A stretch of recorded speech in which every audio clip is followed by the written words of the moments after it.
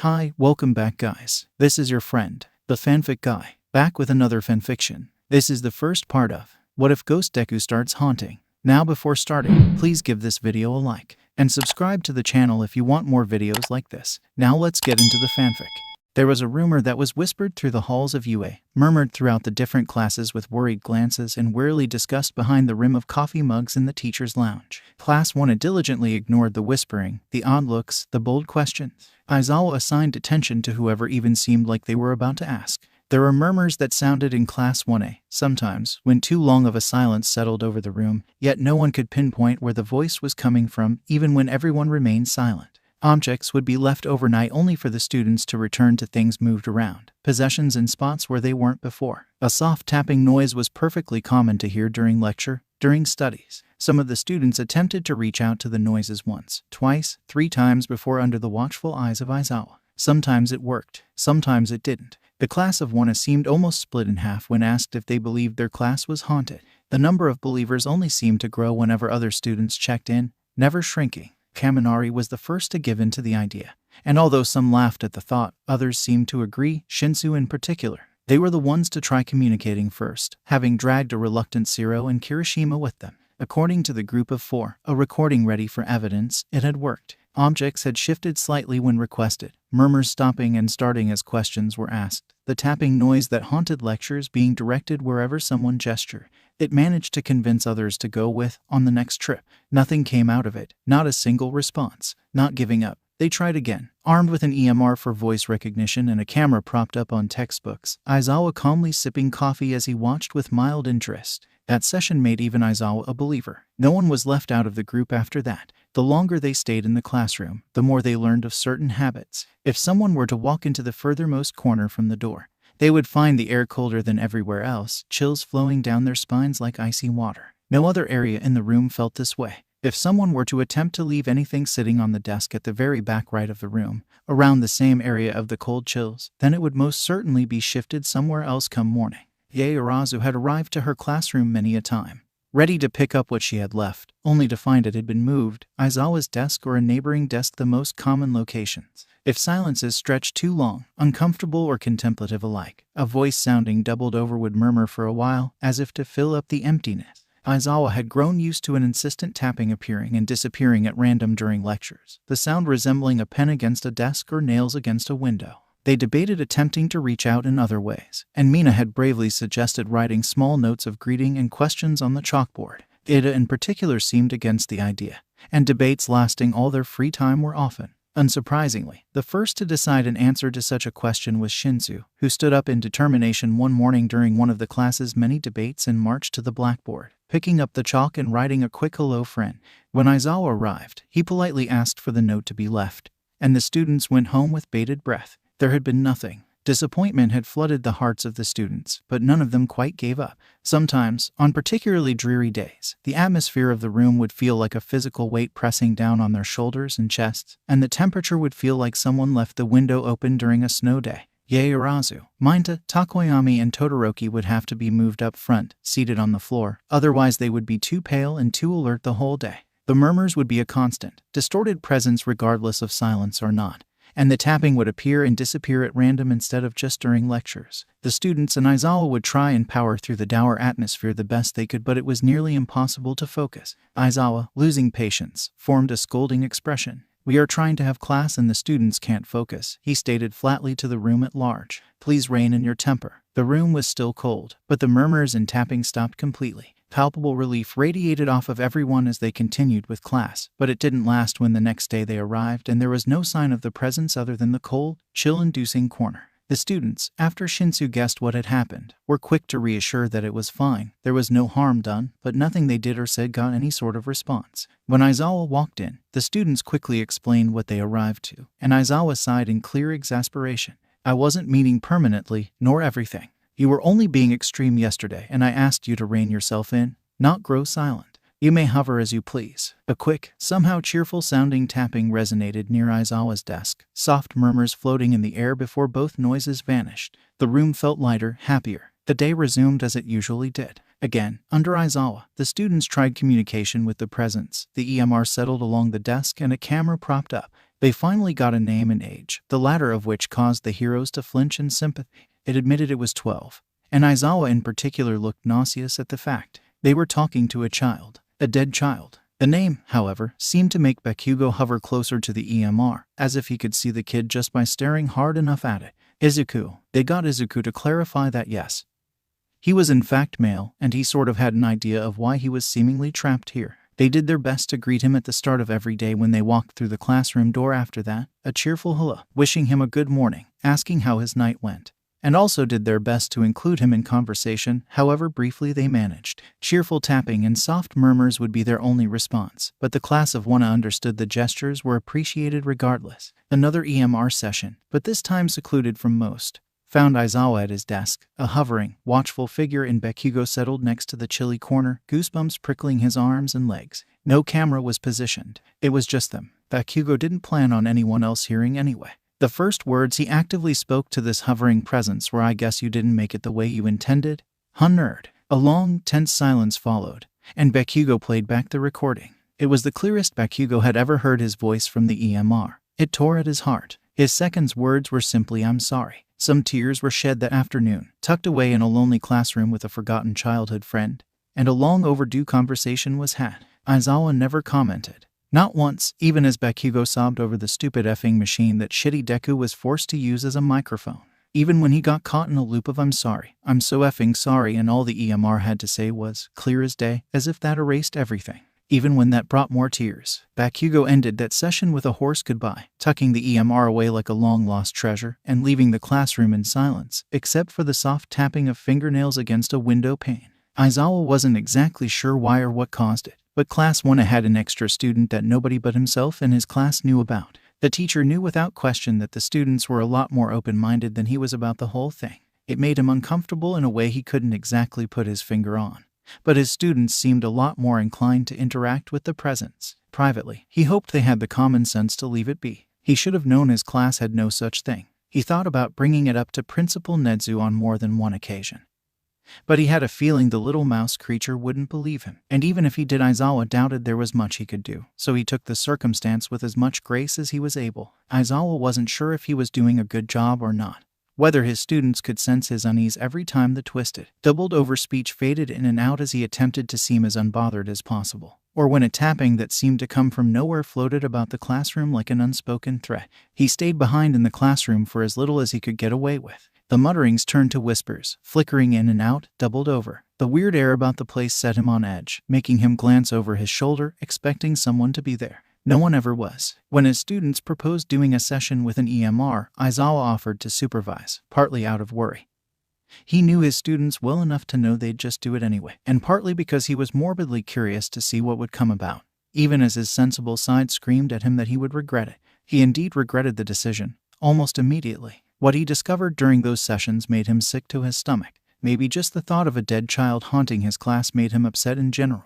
Maybe the thought was a stark reminder that no matter how hard he strived, saving everyone just wasn't possible. Maybe it was both of those things and something else. On days when the students had dispersed and Aizawa was the only one left in the room, the voice would lower from its usual muttering into a soft whisper, the noise not unlike wind rustling through leaves. It was still mostly indecipherable, but it did seem pointed, as if addressing the teacher in a more respectful manner. He didn't know what else to do other than let the kid do as he pleased, filling the silent room with his aimless chatter. It wasn't as if Aizawa would demand him to stop anyway. Not when the kid wasn't bothering anyone and, most importantly, had nowhere else to go. Aizawa could never quite bring himself to address the presence on purpose. He phrased his questions as him simply thinking out loud.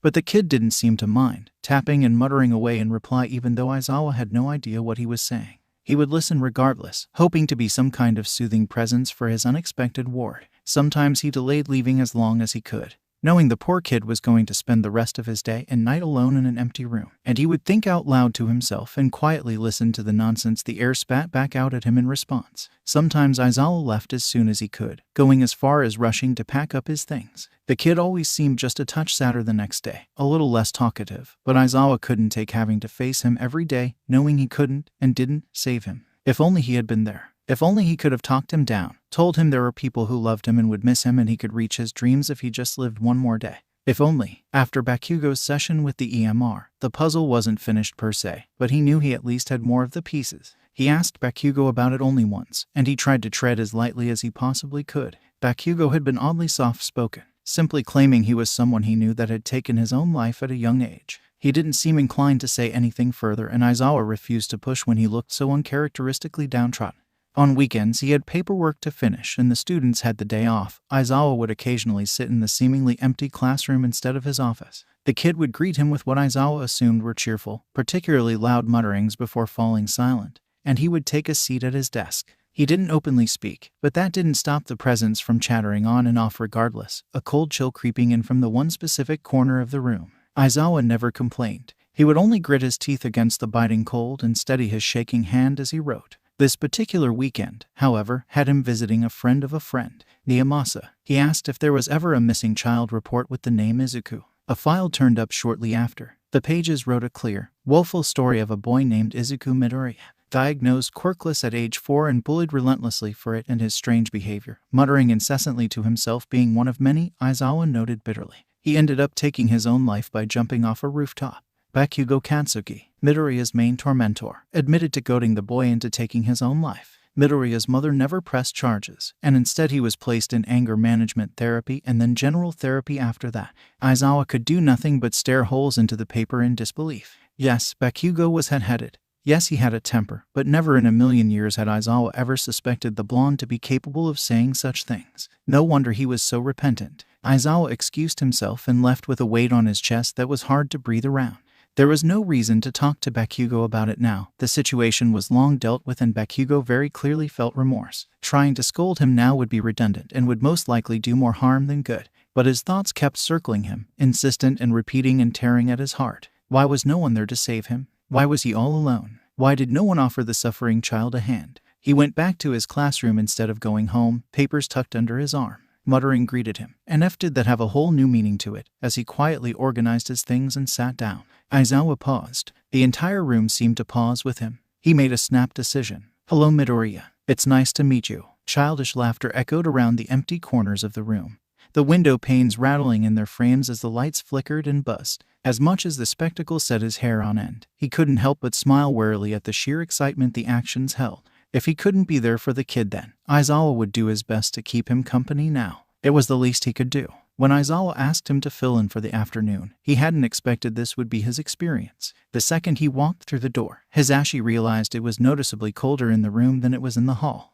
The second thing he noticed was the off and on, inhuman murmurs coming through the walls and sneaking through the cracks and seams of the building as the students talked amongst themselves. The voice made him freeze just in front of the doorway, and it took someone, Ada, calling his name for him to snap out of it. The class fell silent at the presence of a teacher, and so did the voice. Hisashi barely managed to make it to Aizawa's desk before the door slid open again. Kaminari rushed in the door 3 minutes late, greeted the empty air with Heya Izuku in a hurry, and made his way to his seat, out of breath, as a tapping sound seemed to come from Kaminari's desk. Kaminari only grinned, not a touch of concern in his features as he sat down. Hisashi was too confused to scold him for his tardiness. He did roll call. Izuku wasn't on the list. Hisashi may be silly at times and enjoy joking around, but he was a pro hero for a reason, and knowing how to put 2 and 2 together was naturally expected of the profession. These kids weren't telling him outright, but the way they behaved spoke volumes. Especially Bakugo. He was behaving strangely. He started the lecture. The room felt odd in a way he couldn't describe,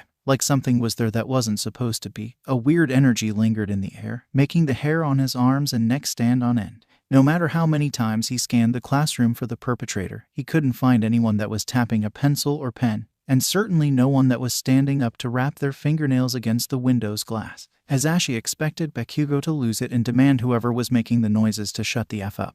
But he did no such thing, behaving as though the noises weren't there at all. No one else seemed concerned as Hisashi tried to keep his unease as subtle as possible. The muttering flickered in and out like a changing radio. No one he could see was speaking, but they were certainly acknowledging it. He could tell Shinsu and Kaminari were splitting their focus on the whispering and his teaching. And when a particularly clear phrase was spoken, they pulled out a separate notebook to jot down their guess on the words. Bakugo himself seemed more intent on listening to the disembodied voice than Hisashi's own, which was an odd sight considering the kid's seriousness when it came to his studies. Asui's eyes flickered around curiously, as if wondering where it was coming from, occasionally looking to the windows when they made the slightest creak. Yaoyorozu, Todoroki, Mainta, and Takoyami, despite the room being pleasantly warm, shivered in their seats every once in a while. Hisashi asked them more than once if they would like the heat turned up, but all of them declined, throwing amused smirks and smiles at him out of all the responses. What was most interesting, however, was the response his joke got. Hisashi enjoyed making people smile, and considering the almost somber atmosphere of the classroom, he figured throwing some jokes around would lighten the kids' moods, and his own, at least a little. He made a simple joke, one he figured the more soft-hearted girls of the class would probably find enjoyable. There was a brief pause.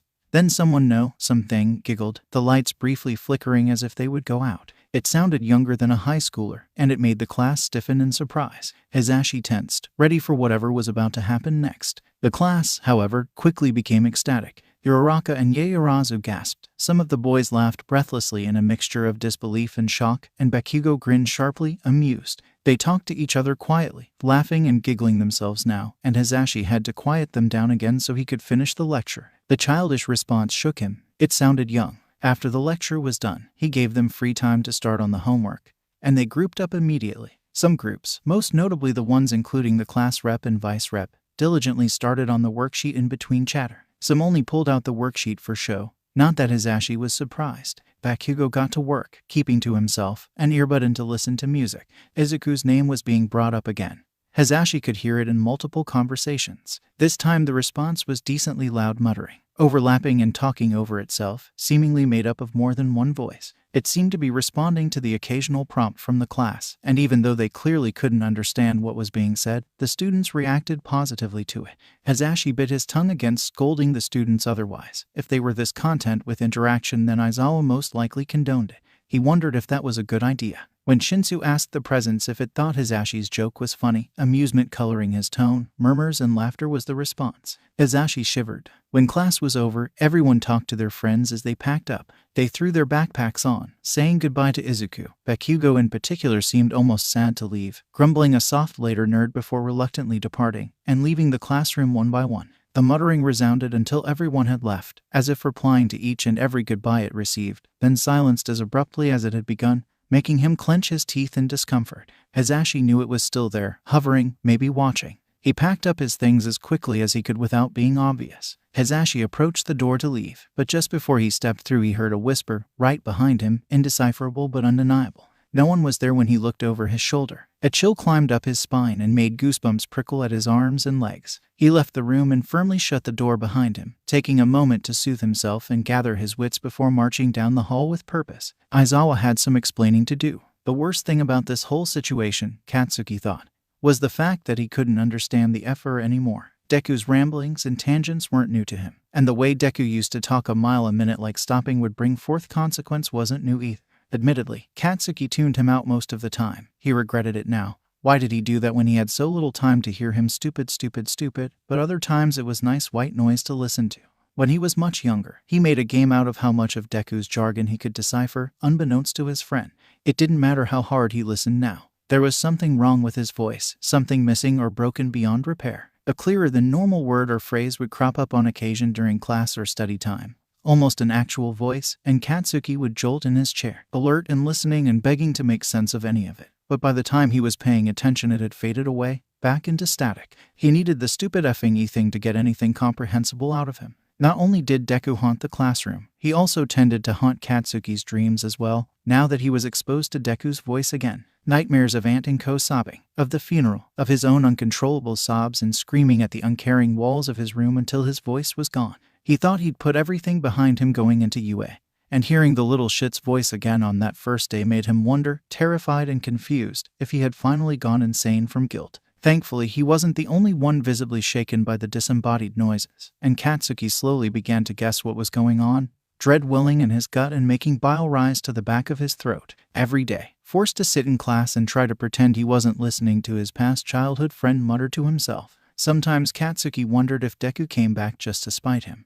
But he'd remember his apology and Deku's response and reason that he wasn't anywhere close to bratty, let alone spiteful. Part of Katsuki desperately wished he was. That the little ghost would throw shit at him, make him freeze in class, scream nonsense, so Katsuki could claim he had the higher ground at least somehow. But no, of course not. Deku reached out to anyone that would listen. He muttered in response to questions meant for the teacher, whisper in students' ears when they were trying to study, and even going as far as to tap on the desks during lectures, a habit Deku picked up when people began to ignore or talk over him. When Katsuki began to, it was a plea for some kind of acknowledgement. Something. He barely got anything. In the beginning, the class desperately trying to deny what was right in front of their faces. Even Katsuki himself. They all tried to pretend nothing was out of the ordinary, and looking back, Katsuki wondered why he had been so afraid. Deku was too soft-hearted to do much of anything dangerous. It didn't matter if he was alive or dead. As ashamed as he was to admit it, he wasn't the one to reach out first. Kaminari and Shinsu were the ones to break the spell. Sparky tentatively acknowledged the theory that their classroom was haunted.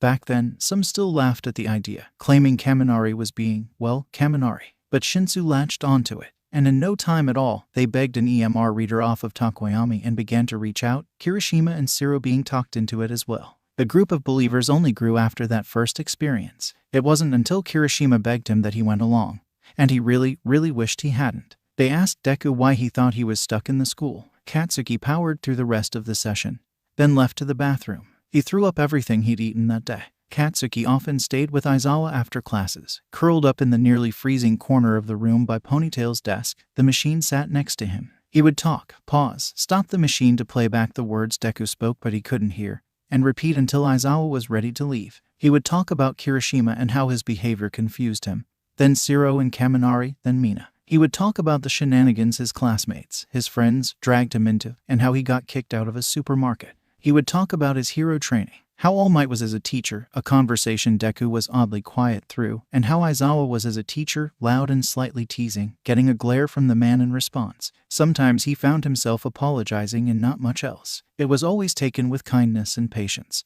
no matter how many times he repeated himself. Sometimes he just let the silence stretch to let Deku speak, only doing so himself when he warned Deku he was stopping the recording. The sentences were choppy and slightly broken, but it was easily understandable with practice. He was thankful he could make it up to the nerd by listening now. "I promise, I'll make you proud," he whispered to the little machine settled in his lap. His body was curled around it in a protective shield. "I'll become the #1 hero, for me and for you." "I know you will," it whispered back in the ensuing silence. Toshinori could admit his faults. He knew when he was slacking or lagging behind, so it wasn't hard to admit to himself that the class of 1 confused him greatly. Not the students. No, it was the classroom. He would walk through the door just after class started, just barely catching the soft murmurs of an oddly echoey voice before a heavy silence would suddenly crash down, weighing on the room's atmosphere like a ball and chain being dropped in water. It was oppressive, suffocating, as if the very air itself had a substance and weight that it shouldn't. The students would drop whatever they were doing to stare at him, some curiously, some equally as bewildered as he was, and 1 or 2 accusing, suspicious gazes. It was silent, cold, but Toshinori would never label those moments as still. The classroom itself was never still. The people in that room were settled in their seats, and there were small movements the students made, yes, flipping through books, writing things down, heads tilting up and down as their attention switched between him and their own work. But something wasn't right. It was the feeling of someone watching him. A pair of eyes he couldn't see biting into his figure and making the baby hairs on the back of his neck stand straight up. A feeling like something was about to happen that made him set his jaw to keep from clenching his teeth. The room was a paradox, empty, but full of noise, containing a story that wasn't within his grasp. A deafening silence. Bakugo watched him teach, his eyes lacking any sort of respect or praise kids his age normally had for him. Instead, he looked suspicious, wary, and the more classes he had inside the classroom instead of out in the training grounds, the more that behavior, that wary, uncertain gaze, seemed to spread to the rest. They started greeting Izuku as they came into the classroom out of nowhere, cheerful and peppy, but there was never any response. They seemed confused, murmuring to each other and throwing glances about the room, asking one another, "Is he not here? And where is he?" Toshinori never understood what they were talking about. There was no Izuku on the roll call list he had, after all. He started a lecture about proper positioning when landing from a particularly high jump, going into how quirks could help your land tremendously. Half of the students were very clearly not listening. Bakugo wasn't even attempting to hide the fact that he was passing notes to Shinsu, who was seated right behind him, looking almost upset. Todoroki was more focused on the slightly flickering lights. Uraraka kept sharing confused frowns with Jiru, and Kirishima was even fully whispering with Shiro, gesturing about the room and occasionally pointing at him. In fact, multiple students were pointing at him, and Toshinori couldn't help but feel secluded somehow. Something had changed, although he wasn't sure what. He called for free time so they could get their work done, and the students split off into their usual groups, their worksheets laid untouched in front of them. They seemed much more enthralled with calling out to this Izuku, repeatedly getting no answer and, oddly enough, growing genuinely concerned when Bakugo calling out was also unsuccessful. He gently chided them to focus. They listened with no small amount of reluctance, and Bakugo sent him a harsh, infuriated glare before following suit. The window panes rattled softly, and he watched them out of the corner of his eye. Toshinori mentioned quirklessness in that classroom once. He never did it again. It was a passing comment, neither derogatory nor praising, just a neutral statement of fact. Quirkless kids tended to have smaller builds. That's all that he said. And the room seemed to breathe. The window panes shivered in their frames, creaking with an unseen pressure. Vibrations shook the very foundation of the room itself, desks rattling and lights flickering as if it was on the cusp of a power outage. The class as a unit shivered from the almost unbearable cold that blasted through the room. An invisible AC that didn't have an off button. Unintelligible cries and shouts rebounded off the shaking walls, desperate, begging, and near tears. Toshinori was just about to order the students out when it stopped, the room returning to its paradoxical silence. Just like that, it had never happened, and the students were left shaken and afraid, clutching their desks and holding down anything they could grab to keep things stable. Uraraka looked on the edge of tears, and all of them looked pale or upset to some degree. Bakugo looked especially pale and a little green. His hands were shaking horribly, even with his white-knuckled grip on his desk, and a faraway look made his eyes seem glassy. Toshinori soothed the class as best as he could and called the principal. Nedzu claimed he saw and felt nothing, but he would keep an eye out. He sent Bakugo out into the hall to catch his breath, asked anyone else if they would like to which Kirishima nodded and rushed out, and hesitantly finished off the lesson. He skipped the section on quirklessness. The class had free time afterwards. Bakugo didn't go back to class. Kirishima grabbed his and Bakugo's backpack for them and left, saying quick goodbyes to everyone else, along with Izuku. Toshinori could admit his faults. He could admit the name sounded familiar, but he didn't know why. All he could do was stew in his thoughts as he packed up, having the irresistible urge to glance over his shoulder every couple of seconds, expecting to see someone watching him. There was no one. The oppressing weight of silence leaned heavy on his back as he exited the classroom. Strangely, it felt almost like something pushed him out. Mei was never one to back down from a challenge. It didn't matter how tall of an order it was. If someone asked her to make something, then she would do her damnedest to get it done. At the very least, she would make sure they couldn't say she didn't try. When the blonde kid from the hero course asked her, none too politely, if it was possible to build something that interacted with the dead, she brushed him off as a little insane. It was an odd question, to be sure, and she figured he was just humoring the rumors that spread across the school. Besides, it had nothing to do with heroics and it wasn't a part of her set of babies. Mei politely told him she had no idea and she wasn't interested. And to her surprise, he left it at that. But then a second kid from the hero course asked her, with red hair, sharp teeth, and a hopeful smile. Then a third, then a fourth, until she was sure every student from class 1 had visited her at least once. Then repeated visits from students who had asked her before, begging her to at least try. It was Ida Tenya who ended up convincing her, in the end. Ida and her had stayed in contact after their initial meeting, when he came to ask with a round-faced girl and pleading eyes. Granted, she hadn't exactly planned for them to get close, but she certainly wasn't complaining. After all, he was good company, someone who happily lended her an ear and gave her ideas she wouldn't have thought of otherwise. He was the last one to ask, reluctant and careful. He is a little kid, he would murmur to her, oddly subdued, staring at his hands settled in his lap. His name is Izuku, Mei, and he is stuck there. He tries talking to us all the time. Please, we just want to hear him. Well, she wouldn't let him say she didn't try. Mei did some digging, settling Ada and the blonde kid down to hound them with questions. She asked what they had been using up until this point to communicate and how well it was working, and when they told her, she asked for it. The blonde kid looked downright offended at the idea, and Ada explained the EMF reader wasn't either of theirs and they would ask for permission. They came back 2 days later with the object held in their palms like a forgotten treasure, and when she took it from them, she was gentle. With Ida hovering nervously about her shoulder, she got to work taking it apart to see how it ticked, unscrewing the back and picking at wires, testing the material to figure out what it was made of. The blonde was tense throughout the whole process, gripped tight on his forearms like he had to stop himself from taking it back. When she clicked it all back together and screwed in every bolt into place, she gave it back to him instead of it. His relief was palpable. They told him it would still work right as rain. She also told them both that she would be coming after class tomorrow to test it out herself. Ada beamed at her, cheerfully saying she would like how sweet Izuku was while bowing and thanking her over and over. She got a grumbled thanks from the blonde before they both left. She pushed the papers and scrap metal from her latest project away. There was something more important. She stayed at UA late as she could until Power Loader kicked her out. At home she researched late into the night of the people who came before her, the success and failures alike. She felt prepared the morning of. When she walked into the doors of Class 1A, Ida loudly greeting Izuku, with many chopping motions, as was his style, May instantly understood where the rumors and quiet gossip stemmed from. Indecipherable murmurs that talked over itself greeted them, tapping coming from Eraserhead's desk.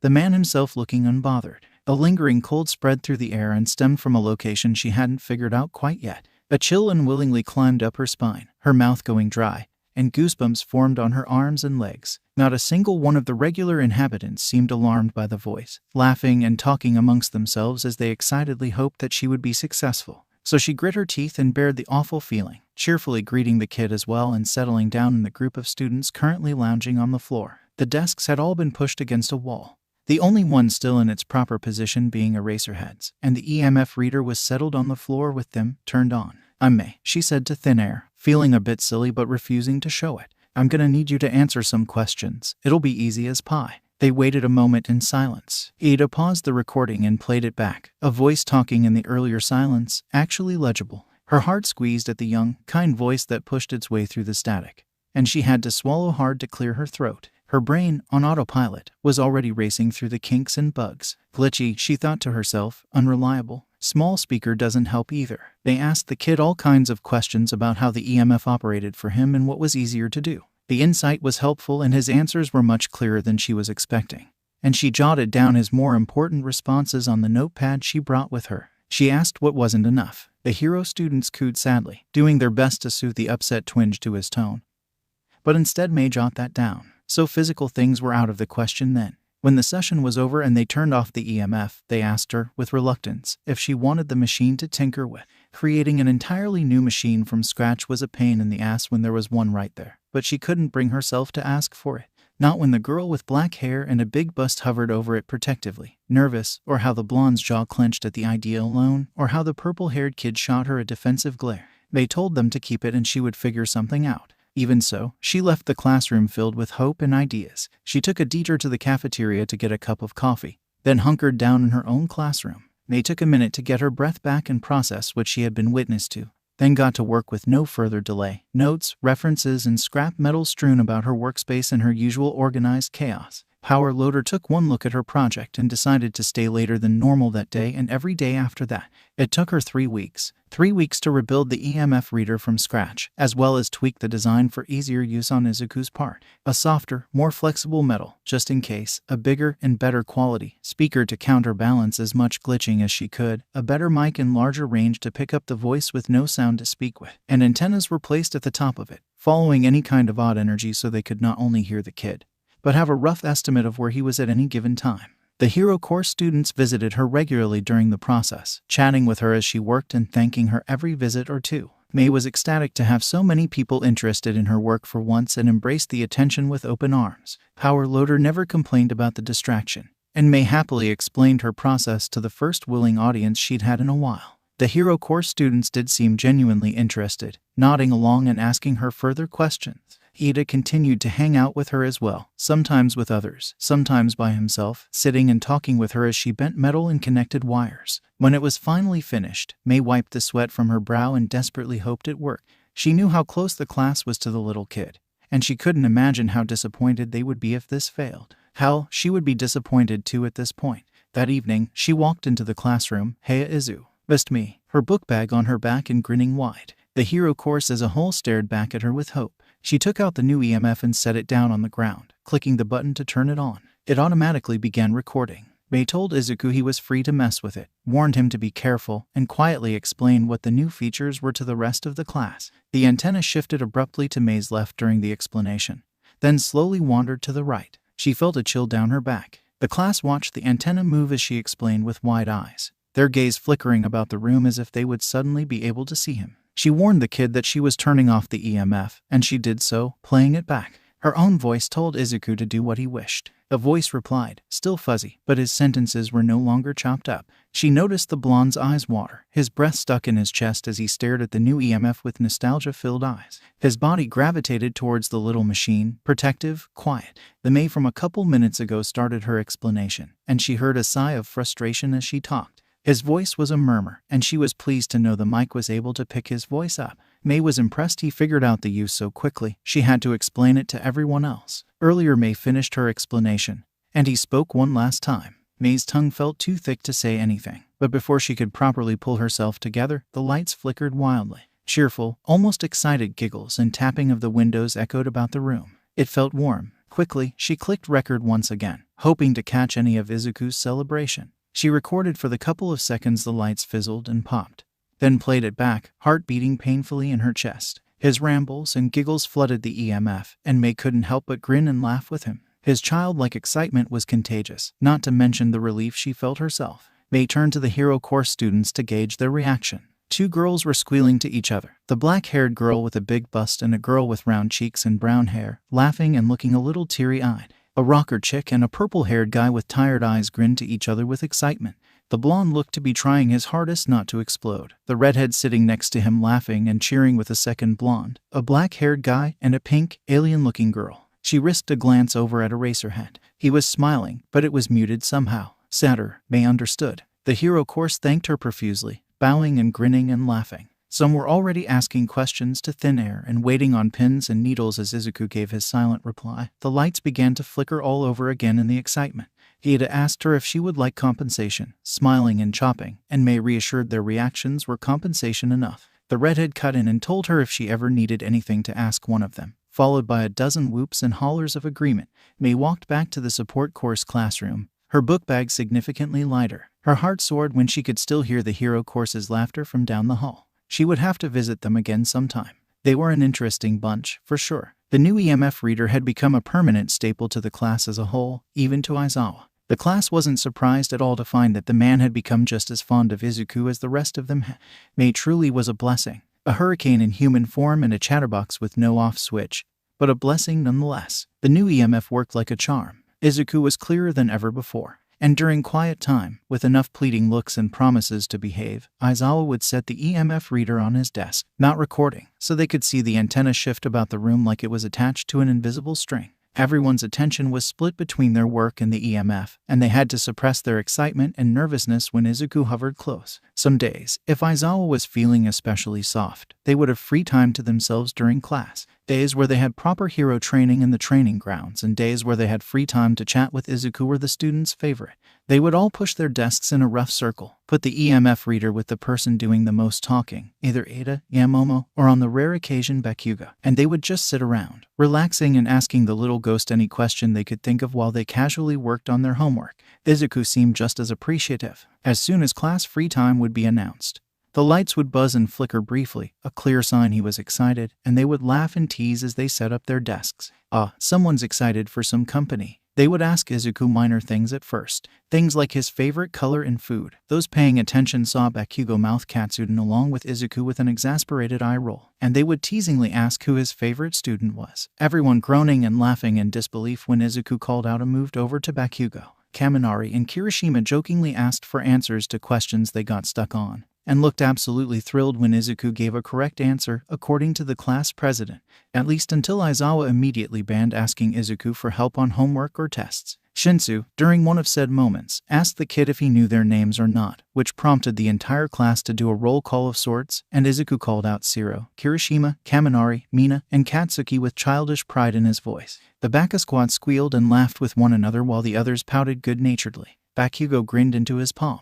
Their questions would turn serious on occasion. Things like if he remembered his living life, if he was happy where he was. Mina was brave enough to ask if Izuku knew All Might or if something had happened, to the slight disapproval of the rest of the class. But Izuku answered honestly, if not vaguely. He wouldn't say anything else on the matter. The class didn't push. Ada, with a curious smile, asked if Izuku had a favorite teacher yet. When they played back the recording, they all turned to their teacher with swelling hearts. The new EMF reader was a staple in their classroom. With that being said, there were more than a few close calls with the fragile machine. Kaminari, after nearly dropping the thing onto the floor and overcharging it twice, was strictly banned by both Bakugo and Yaoyorozu from ever handling it again. Sado almost crushed it by accident, and Mina almost tripped over it during one of the after-school chats. Each time the perpetrator would get scolded about being careful, and each time their hearts leaped into their throats when they thought the EMF had been broken. Relief was palpable in the classroom when it was discovered that the machine was safe. Something had to happen eventually. What with so many kids and so many quirks that came into contact with it on a daily basis,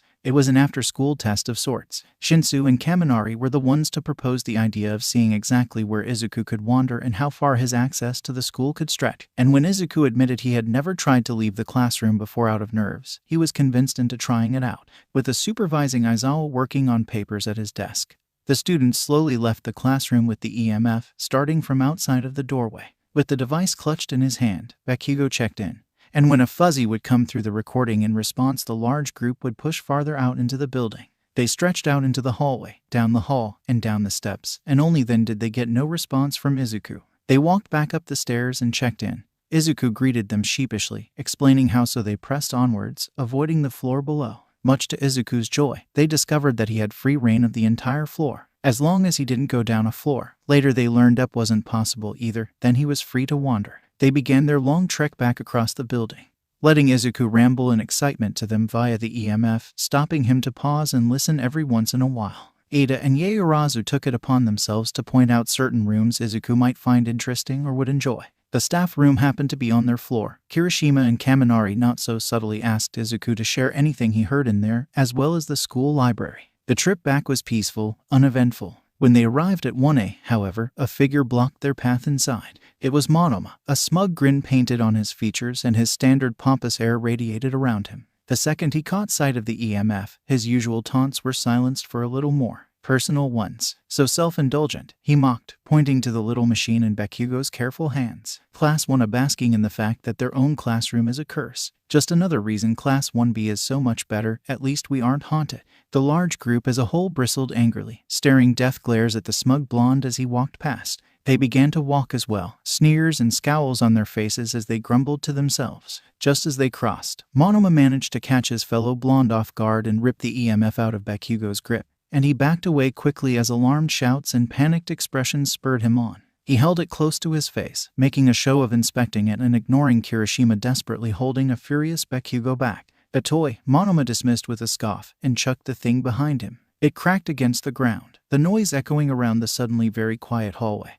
And the antenna snapped apart from the mechanism, the soft whirring of the machine fizzling away and dying as something inside of it was dislodged. There was a moment of total stillness, a calm before the storm, and the storm was Bakugo. An enraged roar bounced off of the walls. One blast to a distracted Kirishima's side was enough to dislodge the redhead, and Bakugo ran over to Monoma with pounding footsteps, full-on mini-explosions popping and crackling in his palms. Monoma turned as white as a sheet. Then he turned tail and ran as fast as he was able. The class watched him go, glancing at each other in a silent question as they disappeared around the corner. Should we stop him? The hero course didn't move for a moment, most of them figuring no, they shouldn't. But then Ida volunteered to chase after the two, whose footsteps had now been traded with the smell of gunpowder and Monoma's pain-filled shouts, and sped off. Yaoyorozu looked teary-eyed as she scooped up the broken EMF and antenna. She handed the pieces to Uraraka, telling her and Kirishima to go to Mei and see if she was still on campus while she explained what had happened to Aizawa, who was already sliding the door open to glare at them, looking ready to give the lecture of a lifetime. They hurried to the support course classroom, practically bursting through the doors, and when they spotted a cheerful Mei settled at her usual workstation, they began shouting all at once, a flurry of noise and mixed words in their rush to explain quickly. Mei shushed them and demanded they explain properly. And when they did, she took the broken pieces and immediately got to work, unscrewing the back cover and taking off the piece that held the antenna in place to scrape out the broken bits of metal still in the cavity. She worked with the wires, clicking and snapping things back into place, experimentally attempting to turn the device on and off. When it began to whir once again, she clicked it off and walked over to a cabinet, pulling out another set of antenna with a wink in Uraraka and Kirishima's direction. I made backups, just in case. Mei attached them in their proper place. She handed it back over, softly whirring, and kindly shooed them out, still reassuring them if they needed anything fixed to not hesitate to ask. They headed back to class, solemn, quietly talking to one another about what had transpired and just waiting for the antenna to reveal Izuku's presence. Unsurprisingly, the second they stepped back onto the floor of their classroom was when the antenna bobbed and weaved in front of them, anxious and full of buzzing energy. Uraraka had it recorded, told Izuku it was recording, and waited. Izuku rushed out, desperate and pleading. Uraraka reassured him they would explain a little later when everything was calm, and if he wanted to follow them back to the classroom then she would try and figure things out. The antenna stayed pointed next to Uraraka as the group walked back to the classroom and inside, where Yaoyorozu, Shiro, and Ida were talking in quiet voices next to Aizawa's desk. Uraraka approached, asking what was going on. Bakugo's been suspended for the next 3 days, Ida explained, adjusting his glasses, Shiro muttering disagreements on the punishment next to him. Monoma is currently in recovery girl's care. He will be fine and fixed a little later today. Quick, nervous taps resonated from Bakugo's desk. Uraraka gently set the EMF on the desk and recorded. The static grew with Izuku's increasing alarm. Ida gently explained it again, trying to stress that Bakugo wouldn't be gone forever. But the tapping abruptly stopped and a silence fell on the room, a crushing weight to the atmosphere as the cold from the corner began to slowly creep its way through. Yaoyorozu sighed and turned off the EMF, saying Izuku just needed time. She tucked the machine away in the back of the class and began to walk to the doors. There was a flicker, the lights flashed for just a second, and in between the moments that they remained unstable and buzzing, the students could have sworn on their lives a form was settled on Bakugo's desk, curled in on itself with hunched shoulders and curly, messy hair. Transparent, ghostly, their stomachs dropped. No one dared to move. They hardly breathed as they stared wide-eyed at Bakugo's empty-looking desk, frozen, chills licking up their spines as goosebumps crawled up their arms and legs. The hairs at the back of their necks stood up, body tense, waiting. Nothing happened. No matter how long they waited, the figure, Izuku, didn't appear again. They looked at each other cautiously, and slowly they began to exit the classroom, glancing behind them with every other step. Uraraka still wished him goodbye. Ida and Yaoyorozu were silent, even with Aizawa's explanation the next morning. Izuku still wasn't hearing it. Word spread very quickly about what happened, and they asked again and again if Izuku could do it for them too, but they got no real response. He seemed to be focused on Bakugo's absence more than anything else. There was nothing on the EMF, no voice, and the antenna were still, which made the students think that Izuku was searching the floor for the blonde.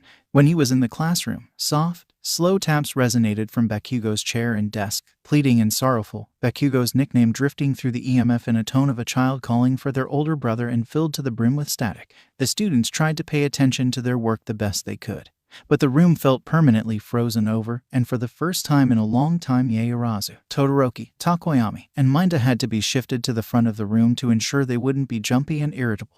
Even so, Aizawa refused to relent the punishment and held his ground, telling his students that if they minded the cold so much they were more than welcome to bring jackets and coats to class for the duration of Bakugo's suspension.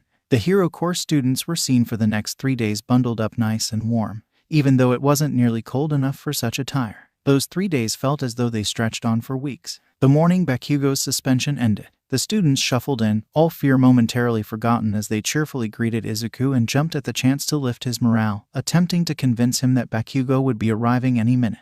Bakugo is on his way, they said with sympathetic smiles. He's almost here. There was no response on the EMF, antennas pointing in the default position, and the students wondered if Izuku was even there. When the door abruptly slid open and the antenna swiveled to face the figure in the doorway, they supposed they had an answer. Ada began recording as Bakugo casually sauntered over to his desk, the antenna following him as he did. The temperature slowly rose, and the students began to remove their many layers of clothing, sighing in relief. Aizawa walked in shortly after and pinned Bakugo with an annoyed glare. "Don't pull that again. It was freezing in here for days." The new EMF didn't leave the classroom after the incident.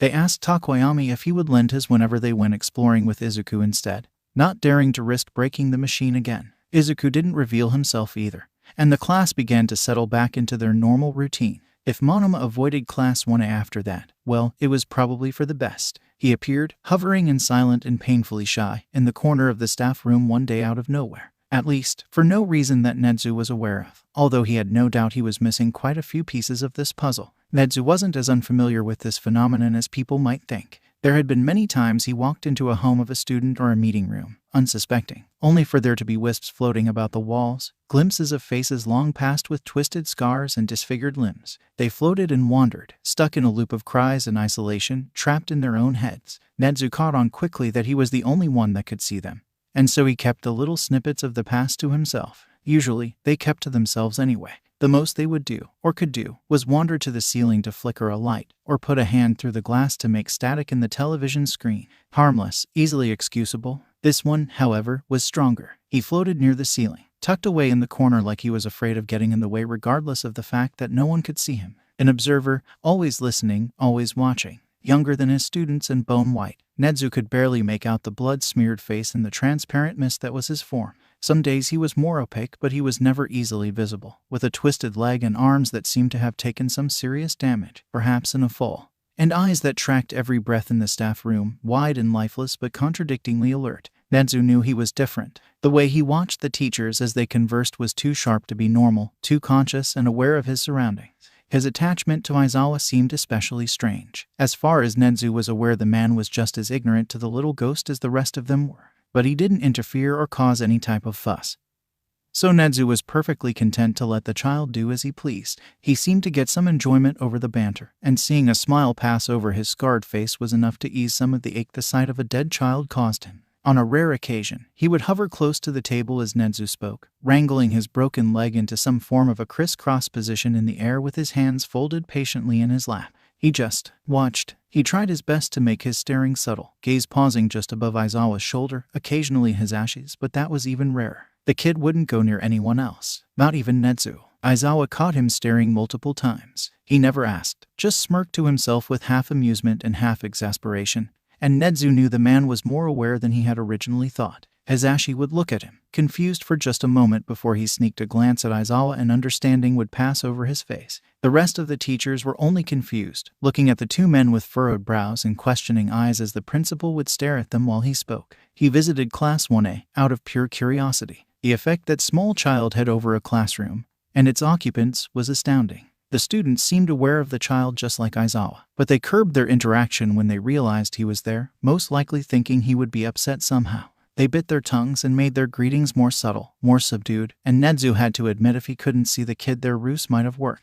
But he could, and the little ghost was thrilled at every greeting he received. He no longer hovered uneasily in the corner, barely fumes. He was more opaque now that he was comfortable, floating about the students' heads and his form flickering like candlelight in his excitement. His small body buzzed, grew fuzzy at the edges, and the window panes actually rattled in their frames. Aizawa threw a casual remark at the boy, subtle enough to seemingly be directed to the chattering students. "Settle down, class is starting," and the kid giggled but obeyed without a fuss. His arms and right leg looked well. Better at least, when he was here. But now he noticed a bone sticking out from the kid's elbow and shin on his right leg. His wrist looked pretty mangled too, crunched under force and pressure. Nedzu could see freckles pepper the boy's cheeks, blood just under his nose and the corners of his mouth, and his hair curled at the ends. He couldn't have been older than 13 with such a small form. Every breath he took rattled. Most likely blood built up in his lungs. Nedzu assured he was only there for observation of the classroom and that they could go about their day like normal. And so Aizawa began the lecture. Nedzu watched in his chair next to Aizawa's desk, giving away nothing. The boy would float, grin mischievous and childlike as he brushed the back of necks to make the students shiver, gently batting hair and tapping desks to get some form of attention. He never lingered on one student long enough to be a cause of serious distraction, fluttering around in a blur of smoke, and the students took the teasing with grace. Any silence was met with an uncomfortable frown, and his mouth would blur into an empty crater, distorted murmurs echoing off the walls. That or he would tap any surface he could reach. He would pull back every once in a while for a breather in the furthermost corner from the door, making the 4 students in the back shiver and rub their hands for warmth. At first he seemed to dismiss Nedzu's attention as coincidence, but the little ghost caught onto his consistent, watchful gaze quickly, and he seemed to be wary instead of excited like Nedzu expected him to be. He hovered next to an unknowing blonde, Bakugo Katsuki, Nedzu quickly recalled, hand hovering over Bakugo's bicep as if he could alert the blonde to his discomfort. Even though his student remained blissfully unaware, face peaceful but focused, it was a stark contrast compared to the little ghost's concern. The kid's unease grew the longer he was stared at, injuries becoming worse and worse, arms and leg twisting and cracking as broken bones strained. Blood began to leak from his nose and mouth. His face twisted into a look of fear and something between pain and upset. His body curled closer to the unknowing blonde, desperate for a shield or any source of comfort. He blurred, window panes rattling softly and lights flickering without the kid needing to touch anything. Nedzu turned his gaze elsewhere, the sight making him sick. Aizawa's gaze danced around curiously, obviously wondering about the sudden ruckus in his classroom. He turned to Nedzu briefly, silently asking, but Nedzu said nothing. No matter how stoic Aizawa pretended to be, Nedzu knew this would absolutely break the man. The lecture was over quickly after that, and Aizawa assigned homework and called for free time. The students' gazes traveled to the back of the classroom, And with an approving nod from Aizawa, they grabbed a device carefully tucked away and settled it on Aizawa's desk, closer to where Nezu was seated. They flicked a switch to turn it on, and the antenna pointed right at the little boy, although to everyone else Nezu knew it seemed to point at Bakugo. The blonde wasn't alarmed in the slightest. He almost seemed smug as his friend group formed around his desk, talking amongst themselves and whispering about an Izuku. At least Nezu finally had a name. Izuku's unease slowly faded as the students reluctantly asked if he was all right, shooting Nezu concerned looks like they were afraid he would demand they stop. Izuku's appearance began to heal, however slightly, the more he was talked to. He responded with murmurs as he tapped Bakugo's desk, mouth blurring, eyes wide. The class relaxed, and chatter began again. The kid hovered around the different friend groups, apparently having decided to ignore Nezu for the time being in favor of listening into the different streams of conversation. Some pulled him into their chatter, asking questions and opinions. Izuku could only respond with nonsense, and the students all debated whether or not to record with the machine on Aizawa's desk. He's been following the antenna, I think he knows already, one whispered, but they ultimately decided against it. Nezu commented on none of this. He didn't feel the need to. If Aizawa felt as though Izuku's presence was harmful, this would have been brought to his attention much sooner, as unbelievable as it may have sounded. And their casual, safe communication was proof enough that Aizawa felt that the little ghost was only a distracting prankster at worst. Nezu trusted his judgment. Besides, he didn't think he would have the heart to kick a little kid out. Nezu wasn't entirely sure how he'd manage to remove a ghost anyway, and he wasn't interested in learning. 10 minutes until class was over and Nezu couldn't take it anymore. He excused himself. Izuku's wide, lifeless eyes watched him go, and part of Nezu wondered if he would follow him out of the classroom, but he made it into the hallway without the kid. When school was out, he pulled Aizawa aside and asked the man about the little one. Aizawa hummed. Harmless, he said. Apparently Toshinori had an incident a week or so ago with him, but no one was injured. The students have grown very attached to him. He is surprisingly peaceful. Nezu left it at that, telling the man outright that he trusted his judgment. Aizawa thanked him, then bluntly asked, with no small amount of accusation in his eyes, if the disturbance was Nezu's doing. Not purposely, was his response. He must be shy. Certainly didn't appreciate me watching him. Aizawa asked what Izuku looked like. Nezu dodged the question, and Aizawa didn't press, a mixture of curiosity and wariness warring on his face. Aizawa described the goings-on within his classroom for the past month or so after Nezu prompted him. He described the habits Izuku possessed, how they found out about Izuku to begin with, as well as the adjustments his class and himself had to implement to keep things running smoothly, reassuring Nezu that the adjustments were minor. He briefed the incident with All Might, suggested that he ask All Might himself what happened if he wanted specifics, then left the staff room without further delay. Nezu waited, patient. Izuku showed within minutes, cautious and unsure, and he was back to nothing but wisps and smoke and broken limbs. Nezu took a moment to gather his thoughts. I didn't mean to scare you, Nezu said.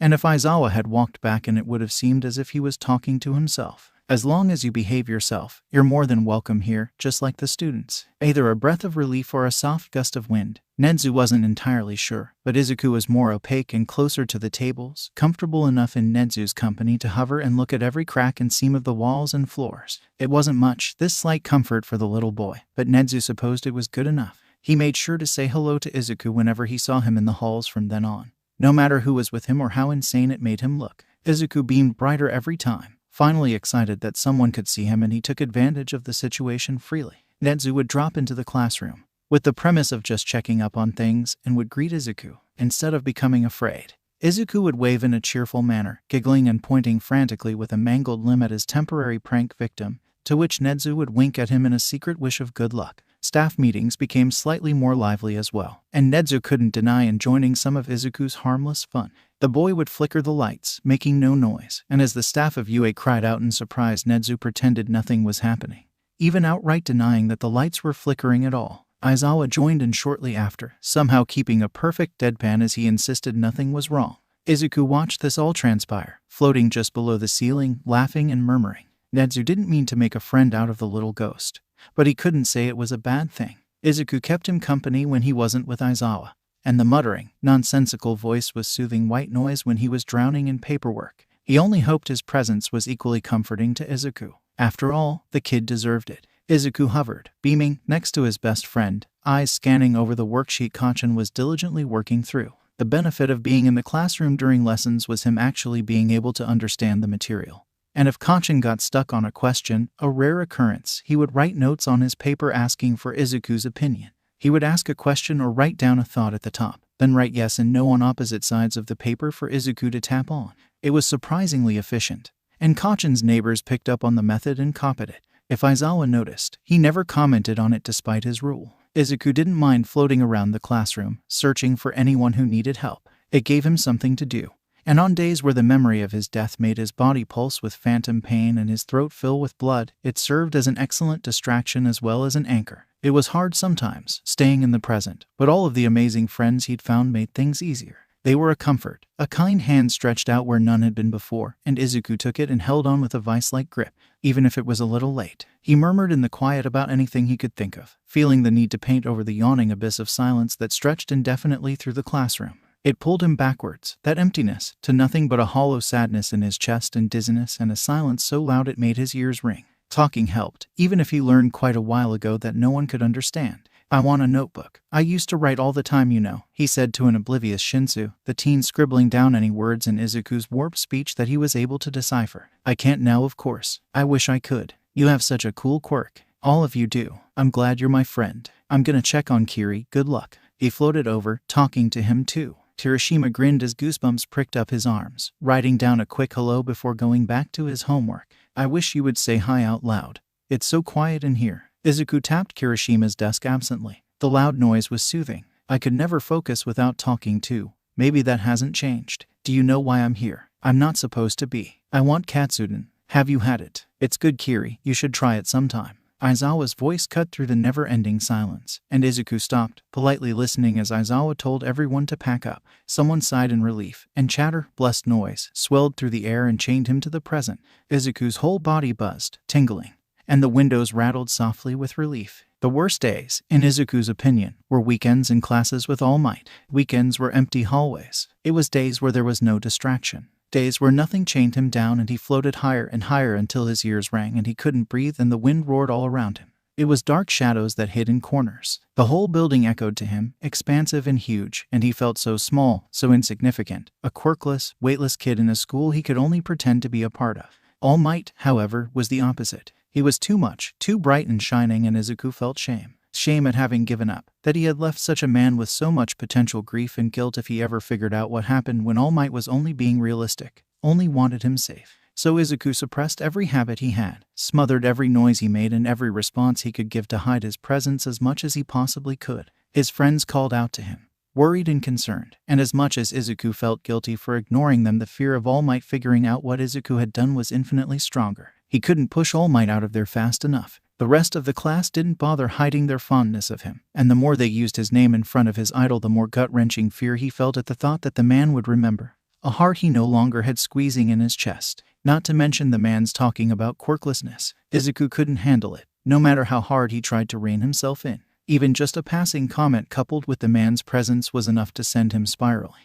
Anger and sadness too much to bear, form dissolving as he kicked and thrashed through painful memories, relived his dreams shattered as quickly as his tears fell and broke against the harsh concrete beneath his feet. When he gained control of himself, his friends were pale, shaken, afraid of him. Izuku secluded himself to his cold corner, body numb, mangled hands over his ears as he sobbed with a voice no one could hear, the others too busy trying to figure out what had happened to call out to him again. Izuku didn't talk for the rest of the school day. He drowned in self-hatred and old habits, degrading himself, cursing his behaviors, cursing the life he somehow still had before turning around, and cursing the very idea of hatred itself before looping back into cursing himself for hating to begin with. He spiraled. Not even Kakin could ground him while he used his bad habits as his comfort blanket, stuffed with barbed wire instead of cotton.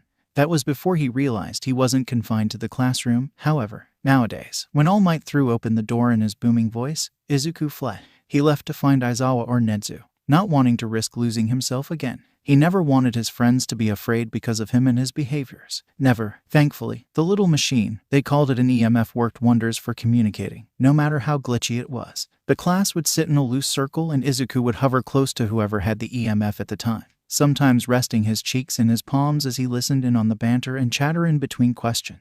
"Do you like present mic?" was eventually decided upon. Izuku patiently waited for them to record, and he spoke in the ensuing silence. It felt different this time, this silence. Light, expectant, crafted with his voice in mind instead of purposely excluding it. Yes, he cheered, floating just above a blue-haired teen's shoulder. His glasses were shiny. He's really funny. He looks kind of like a bird with his hair like that. And that's funny too. They warned him they were pausing it, did so, and played it back. It was strange hearing his voice so glitchy and corroded with static. But he wasn't complaining. As long as they could hear him. The students laughed and wheezed at his statement. And Izuku laughed with them, basking in the warmth and sense of belonging sessions like this always brought. More chatter flooded his ears, and if Izuku had a chair to melt into, he would have as the peaceful noise washed over him. Finally, Izuku could talk freely with his new friends. And he could explain himself, say what was upsetting him and the cause of it if he ever needed to.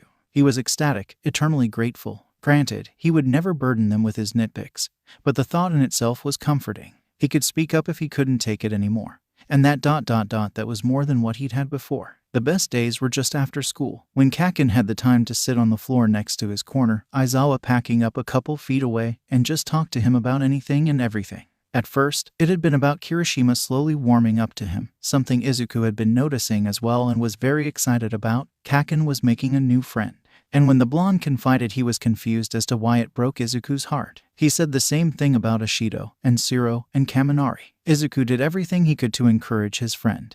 And he saw as days went by Kaken opened up to them more and more. In his own way, of course. More casual slaps upside their heads, more banter than actual arguing or yelling, helping them with homework and study. Izuku floated around them all and giggled, happy and warm. He teased them more because of it, admittedly. But in Izuku's defense it just felt natural going from batting at Kaken's spikes and getting maybe an eye roll, to poking at Kaminari or Kirishima's skin, getting them to shiver and playfully glare around the room suspiciously. It was just too fun. And they had such different reactions. Could you blame him? Also at first was Aizawa, Class 1A's teacher. At first Izuku was admittedly wary of the man's sour demeanor, but the first time he pulled out a sleeping bag from nowhere and took a nap right on the floor, Izuku simply figured the man was just tired. So Izuku reached out, and Aizawa listened, not obviously, but in small ways, staying after class with him. Thinking out loud for Izuku to bounce conversation off of, gently chiding him when he got out of hand. The moment he was labeled quirkless was the moment his teachers dismissed him despite his intelligence. Aizawa's behavior was a breath of fresh air, just like the students. Izuku couldn't help but bask in the attention he received from both parties. Admittedly, Izuku enjoyed playing the occasional prank on some students. Not enough to distract them from their studies for too long. School was important after all, but just enough to where he got a reaction. Shifting eyes, raised brows, soft giggles. Harmless, but rewarding. Todoroki was especially fun. He was so straight-faced, and when he actually managed to get the teen to look around the room in bewilderment, it classified as a huge win in Izuku's book. He never got upset, thankfully, just went back to his work with a fond shake of his head as the 12-year-old practically cackled. Shinsu was also a common victim of pranks for similar reasons, and it was a full-on mini-celebration if he managed to get both of them to react in one day. A frustration Izuku regularly experienced was his inability to properly move things, and not just because it hindered his pranking possibilities. Upon witnessing a quirk in action from a student, instinct made him impulsively reach for a notebook and a pencil. The action was always pointless. He phased through everything most of the time since his form was so weak. All he could do without difficulty was touch, tapping a desk, tapping the window panes, feeling the ground or sitting on the tops of desks or in chairs wasn't difficult, and deciding when he wanted to phase through something wasn't hard either. Only in times of intense discomfort or distress could he actually move things. Every time a student left their belongings near his lonely, cold corner, his whole body buzzed with the need to move it. The books and papers felt suffocating being so close, and with no distractions available after school, it only left him with the negative memories of caution and water and too many burns hidden behind stacked books and long sleeves. Unkind words that planted an idea in his head he couldn't shake off. Izuku could touch the books then, to move them even one desk over. But as soon as the source of his stress was dealt with, he went back to transparency, to being nothing but wisps. He wasn't sure anyone in the class had noticed before, but after the incident with All Might, Izuku had found scratch marks inside of the window frames, caused by his flailing. Izuku wasn't quite sure that such high discomfort was a fair price to pay to be able to properly interact with the world around him, but it was the only way at the moment. It was similar to his hunt for Kacchan during his 3-day disappearance. Out of sheer panic, his one source of familiarity and comfort having vanished, Izuku was able to open doors properly to see inside classrooms. Old habits of a solid body clashing with his life now. Any other time picking anything up was impossible. Things barely shifted at best. But it was okay. He didn't need to move the EMF to use it.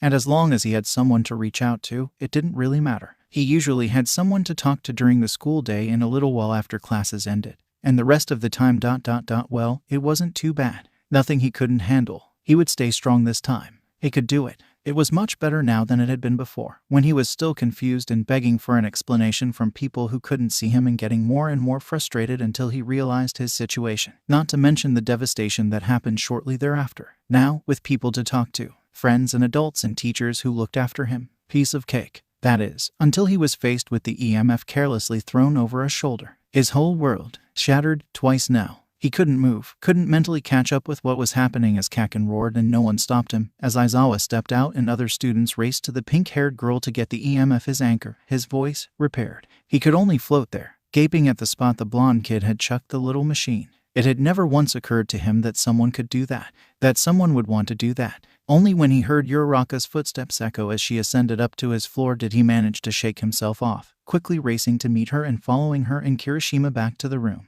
3-day suspension, Ida said. Kaken, gone. It was the longest 3 days of his life. His whole world tilted on its axis. His main stability having been ripped from him caused more relapses. He couldn't feel his arms. He could taste copper. He couldn't breathe. Izuku took in as deep a breath as his deformed lungs allowed and tried to fix it. As best as he could. He searched the halls for as long as he could, and settled himself at Kaken's desk when he couldn't. He tried to push through the tugging feeling in his stomach to go down to a lower or higher floor, fighting through the pain of it until he was sure his organs would be ripped out of him.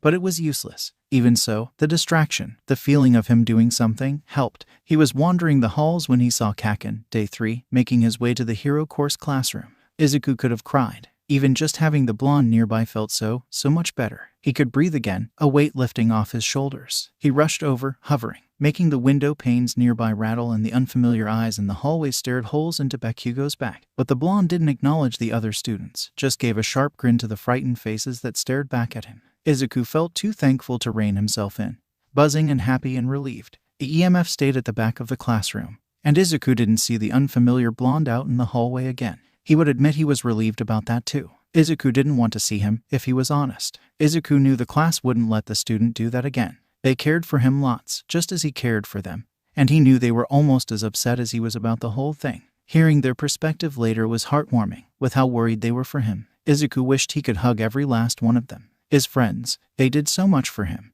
And Izuku was slowly beginning to realize that this had been his goal all along, not the building. Yue, to Izuku, had been the visible goal, something tangible and in sight that he could reach out to. But this, having friends, talking to others and having Kaken at his back again, it was all Izuku had ever wanted.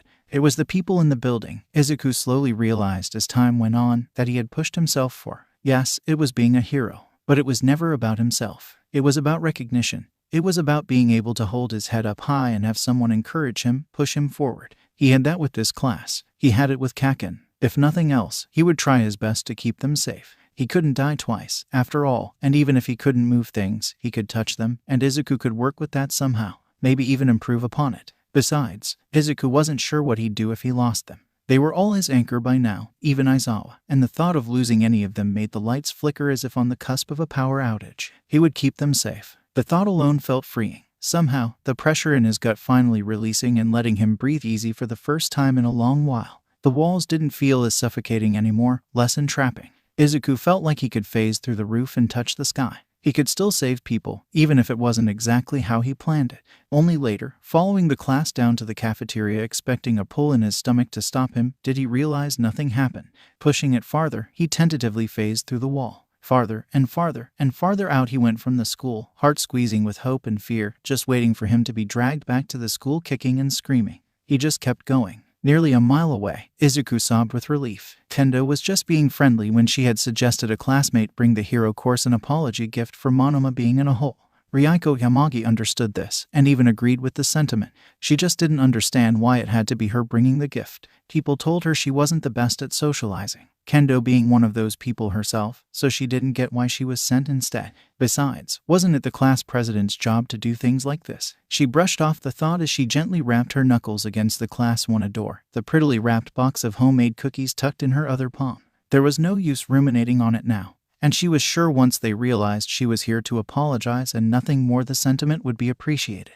The door slid open. Ada Tenya standing straight and on guard was the sight that greeted her. He did his best to be polite in asking her what she needed, but Yamagi could feel the upset and anger he was trying hard to mask. She held out the cookies. Monoma has made a grievous error, she stated. Class 1B as a unit decided to apologize for his brash and crude behavior. Ada's posture instantly relaxed as he grabbed the cookies, thanking her for the gesture. He invited her inside the classroom. Class didn't officially start for another 15 minutes or so, and she accepted to be polite. Maybe she could spread the sentiment to the rest of the students herself. With how upset they had been, it was probably needed. Not everyone was here was her first thought. There were roughly 20 students in Class 1A, but she counted heads and there were only maybe 10 present. Late sleepers, she supposed. The next thought she had was that it was cold in the classroom.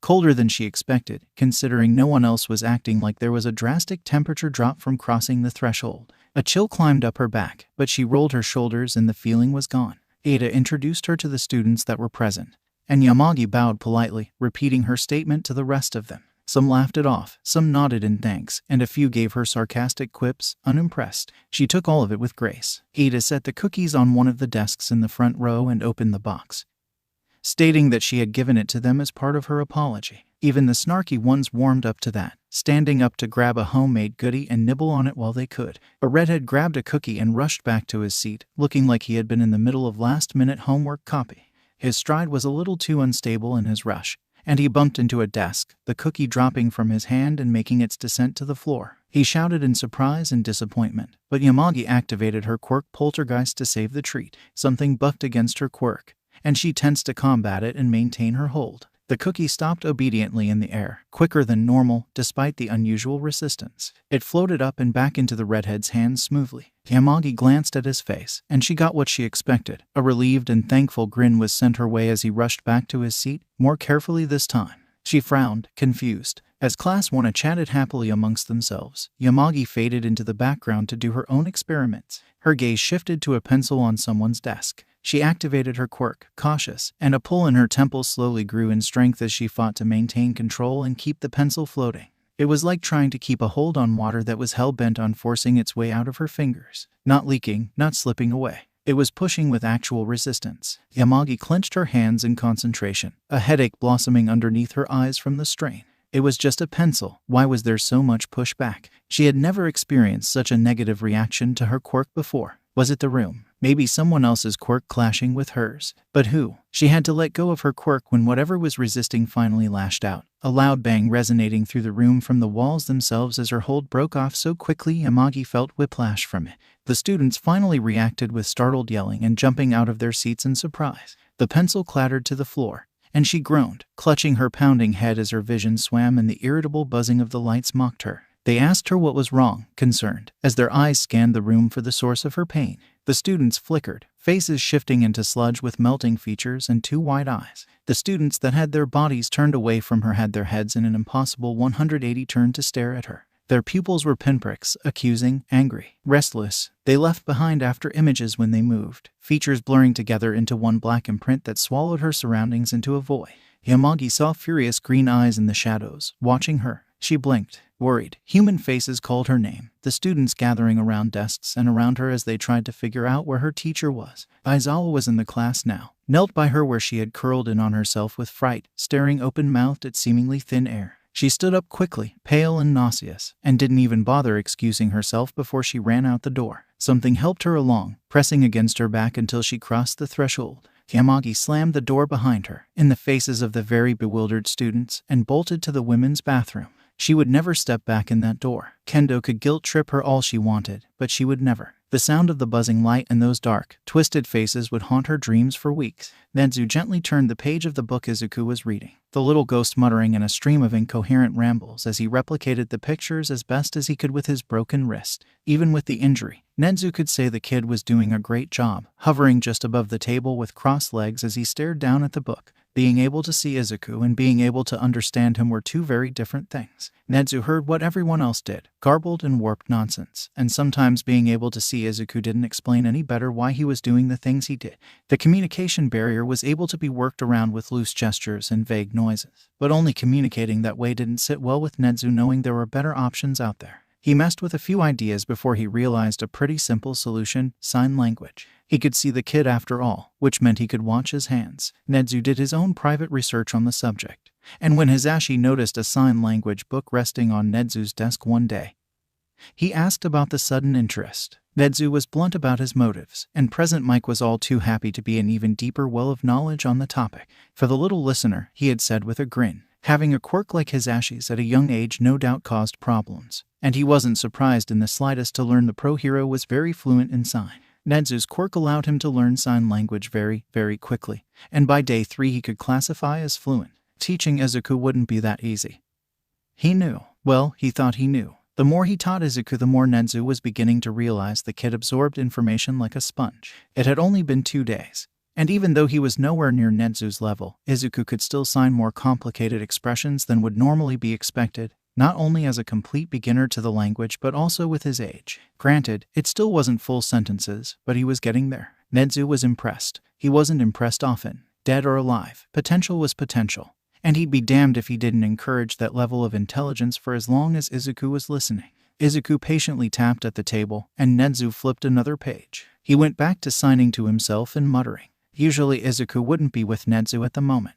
It was still technically class time, but the hero course was on a trip to the USJ site for the day, so Izuku had invited himself in, arms wrapped around himself as he shivered in the quiet of the room. Form a little too unstable. Nedzu didn't have the heart to turn him away. Instead, he decided to get in another day's worth of sign language practice, and Izuku agreed readily, posture relaxing as he eagerly floated over to the principal with his wide, watchful eyes. He still couldn't move the pages, at least, not consistently enough to be worth it. Izuku explaining he had a mild breakthrough but nothing concrete, and the action seemed to tire him out relatively quickly. Izuku only wanted to focus on the language anyway, not split his attention with moving things and exhausting himself as well, so Nedzu offered to do the page turning for him, which led them to where they were now. It was a peaceful atmosphere in the staff room. Even doing paperwork, Nedzu could say he was enjoying himself. As much as Izuku's words distorted and warped, a voice not supposed to be heard, it was still an odd kind of soothing, especially having a vague idea of what he was murmuring about. The mood was broken by a soft knock on the door. Toshinori let himself in with a sheepish smile. Izuku didn't quite retreat, but he startled, floating up high and backwards until he was tucked away in the corner, wisps, just like the first time Nedzu saw him. Nedzu gave his employee a look. That was a peculiar reaction. He would have to look into it later. Maybe Aizawa had noticed anything. He should probably ask the hero course students too. Sorry to interrupt, the man said, and Nedzu saw Izuku shrink in his peripheral. Weren't kids supposed to be ecstatic seeing All Might in the flesh? The kid had eyes and ears on at least this entire floor. Izuku had to have seen All Might deflate into Toshinori at some point, right? Did he just not piece it together? No, Izuku wasn't that stupid. Wasn't there an incident with All Might before this? Right, there was. I just haven't heard from Eraser or 13 in quite a while, Toshinori continued, oblivious to Izuku's mild discomfort and Nedzu's thoughts. I'm not sure if it's just me overthinking, but I don't know. I have a bad gut feeling. I should have been updated by now. That got Izuku's attention, the kid unfurling slightly from his nervous huddle against the corner to look at Nedzu worriedly. The kid blurred, lights flickering as every window rattled through an invisible storm. The symbol of peace looked on edge. Izuku quickly finger-spelled USJ, then signed where. With wide, sharp eyes, his movements were stilted from his broken wrist not moving quite right. But Nedzu got the idea without any struggle. Nedzu hummed, reaching into an open drawer to lay out a map of the school grounds and its different training facilities on top of his desk as an answer. He wouldn't stop the kid from going. He couldn't get hurt after all. And if the situation was bad enough, Izuku would come back to report to him. Well, he hoped he did. Toshinori watched Nedzu unfurl the blueprints in bewilderment, but Nedzu didn't pay him any mind. Instead, he watched as Izuku floated down to Nedzu's shoulder, the closest he'd gotten to All Might so far, and scanned the layout. The second it made sense to the boy was the second he charged through the wall and vanished. Nedzu shifted his attention back to Toshinori with a small smile. It seems you're not the only one who's worried. Toshinori gave his boss a mildly alarmed look, but Nedzu brushed it off. Toshinori, he said, you have been doing this for years. Trust your gut instinct, whatever it may be. Nedzu crossed his paws on his desk. But before you go, do you recognize the name Izuku? Toshinori frowned at him. Tamura was having an awful day, if he did say so himself. The brats were scattered. 13 and Eraserhead were preoccupied and slowly drowning in goons, and his Namu stood confidently next to him, waiting on hand and foot for his next order. Kurogiri was entertaining the rest of the brats near the front gate. Everything was going perfectly, except All Might wasn't here, which was the whole reason he hatched this plan to begin with. Tamura went through all the trouble of sneaking into UA, stealing information and carefully orchestrating this whole scheme, just for the number one hero to skip out on his own funeral. Today was an awful, awful day. If the symbol of peace wouldn't show on his own, Tamura would give him a reason to show. and if blood needed to be spilled he was only happy to deliver. He watched Eraserhead's movements, his techniques, gathered as much information as he could to piece together how to slip through Eraserhead's defenses and crush him. He managed one touch. The man's elbow crumbled to dust. It was all Tamura wanted, just to show the hero what he was capable of. He called on his Namu, eyes just pinpricks, and demanded it beat Eraserhead's body into a bloody pulp. The Namu obeyed swiftly, and Eraserhead lay incapacitated as his Namu slammed the man's face into the asphalt. Tamura cackled. If he couldn't have All Might, he would destroy everything around him until he finally decided to come out and play, and he was beginning to hope All Might would take his sweet time. The longer he took, the more opportunity he had to stomp on everything he loved. There was a collective pause, like the building and all of its occupants had to adjust for something that shouldn't be there. The air very quickly felt colder and was only getting worse. Chills began to claw at his skin and sink into his bones. Tamura frowned and scanned the area for the source of his discomfort, carefully picking at his surroundings with narrowed eyes. Someone screamed. It rebounded off of the glass ceiling, echoing in an odd manner, somehow simultaneously confined by the enclosed space and free of any physical burden. The air swelled with its intensity as Tamura was suddenly unable to breathe properly in the thick, choking air. The building itself shivered in fright as the screams roared, growing, expanding, vibrating in his bones and making him clench his teeth as a headache shot through his temples and behind his eyes. Tamura's vision swam dangerously, and he covered his ears in desperation to make it stop. Tamura forced his head up and opened his mouth to order his Namu to destroy whatever was making such a horrid noise. And as his surroundings warped in on itself, folding and moving like waves, his vision zeroed in on his Namu. Its eyes were green. It was staring right at Tamura with a single-minded intensity that made him sweat and his stomach drop into his feet. It charged. Nedzu tilted his head curiously, watching as Toshinori sat on the question for a moment. He said no, but it sounded unsure, as if there was something in the back of his mind that disagreed. "Are you aware of Izuku in the hero course classroom?" Nedzu asked, and by the puzzled look on the man's face Nedzu knew Aizawa hadn't bothered to inform the man.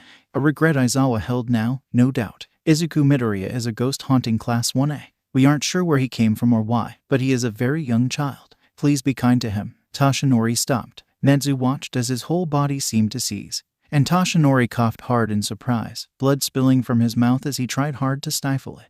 Nedzu offered the man a tissue. He took it with shaking hands. "Are you all right?" "I need to go," he replied, unable to look Nedzu in the eyes. He turned on his heel and rushed out the door. Nedzu sat, dread making his heart sink as he watched the man flee. What kind of a reaction was that? Tamura flung himself wildly to the right, desperately trying to avoid the attack as the Namu took a reckless swing at him. His body felt off balance. The world tilted on its axis as he tried to right himself. The Namu turned again to face him, and those green eyes burned holes into his head as it once again charged. He shrieked and scrambled out of the way, flinging a hand out and clipping the Namu's arm as it barely missed by a margin. Its skin crumbled away, but the creature didn't react to any pain it may have felt, too focused on ripping Tamura's body to shreds.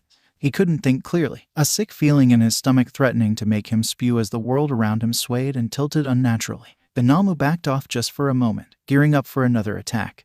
And in that moment he felt another presence charge at him, the sound of popping explosions ringing in his ears. Tamura threw his arm out desperately, just to even stop the noise. It was too much, so many things were happening and he couldn't focus. His hand grabbed onto something. Someone roared in pain, and the screaming from earlier sparked up all over again, all-encompassing, and Tamura let go to cover his ears with 4 fingers. The last thing Tamura saw was the Namu lunge, and an extreme, sharp pain blossomed in his temple as the Namu managed to swing his arm at his head. He barely caught a glimpse of Kurogiri appearing behind the Namu as his world went dark. Aizawa knew 2 things. 1, he could see his own body lying broken on the asphalt, unmoving, which worried him greatly for what he felt were obvious reasons.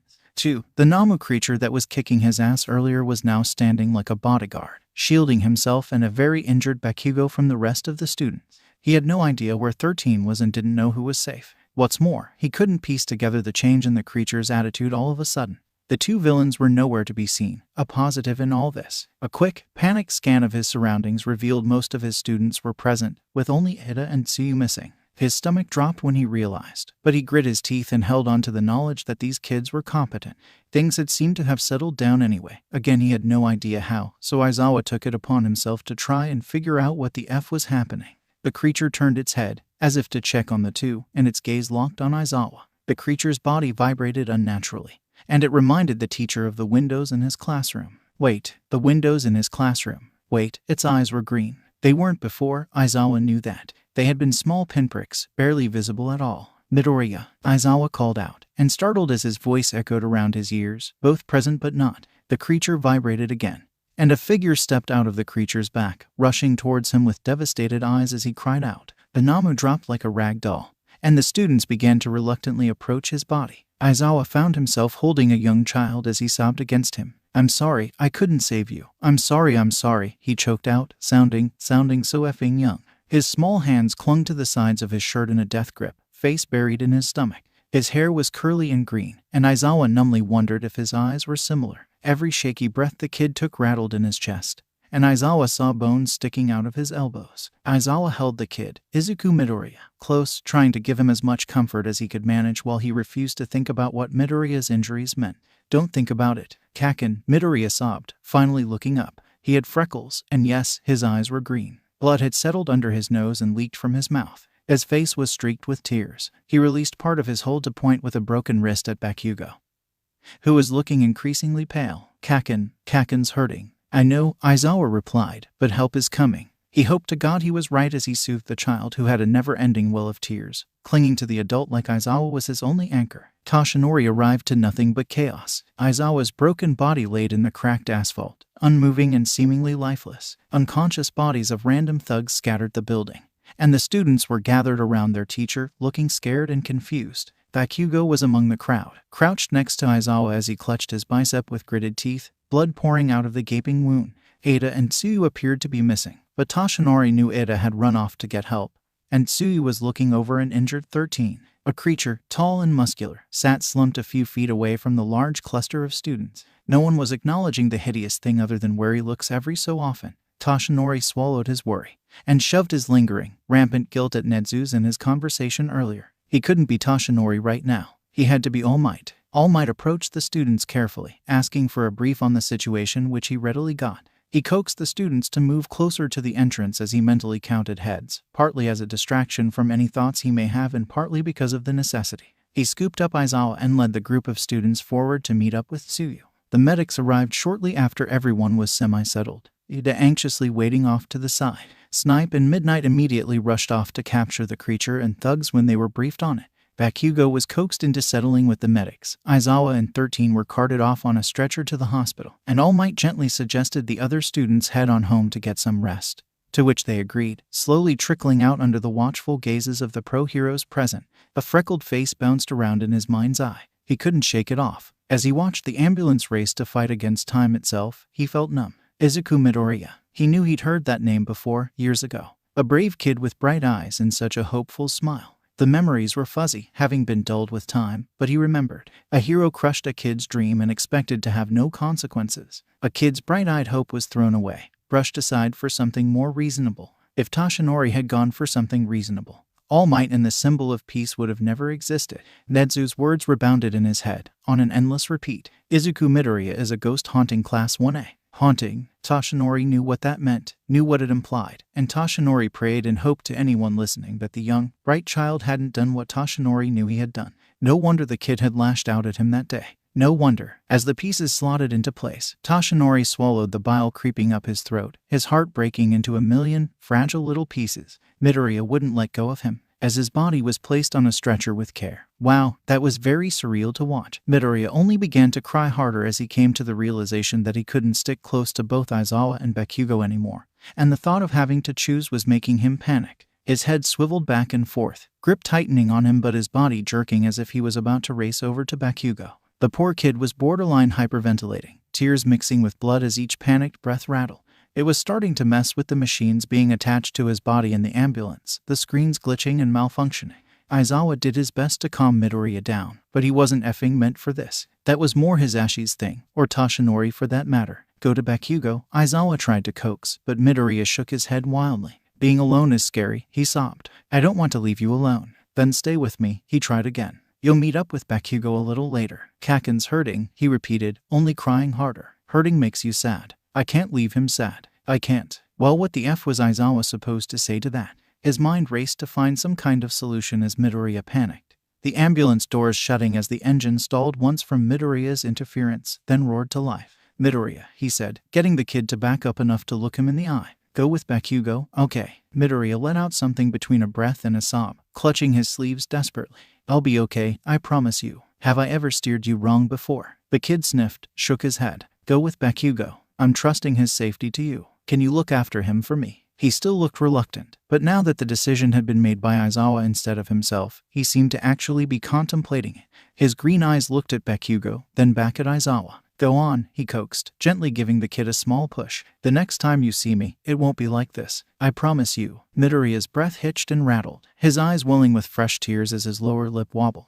Then he raced to catch up with Bakugo's ambulance. Aizawa watched him go, taking a deep breath himself. Then he turned and barely managed to get into the ambulance with his body, facing the next couple of long hours alone. Katsuki slapped his mother's panicked hands away from his injured bicep, insisting he was fine. He wanted to lay down and sleep for the next 2 days, and he felt a bit dizzy from the emergency blood transfusion they had to give him, but Katsuki was sure it wasn't anything a day or 2 of rest wouldn't fix. Really, the only problem he had now was the fact that his bicep was branded with the Emperor's handprint. That didn't sit well with him, and if he ever saw the bastard again he would make sure to blast the villain into outer space. His mother wouldn't quit her hovering, and he was too tired to outright argue with her, something he was sure was only making her worry more. So the second they got home and she demanded he went to bed and rest, Katsuki obeyed. He settled down under the covers immediately, but he resisted the urge to pass out. He laid down in the silence, staring up at the ceiling with a flat expression for a while. Then it all rushed in. Villains had broken into the USJ with the intent to kill. It didn't matter who, Katsuki knew, it could have been anyone. That hideous mother-effer of a beast that was standing by the hand-bastard's side was burned behind his eyes, with its brain exposed and too wide of a mouth. Everyone had been ripped from each other and scattered to the winds. Katsuki was lucky enough to meet up with Kirishima,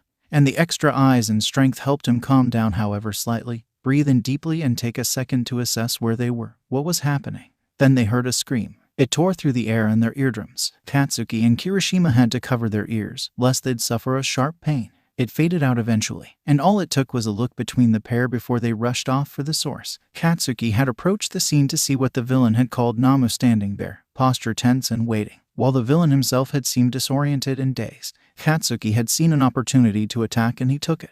The second he had gotten close though, that bastard had grabbed him, and the searing pain as his flesh dissolved and chipped off had rendered Katsuki immobile for a few seconds. The Namu had taken a swing, and Katsuki was sure, in those couple of seconds, that he was going to die. His heart began to pound in his chest, and he clutched his bicep with shaking fingers. His teeth grit against the burning in his eyes as the fear of what he'd just been through finally caught up to him properly. He sucked in a shaky breath and hoped his mother wouldn't just barge in. He lay in the dark, attempting to keep quiet and regain his composure. A soft, quiet tapping at his desk made him jump, and his head swiveled over to the noise as hope made his chest swell. Deku was stuck at UA, right? But maybe.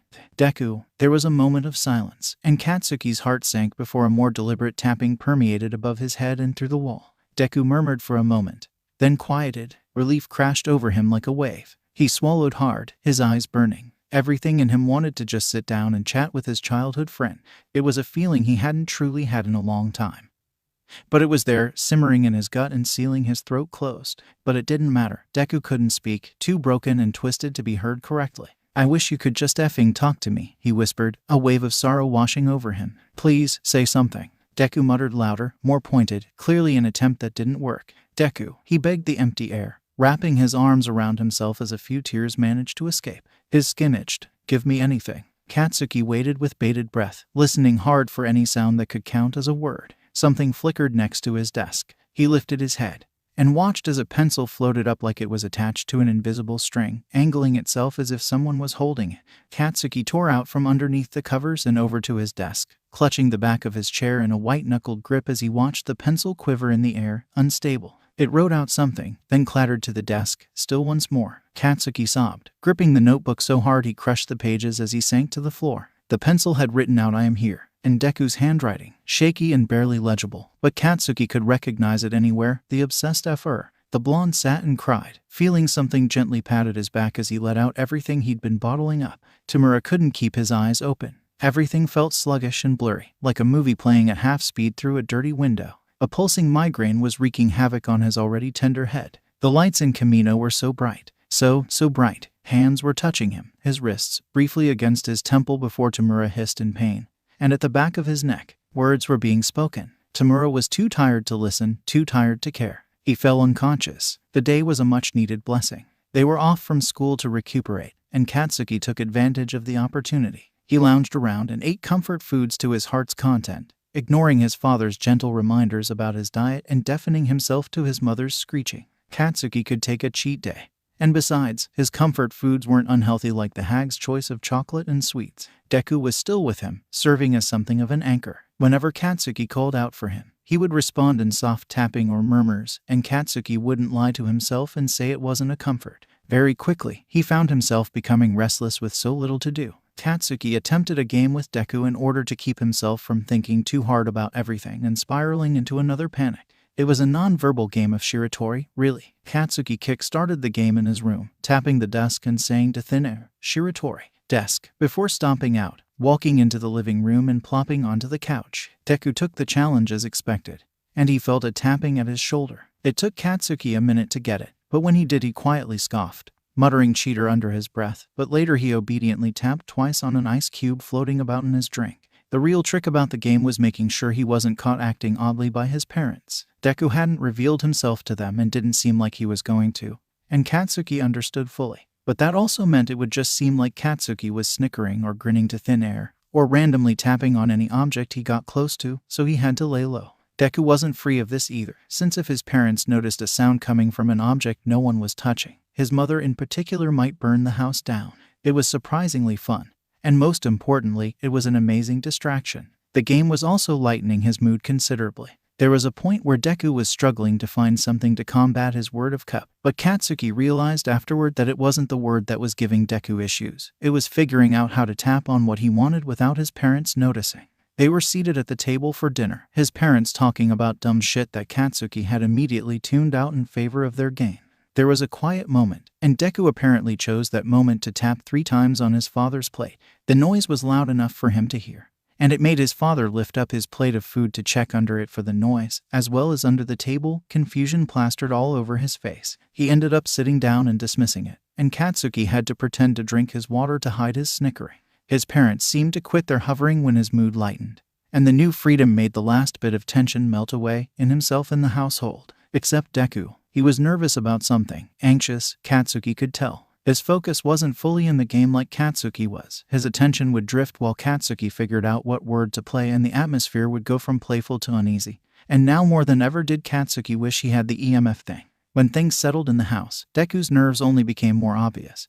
But Katsuki wasn't too sure what to do about it other than use their game as a distraction not just for himself, but Deku too. He wondered if it had to do with Aizawa. They seemed close, and the man had often been a third party to Katsuki in Deku's after-school talks. He was worried about the man too, if he was honest. Aizawa had looked like shit when he was hauled away. At some point he got tired of Deku's sulking. So once he was safe in his room again, Katsuki tried to tell Deku that Aizawa was a strong bastard and there was no question the man would make it. It wasn't accepted as quickly as Katsuki hoped. He'd visit Aizawa, but he had no idea what hospital he was put in, nor did he know if his parents would let him step out of the house on his own at this point. So he stood strong for his friend. He kept his head up, steadfast in his belief that Aizawa would be fine and aggressively pretending that everything was normal. Deku reluctantly followed his example, but he was still quieter than he ought to be. Katsuki finally went back to school, a scar the shape of that effing prick's hand wrapped around his bicep. The others gathered around each other, checking in on everyone's health and talking about what happened yesterday. His own little posse gathered around his desk like kicked puppies, asking if he was okay and if the wound scarred. He showed them the handprint with a scowl, and Kirishima determinedly declared, "We'll make that jerk regret messing with us." His statement got cheers and whoops, and he agreed wholeheartedly with the statement.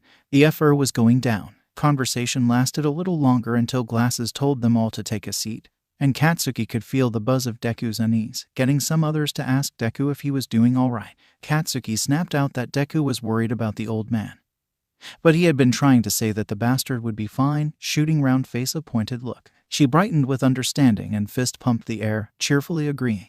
The class joined in with quick optimism. Deku still didn't seem right, and it was finally making Katsuki nervous. If he didn't have a solid reason to believe Aizawa wasn't okay, the topic would have been dropped a while ago. No, the old man was fine. He knew he was fine. Aizawa had too much spite in him to go out like that. Still, Katsuki waited to see who would be teaching class today on pins and needles. He didn't really think Aizawa would show, so when the man himself walked through the door, covered from head to foot in bandages, Katsuki wasn't sure if he should be relieved or rally the students to march his ass back to whatever hospital bed he crawled out. Deku, however, started to cry. Soft, hitching sobs of relief and nothing else. No moving window panes, no flickering lights, just his crying that echoed around the room. It reminded Katsuki of middle school, of Deku chasing him around with a wobbly, hopeful smile, and Katsuki's chest clenched as memories rushed back to him. Katsuki saw Aizawa look around, as if he was deliberately searching for something, before his gaze zeroed in behind ponytail. He took in a sharp breath of surprise.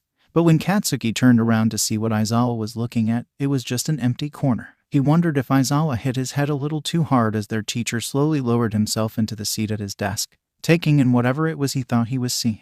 "I'm fine," Aizawa finally said once he had gathered himself, muffled through the bandages, almost addressing the corner itself. "Do you need a minute?" Deku's breath hitched and hiccuped as a response, and a quick scan of the classroom revealed that others were starting to get teary-eyed themselves at the display of affection and relief. Even eyebags looked softer than normal, and when Katsuki turned in his seat to scoff at him, the purple-haired bastard had the gall to simply shrug. The students began to soothe him on their own, some talking about what they did on their day off as a distraction, while others tried pulling funny faces and cracking jokes. Deku's crying slowed to sniffles, then turned into quiet, tired giggling. Katsuki was thankful for it. "There's no time to relax," Aizawa said, pulling the attention back to himself once he was sure Deku had calmed down. "Your struggles aren't over. The sports festival is almost here." Katsuki tilted his chin up, determination thrumming in his veins. He could feel a similar strength from the rest of the students. He had made it through that shit show. How bad could the sports festival be? Aizawa couldn't stop staring at the corner of his classroom where a transparent figure floated, eyes drawn to the space like magnets to an electric current. It was a car wreck he couldn't stop staring at. He felt helpless, frustrated, sick to his stomach. Midoriya, he thought to himself faintly as he watched the boy sob in relief, looked more damaged than he'd imagined, although his appearance was vaguely familiar for a reason he couldn't recall. His arms looked like a twisted wreck, wrist mangled. Blood escaped his mouth and nose and mixed with his tears, soaking his clothes as he cried his small heart out. And Aizawa mourned the boy, not for the first time. He mourned the loss of this young soul, taking a minute to catch his breath from the horrific sight as he grit his teeth so tightly he thought he heard them creak. He expected his newfound, almost unwanted, ability to fade or disappear suddenly one day. Aizawa hoped, but that day never came. Midoriya was always present in the classroom, a constant. As happy as Aizawa was for having his curiosity sated, he didn't want the sight of Midoriya rubbed in his face either. It was hard. The poor kid struggled with every rattling inhale, his wide eyes lacking the natural shine of life as Midoriya scanned his surroundings with an off-kilter clarity. His broken body had to compromise with the movements he wanted to make. And with every struggle Midoriya had to suffer through, Aizawa's heart would squeeze in sympathy. He tried to focus his attention on training the students, for the sports festival and in general. He threw himself into the work, trying to drown out the feelings of helplessness and regret into hope for the future resting on the backs of these up-and-coming heroes. Aizawa did the best he could, but Midoriya's transparent form hovered in his peripheral, damning evidence that it wasn't possible to save everyone.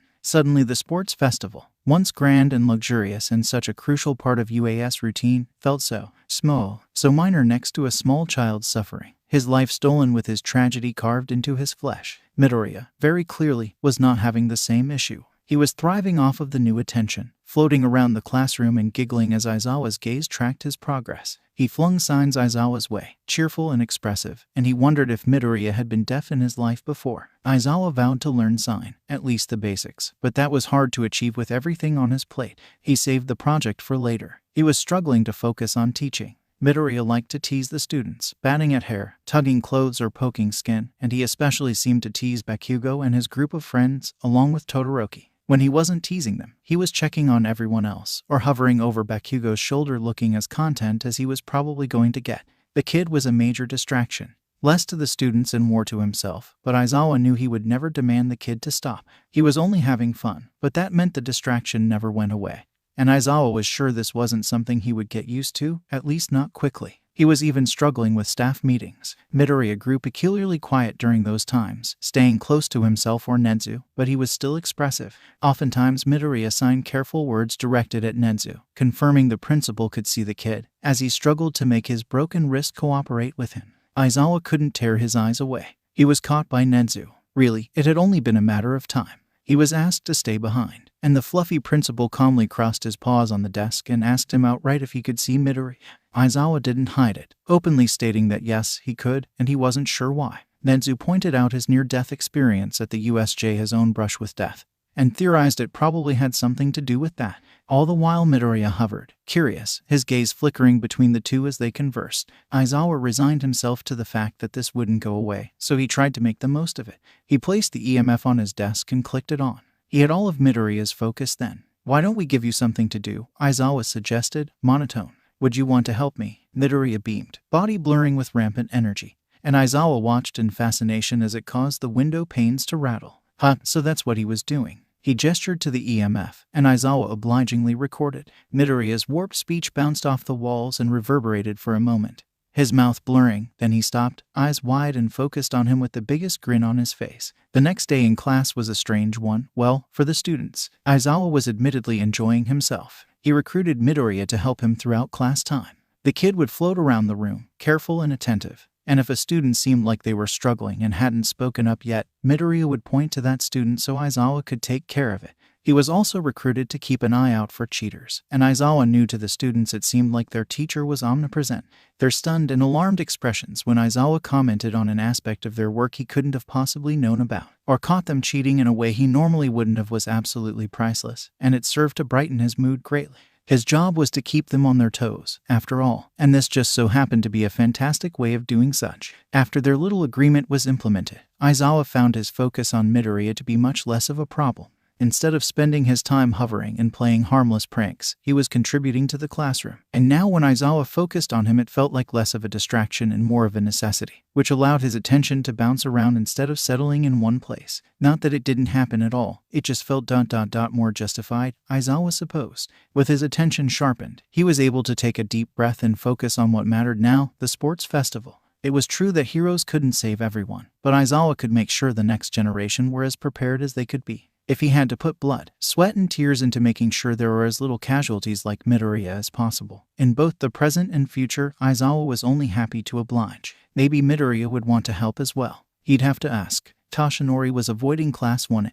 Shame burned white hot in his stomach because of it, but it was the truth. How could he enter that room knowing what he did? How could he face that poor child? He had failed Midoriya Izuku, and it was tearing him apart. As much as Toshinori wanted to avoid the situation altogether, there was a lingering hope that maybe, just maybe, it hadn't been his soul-crushing words that pushed Midoriya, and he desperately, perhaps selfishly, clung to that hope. Maybe Toshinori was just overthinking things, as he tended to do, right? Maybe Midoriya had a poor heart, or a car crash had taken the boy's life. Anything else. In the end, he asked the police to pull up Midoriya Izuku's file. And being All Might, he wasn't questioned on his sudden interest. Toshinori excused himself, shielded from prying eyes in a secluded room no one was using. He regretted many things as soon as he opened the vanilla folder. Izuku Midoriya, young and bright-eyed, freckles peppering his cheeks with a smile full of hope, stared up at him, and Toshinori stared at the picture until it left an after-image in his vision. The date of his death was familiar, ringing bells in a way Toshinori knew was substantial,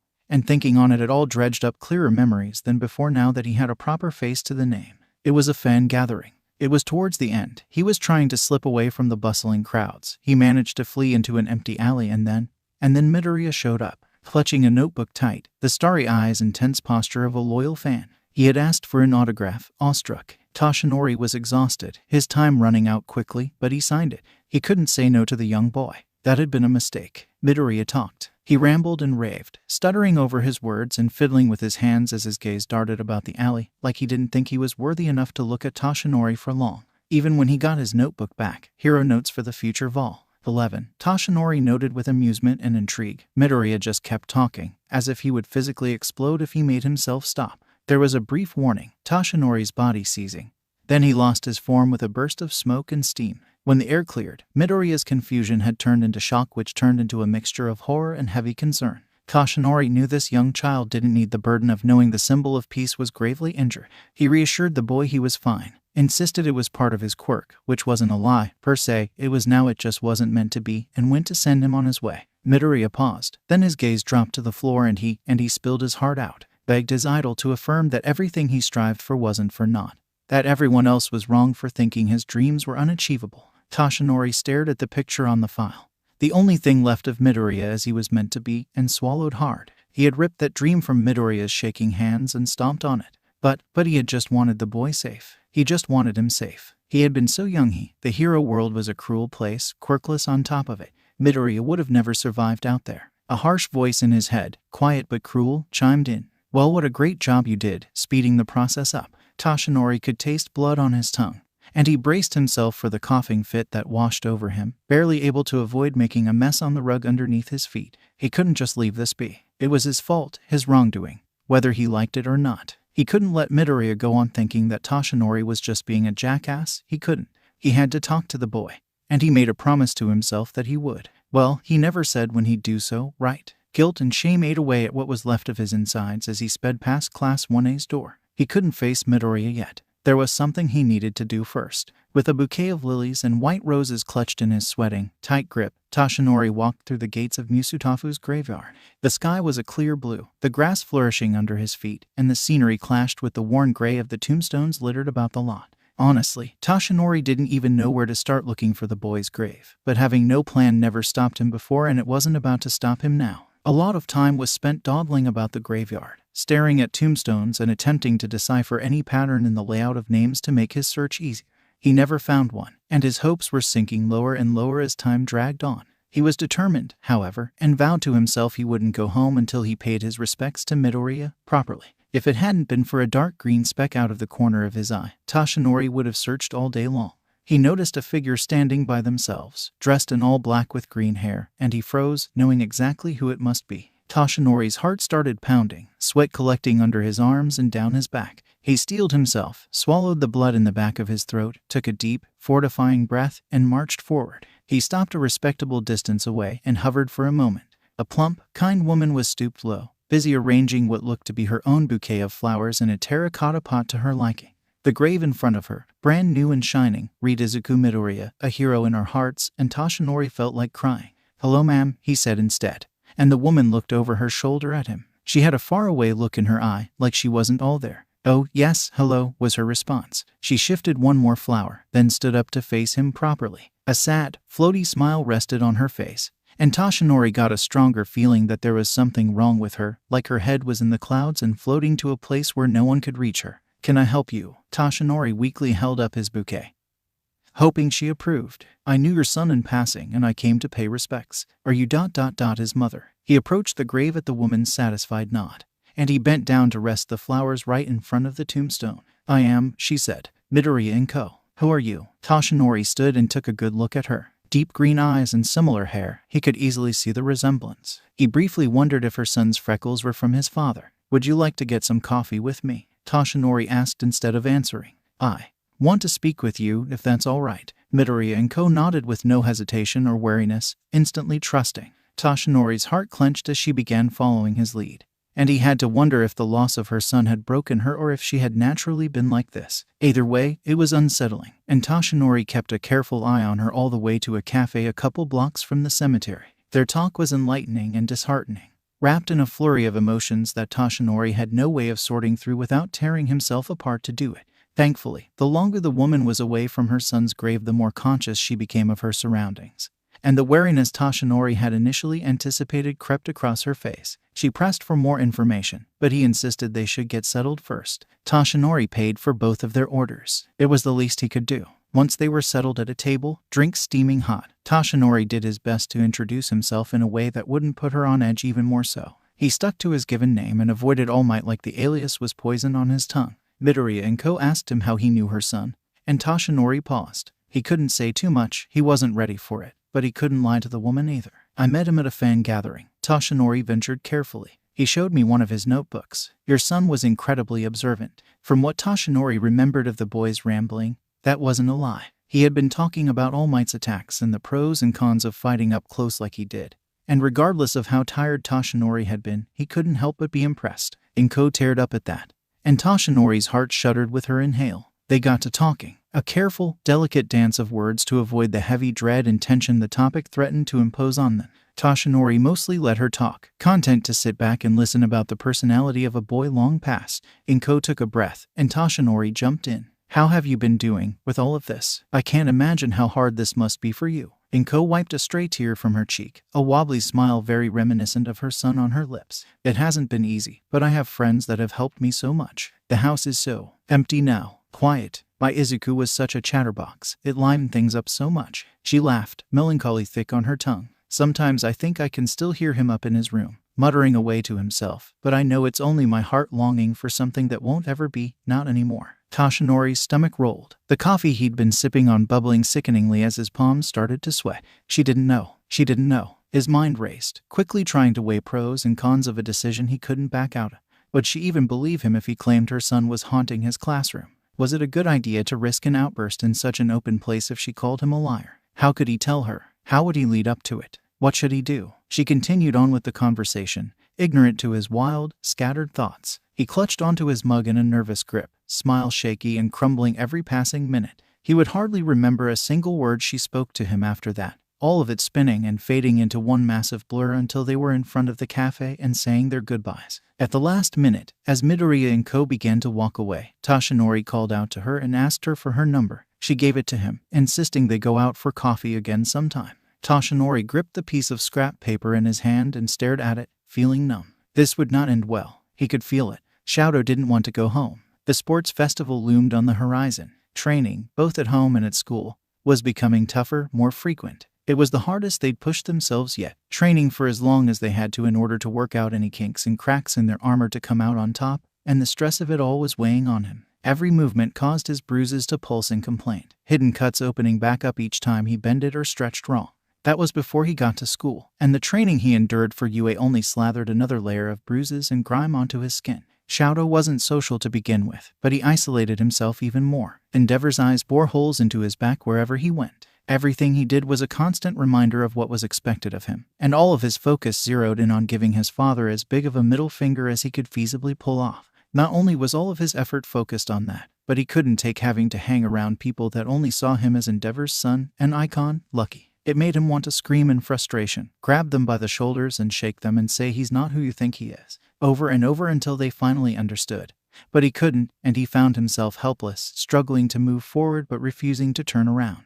So he did neither. He stalled for time. He found himself hovering around the classroom after school more and more, regardless of Bakugo's annoyed glare, waiting until Aizawa had to leave before doing so himself. One day, when the thought of going back to the suppressing quiet of his home made his gut clench and his skin preemptively tingle with the feeling of phantom flames, he asked Aizawa if he could stay after for a little while longer than normal. He claimed he focused better in the classroom than at home, which wasn't a lie, and to Shoto's surprise the man didn't question it. Aizawa's gaze flickered over Shoto's shoulder, momentarily distracted before he met his eyes again, telling him he would be in the staff room and to get him if he needed anything or when he was finished with his homework. Aizawa left the room, leaving Shoto with an empty classroom. Well, seemingly empty. Izuku was gently whispering to either himself or Shoto. The student wasn't entirely sure which, perfectly content with having a one-sided conversation. He meant to do homework, he really did. Shoto had set up a studying spot in his usual seat and was fully prepared for the migraine that was English. But when Izuku started pointedly tapping on his desk and then at the back of the classroom where the EMF resided, Shoto figured he could postpone the migraine for another day. He stood from his seat and walked over curiously, pulling the machine from its storage. He turned it on and waited a while in an awkward silence. He wasn't sure how much Izuku had to say, so he just guessed. Shoto warned Izuku that he was pausing, as he'd seen others do, and played it back. He mentally thanked the support course girl that had fixed the EMF, otherwise this conversation would have been a nightmare to understand. Shoto sighed. Right, Izuku wouldn't know. It's fine, it's ... not because of you, he explained. He paused at that, thoughtful, and in his silence Izuku tapped the table to get him to record again. It took 2 recordings to get Izuku's rant in, but they managed. The words built up like a tidal wave in his throat, and he choked on them. He both desperately wanted to take up Izuku's offer and pretend Izuku had said nothing at all. Before he decided, he had a question to ask. Do you know who Endeavor is? That was all Shoto needed. At first he kept the story vague, only giving the bare minimum of an explanation so Izuku could follow. But then Izuku started tapping the table and asking questions. No one had asked for his side before, not in so much detail. The story ended up pouring out of him, the invisible limit to his endurance and patience snapping like a rubber band. And he talked in a rush, desperate to get the words out as if he was draining poison. He talked about his mother, about his siblings, about how his father treated him and how the man's shadow casted a somber, quiet atmosphere at his house and the strain he was under as the sports festival crept ever closer. He admitted how much his body pained him, how much he hurt, how much he hated his old man,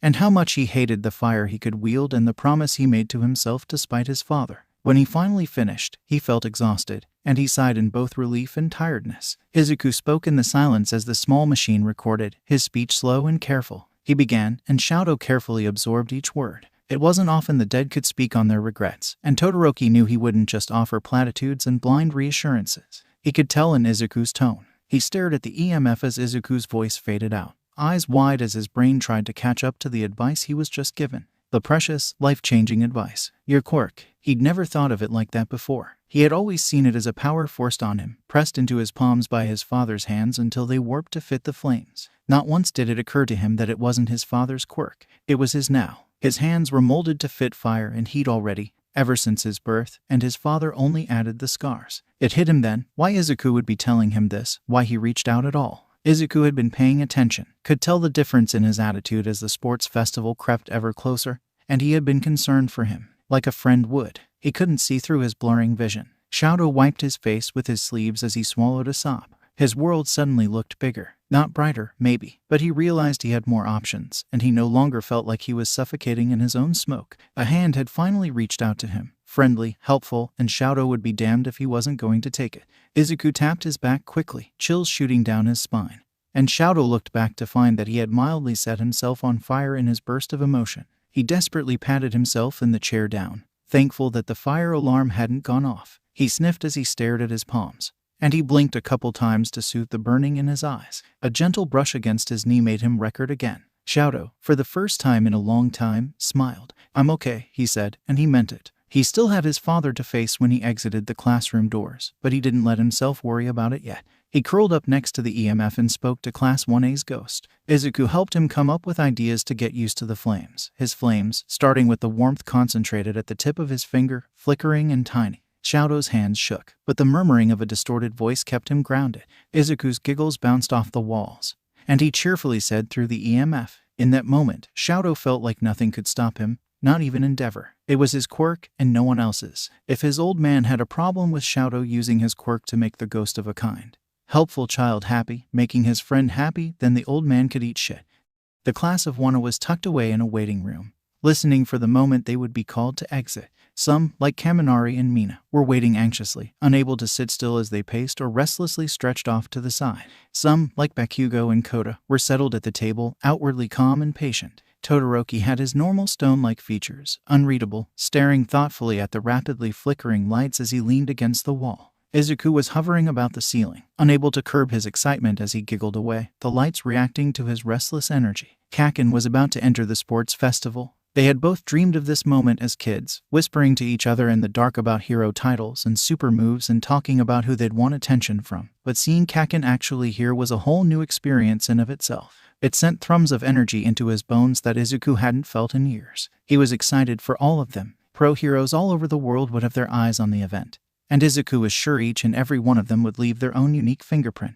He couldn't wait to see how. He lowered himself next to Kaken, brushing the back of his neck with a light touch and making the blonde shiver with the cold of it. He shot a smirk over his shoulder anyway, and Izuku grinned wide. He moved over to Shoto next, tapping at his crossed arms. Shoto's passive face changed to one of realization, and he uncrossed them, a small smile pulling at his lips as his eyes darted around the room, searching. Izuku floated back up to the ceiling, wondering if he should send a similar message of good luck to Mina and Kaminari especially. But Izuku hadn't interacted with them much and wasn't sure the message would get across. The last thing he wanted to do was set them on edge even farther right before the event started. Izuku enjoyed his pranks, but he knew there was a time and place. The intercom clicked on, telling them to head out. There was a brief pause as everyone gathered their wits, courage, and strength. Then they stood up from their chairs and straightened their backs. Class 1 walked into the arena with their heads held high, their invisible +1 a silent but easily felt cheerleader. The stadium was huge, one gigantic circle that stretched up into the sky and was peppered with tiny specks that sat in the bleachers. A platform was set up in the center of the circle, with Midnight grinning widely on top of it, hands settled on her hips. The other classes were already gathered and waiting for them, a mass of students hovering in one anxious cloud. Class 1 made their way over. Izuku, however, had spotted the commentator's booth, and he flew up with a childish cackle. Aizawa had been spotted. The second Izuku was eye level with the man. His face shifted into a mixture of resignation and subdued amusement. Izuku only waved at him with a giggle, that renewed energy flooding in his veins and making the machines in the room malfunction for a moment. Present Mike fiddled with the technology, muttering under his breath, while Eraserhead gave him the most unimpressed stare Izuku had seen yet. In Izuku's defense, the stadium really was huge and he needed a good vantage point. If he floated aimlessly in the sky, it would give him a disorienting feeling of unnatural weightlessness. This was the perfect compromise. Hopefully the machines won't give out while we're talking, Aizawa stated flatly, still looking at him, and Izuku understood what he said between the lines. If the machines gave out during the festival, it'd cause some serious problems, so keep it under control. Izuku gave the man a slightly cockeyed salute in return and floated by, brushing shoulders with him to make the teacher shudder with cold chills. Izuku giggled, ignoring Present Mike's wide eyes as he whipped his head around the room for the source of the voice, probably surprised Izuku was there at all. He turned just in time to see Kaken walking up to stand on the platform, most likely to make his comment for the class. Izuku felt his heart pound at the sight of his best friend, confident and strong with all eyes on him. This is what they had strived for. Every single student of UA had worked themselves to the bone for this moment, latching onto this chance to shine. Everyone held their breath for his words, even Izuku. From all the way up in the commentator's booth, Izuku could see a mischievous grin spread across Kaken's face. Everyone do your best. Don't let up. Don't give up, he said.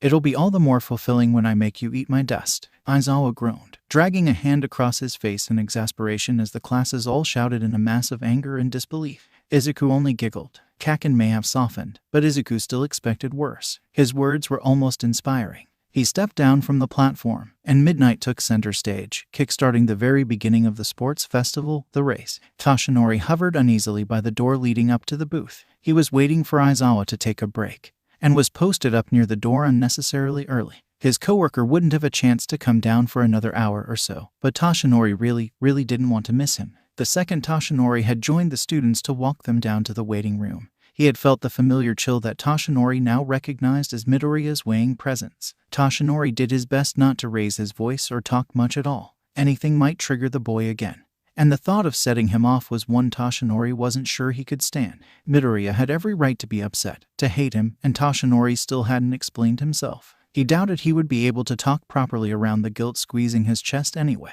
He had felt out of breath, more on edge and panicky, and he hadn't been sure if it was his own feelings or Midoriya's unnatural vibe that was setting him off like that. Maybe a combination of both. Aizawa knew about Midoriya. That much was clear from how the man seemed to be teaming up with Nezu in staff meetings lately, and how at ease he seemed with such a daunting feeling weighed on his shoulders. Toshinori wasn't sure how much his coworker knew in general, but he knew to some extent, and Toshinori wanted to quiz Aizawa about how Midoriya normally acted in his classroom. He knew there was a difference, simply based on overheard, worried conversations between students during his class. Maybe getting more insight into his regular behaviors would give Toshinori the advantage, and the bravery to finally bite the bullet and do what needed to be done. For now, he had to wait in the empty hallway in front of the booth door, his legs aching and his stomach too nauseous to be hungry despite how little he had to eat that morning. His phone burned a hole in his pants pocket, filling him with a sense of urgency. Katsuki was having the time of his effing life. The second they were set free for the race was the second he bolted, explosions bursting out of his palms and sending him rocketing forward, wind pushing at his skin and hair. Paired with the physical exercise of using his quirk as his muscles braced against the force made his heart pound with adrenaline.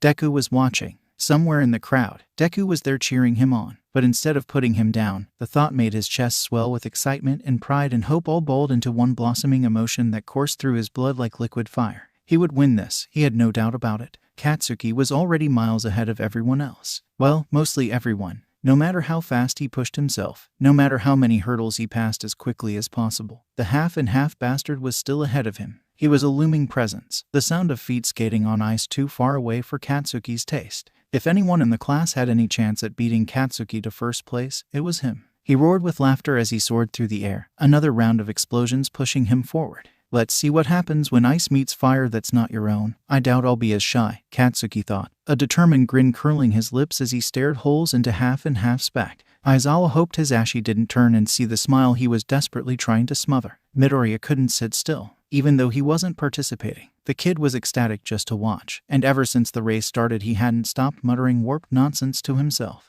The kid just didn't know what to do with his hands, and every couple of minutes he would shift between the control panel, attempting in vain to mindlessly mess with things, to hovering around Aizawa then his Ashi then back to the control panel. Occasionally he would attempt to sign something, but Aizawa couldn't make sense of it and Midoriya would give up, at least temporarily. It made a mild guilt gnaw at his stomach, and his resolve to learn sign language when all of this ended only strengthened. What he wouldn't give to know what Midoriya thought about all of this. Aizawa backpedaled from that thought. The last time he had wanted something like that, he had almost died to get his wish. He would really rather not have a repeated experience. Regardless, the kid was a restless ball of energy, and seeing him so energetic was a new but not unwelcome sight to see. Whatever it was that had caught Midoriya's interest, he was clearly passionate about it, and seeing the kid beam as Bakugo let out a euphoric cackle had Aizawa ducking behind his scarf to mask his expression. He was free to focus on Midoriya anyway, since Hisashi would have run the show no matter what Aizawa's excuse was for not paying attention, a bonus for his friend's extroverted tendencies. Besides, there wasn't much for Aizawa to comment on that he felt wasn't obvious already. Hisashi yelped, dramatically and right in his ear, as Todoroki crossed the finish line, Bakugo right behind in second place. Midoriya inhaled, then whooped and hollered with almost as much force as Hisashi, his voice doubling and slightly rattling. Thankfully, Aizawa couldn't see any pain in his face or posture, only pride and excitement that rattled the glass in front of them to the point where Aizawa worried the windows would burst. Aizawa sat back in his chair, content to just watch him. He was just glad the kid was enjoying himself. Izuku charged out of the window of the booth, phasing through the glass harmlessly and rocketing to the floor, skidding to a halt right next to Kaken. His best friend was breathless, a gleam in his eye Izuku was all too familiar with. He rapidly tapped Kaken's shoulder, giggling and laughing and cheering for him, snatching second place in the first event of the sports festival. Kaken didn't seem too happy at first, but the more Izuku celebrated the more he relaxed, a smirk sliding onto his face and making Izuku's heart soar. He charged over to Shoto, beaming, and gave him the same treatment, laughing and cheering with lightning-quick pokes to his shoulder and arm, even now making it a point to do so to his left side. Izuku didn't expect Shoto to use his left side for combat.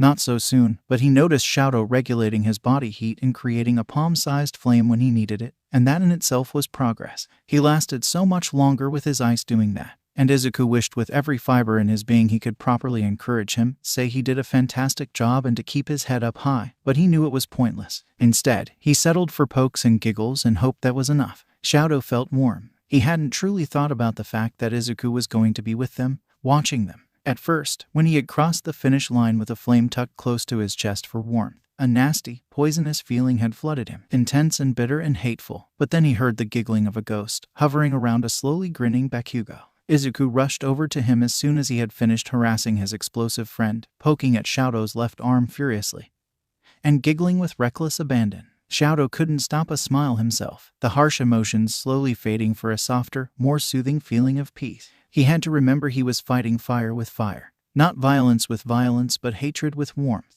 He could be better than Endeavor, and he would. Izuku's giggles faded out, but his moment of clarity didn't. Midnight called for attention, and the second part of the sports festival was revealed, the cavalry battle, painting a 10 million point bullseye on his back. Ice would always be his primary source of fighting. Shoto doubted that would ever change and didn't particularly care to do so anyway.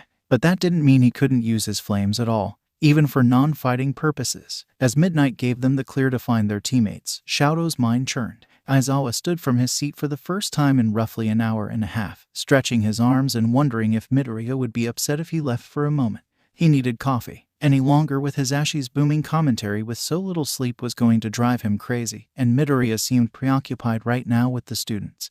But he still worried about Midoriya coming back to see him gone. What if he was relying on Aizawa's presence as a source of familiarity with all the noise and new faces? He was just a kid after all. And the last thing anyone needed was for Midoriya to get upset and bust a light bulb or something similar. But he needed coffee. He gave himself 10 minutes. They technically had a half hour before they needed to commentate on the next event, which he figured was plenty of time to get coffee and come back. Just in case, he told Hisashi that if it got cold out of nowhere, to say Aizawa was getting coffee and he'd be back soon. Hisashi barely raised an eyebrow at the instructions and shooed the tired teacher out the door. As he walked down the stairs, he mulled over Midoriya's behavior. It was definitely a positive seeing him behave his age in such a normal way. Being so excited to see his friends participate chipped away at Aizawa's stone hard. And Aizawa tossed around ideas of small activities the class could do to make the kid as happy. Maybe he could think of something Midoriya could participate in himself, even. Midoriya couldn't do much, admittedly. The things he could actually interact with were pretty limited. But he could certainly touch things. Buttons, maybe. A touch screen. Could Midoriya interact with his phone? He opened the door, still partially lost in thought, and almost walked right past Tashinori, who was sitting on the floor right next to the door. The man stood quickly, towering. Aizawa, can I speak with you? He asked. Aizawa gave him his best deadpan expression. I'm getting coffee, he replied, starting to move. He was on a timer after all. "Ah, yes, may I come with?" Toshinori didn't wait for a response before falling in step next to him. Aizawa kept a groan to himself, steadfastly ignoring Toshinori's attempt at small talk. Hazashi was already giving him a headache for F's sake. Unfortunately, Toshinori didn't quite get the hint and kept up his one-sided conversation the whole way to the break room. The second they stepped inside, Aizawa went straight to the coffee machine, thinking about how he would broach the topic of his ideas to the kid. Aizawa wasn't sure how Midoriya would respond to them, but there was no harm in trying. He poured his coffee and took a sip, patiently waiting for the caffeine to kick in.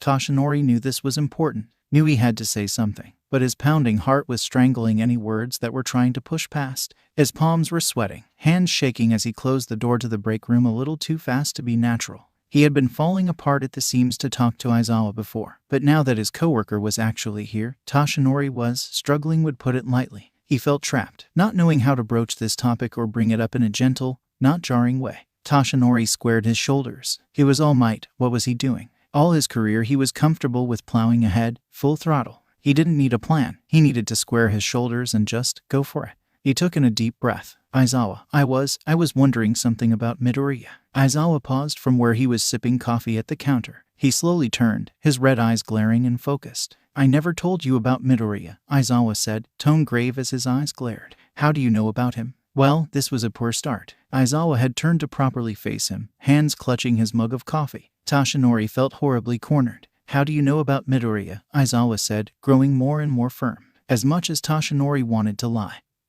he had to be honest with his coworker, not just for his own benefit, but for Midoriya himself. I met him before. I only realized who was in the classroom a week or so ago. Aizawa inhaled deeply, and Toshinori tried hard not to squirm. You kept this to yourself for a week. It wasn't a question, so he didn't answer. How much do you know? He shouldn't withhold information, but was it disrespectful to Midoriya, sharing a secret he had no way of approving? Was it detrimental to keep this to himself? He settled for being vague instead. Enough, he tried, but Aizawa stopped him. Toshinori. His eyes pierced through the dark shadows of his hair, seeming to glow even with his quirk inactive. How much do you know? The symbol of peace, the greatest hero to rise in decades, shivered from Aizawa's gaze.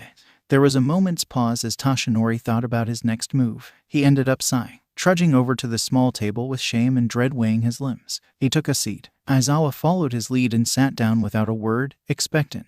I looked up his file, Toshinori admitted, slowly, having to force the words out of his clogged throat. I also happened to meet him a couple years ago, at a fan meeting, at a worn-down table, the smell of coffee doing very little to soothe his nerves as his coworker seemed to stare holes in his head. Toshinori walked through the story with his heart beating painfully in his throat, praying he would still have Aizawa's company to keep afterward. The cavalry battle would start any minute now. As much as Izuku wanted to be right next to the show, he knew his presence was a major distraction, even for those who got used to the chills, and he'd only get in the way. Besides, it would give Class 1 an unfair advantage, and Izuku wanted nothing more than to see everyone give it their all, unbiased. So he gave everyone a wave goodbye. That went unnoticed, expectedly, and floated back up to the booth. Present Mike was settled in his spot, fiddling with the volume and quality of their microphones. It didn't look like he'd moved much, but a bottle of water was there when it hadn't been before, resting on the chair next to him. Aizawa was gone. Izuku frowned. He had been there when Izuku had shot like a bullet to ground zero, and the fact that he wasn't now was off-putting. The booth looked smaller without the man's presence, less friendly. There were more shadows, more noise, machines that blinked bright colors that made no sense to him. Izuku hesitated, not breaching through the glass. Did he want to be in such a confined space? Maybe floating outside was a better idea after all. But what if Aizawa came back and didn't see him? Would he worry? Izuku buzzed, unsure, blood pooling in the back of his throat as he debated. He looked down, trying to gauge if it was worth floating all the way back to the ground. So many people were gathered in the stands, talking and shouting. So many faces Izuku didn't recognize, all congregating together. The stadium was huge. He was standing, but nothing was underneath him, and the feeling of falling even when he wasn't moving made his stomach drop. A sharp pain blossomed in his forehead, his arms and leg twisting and pulsing. A cracking sound echoed in his aching head, over and over. Izuku looked up to the sky and whimpered, memories flashing in his mind's eye. He wanted to go home. He wanted Aizawa. He wanted Kaken. Hey, a voice said, muffled from the glass, and Izuku whipped around with tears in his eyes, feeling liquid push past his lips and drip down his chin. His arms and legs still pulsed with phantom pain. Present Mike was smiling, still fiddling with the control panel. Aizawa went to get some caffeine in him. He'll be back any minute now, promise. He had to feel silly, seemingly talking to himself, but Izuku was grateful for the familiar noise. Present Mike wasn't as comfortable for him as Aizawa, but he was still something to latch onto. Come over here, I'll show you how I use this to talk to my listeners. Sniffling, Izuku phased through the glass, slowly making his way to Present Mike and hovering over the teacher's shoulder, tears dripping down his cheeks. Izuku saw the goosebumps appear on Present Mike's arms from his presence. But if he felt uncomfortable, he was great at hiding it. A smile stayed on his face as he worked his way through the buttons, offering for Izuku to press 1 or 2 if he was able. One button turned on a microphone, the noise echoing static and making Izuku jump, but the minor scare made him giggle afterwards. More attentive as Present Mike clicked a button that dimmed the lights in the room, making the blinking, colorful lights on the machines turn from sharp and harsh to a gentle, soothing glow. Izuku settled, content for the moment in Present Mike's company. Katsuki's eyes narrowed, gaze sweeping around the scenery as he pieced together his plan. Everyone was going to go for icy hot. That was a given. The 10 million was too tempting to avoid for most. Katsuki, however, had a different strategy. If everyone was distracted by the 10 million, then they would be much less focused on everyone else around them, probably assuming, rightfully so, that the rest of the groups were going after the 10 million as well. If Katsuki played his cards right, he could catch a lot of groups off guard by ignoring the 10 million completely. He was aware this might only work once. Other groups might catch onto his plan and be more wary, so he had to pick his first target carefully. His eyes scanned the different groups mercilessly. He was second place, so going after third place and working his way down was probably a safe bet. Eyebags was a group he probably wanted to avoid. And if that thought didn't sting, but he brushed it off and forced himself to be rational, and avoiding icy hot was also a must, even getting a little too close. The group he was building looked strong, stable, and as confident as Katsuki was in his own group's offense and defense, it was an unnecessary risk. Icy hot will be alert and ready, and Katsuki didn't want to get caught in the crossfire. Katsuki scoffed to himself, ignoring Kirishima's curious look. He felt like Deku, gears ticking away as he churned out a strategy, even if Katsuki could do it quietly. He'd have to thank the nerd for the inspiration later. Aizawa seethed as he made his way back to the booth, massaging at his aching knuckles. An understandable injury, when he'd just punched the number 1 hero in the face. The pro hero's mind raced. His experience as the former, as well as being a teacher, fought to pin down exactly what the worst thing about this whole situation was. His pro hero side filtered through post-traumatic stress disorder symptoms. His teacher side thinking back on Midoriya's oddly subdued behavior during staff meeting. Both sides ranted over the incident with All Might's class and what that meant. Midoriya had admitted he had never tried to leave the classroom before his students pushed him to. This entire time, a boy with such a horrible, tragic death was forced into a room with not 1, but 2 of his aggressors. All day during class, Midoriya had no choice but to be a silent observer, watching Bakugo go about his life, watching All Might toddle around like nothing was wrong. Aizawa was rarely furious, but the only thing he could feel and taste and see was rage. The bullying was enough. Bakugo's words were too much. The isolation the boy had most likely gone through was pushing the line. Toshinori had not only crossed it, but kept effing walking. Midoriya was still suffering from all of it. Every behavior, every habit Midoriya had made so much more sense. Disturbing, twisted sense. He took the stairs up 2 at a time. Now he had restless energy pent up and he had to sit in a booth for another hour and a half before his next break. He grinded his teeth, wishing he had time to turn on his heel and walk all the way back to punch Toshinori again. That poor kid. Aizawa opened the door to the booth. The artificial lights were dimmed inside. The shutters closed to block light from coming in through the glass. The machine lights glowed faintly, and Hisashi's voice was uncharacteristically soft as he gestured to the control panel in front of him. Midoriya hovered over Hisashi's shoulder, and when he turned around to face the door, Aizawa could tell the kid had just gotten done crying. More blood than normal stained around his eyes and mouth, clothes speckled with blood but thankfully not soaked. His arms looked more broken than normal, leg bent just a little too much in the wrong way. Aizawa stood in the doorway, staring at him, taking in every injury on his small body. His heart sank slowly, a stone light enough to take its time heading to the bottom of the sea. Midoriya lit up upon seeing him, and quickly made his way over, voice murmuring and echoing and wrong, clearly relieved. This was so unfair. Pro heroes saw hundreds and hundreds of unfair and cruel fates, but it never got easier. See, I told you, Hisashi's fond voice cut through his thoughts. He was just gone for the moment. Midoriya hovered close, causing his left side to feel as though it was freezing over. But instead of the playful behavior from before, it was quieter, a child clinging onto the hand of their parent for security and guidance. As Aizawa walked back over to his chair, Hisashi moving a water bottle in his way, he spoke to the boy, as calm and soothing as he was able. I should have warned you I was leaving for a minute. Are you okay? Aizawa clenched his hands into tight fists. They were in a booth suspended in the air. Of course Midoriya would panic. Was it a full-on PTSD episode? The room looked fine, and Midoriya seemed to be calming down relatively quickly, but the fact that he had gotten upset at all made his stomach clench. Aizawa knew he should have just stayed in the booth. Hisashi would have been fine getting coffee for him. Midoriya murmured back, useless words, but his expression had smoothed out into calm. He sent Hisashi a thankful nod as he sat down, and Hisashi grinned and shrugged back, dismissive of needing an apology instead of the apology itself. He had a minute of panic, Hisashi said, not needing Aizawa to ask. The room started shaking pretty bad, but not bad enough to knock anything over. I thought it would for a second there. The kid stuck to his side even though Aizawa wasn't doing anything particularly interesting. The scare seemed to have subdued him for the moment, and Aizawa cursed the timing. He should have sent Hisashi.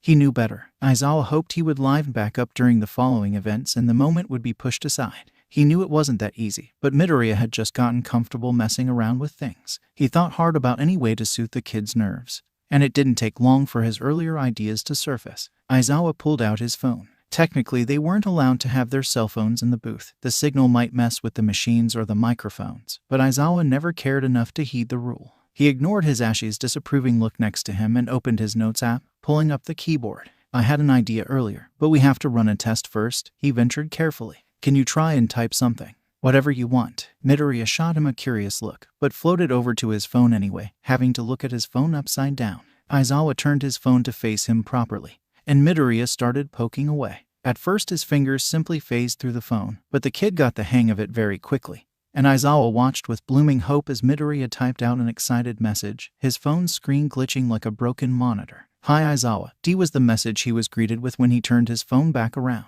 He grinned, more and more ideas surfacing. He left the commentating to Hisashi, knowing his friend wouldn't mind. Instead, he sat with the ghost child and typed out different messages back and forth, turning his phone around and around.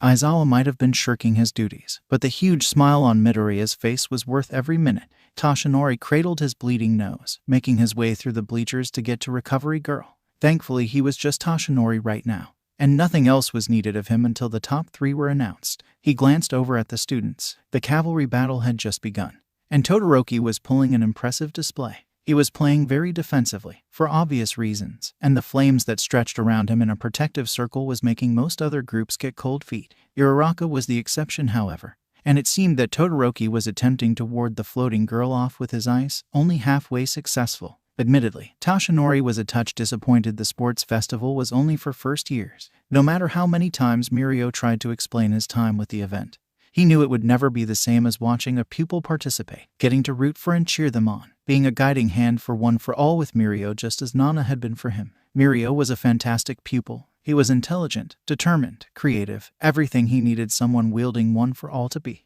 But he couldn't help the feeling that something was missing. Toshinori stopped in his tracks and gave himself a moment to sulk. He was distracting himself from the look that had been on Aizawa's face, and he knew it. Like he was a monster. As much as he wanted to, he couldn't blame the other for his reaction. It seemed like he had gotten very close to Midoriya, and hearing about Toshinori's mistake must have been harder than any hero work he'd done. Toshinori debated on how to make it up to him. Not only did he care about Aizawa himself, but if Aizawa kept Toshinori out of the classroom as much as possible, talking to Midoriya at all would be much, much harder. He hoped it wouldn't come down to Toshinori sneaking behind his back. Aizawa would throw him out of a window. Shadow activated his left side as soon as the cavalry battle was called to an end, attempting to get feeling back in his right arm. Uraraka had been merciless in her attempts to get to him, and even when she finally backed off, he still needed to defend himself against the slew of other groups that had immediately jumped at his throat. His left hand shot to his forehead, and he breathed a sigh of relief when he felt the headband. He had been careful, but he never knew when someone might have tried to strike behind his back. His group set him on the ground. Shadow could see others follow his lead, and some groups nearby whispered anxiously to themselves, unsure of where they placed in the ranking. Shadow's group was called for first, and it may have been unsurprising, but it was a huge weight off his shoulders. Bakugo's group made second, a curious outcome since Shadow hardly saw him, and Shinsu's group stole third. Shadow was happy for them. Midnight explained the tournament and revealed the matchups. Shadow's eyes skimmed the board, flexing and relaxing his numb right hand in a repetitive motion, the heat from his left side slowly moving to his right. Zero. He glanced at his classmate. As much of a shame as it was fighting someone who knew his techniques, he knew Zero's as well, so they would have to get creative fighting one another. Zero's tape was long range just like his own as well. Who knew how that could go? He smirked to himself. He hadn't gotten truly excited about fighting since he was younger, and he found the rush of it to be refreshing. Even as he went to exit for the break they had, strategies churned in his head, attempting to piece together his fire and ice in a way that wouldn't overwhelm him yet. The Ring of Fire had been purely defensive after all, and Shadow wasn't itching to use fire in actual combat. Not yet. As he went, he glanced at the board one last time to see the first match of the tournament.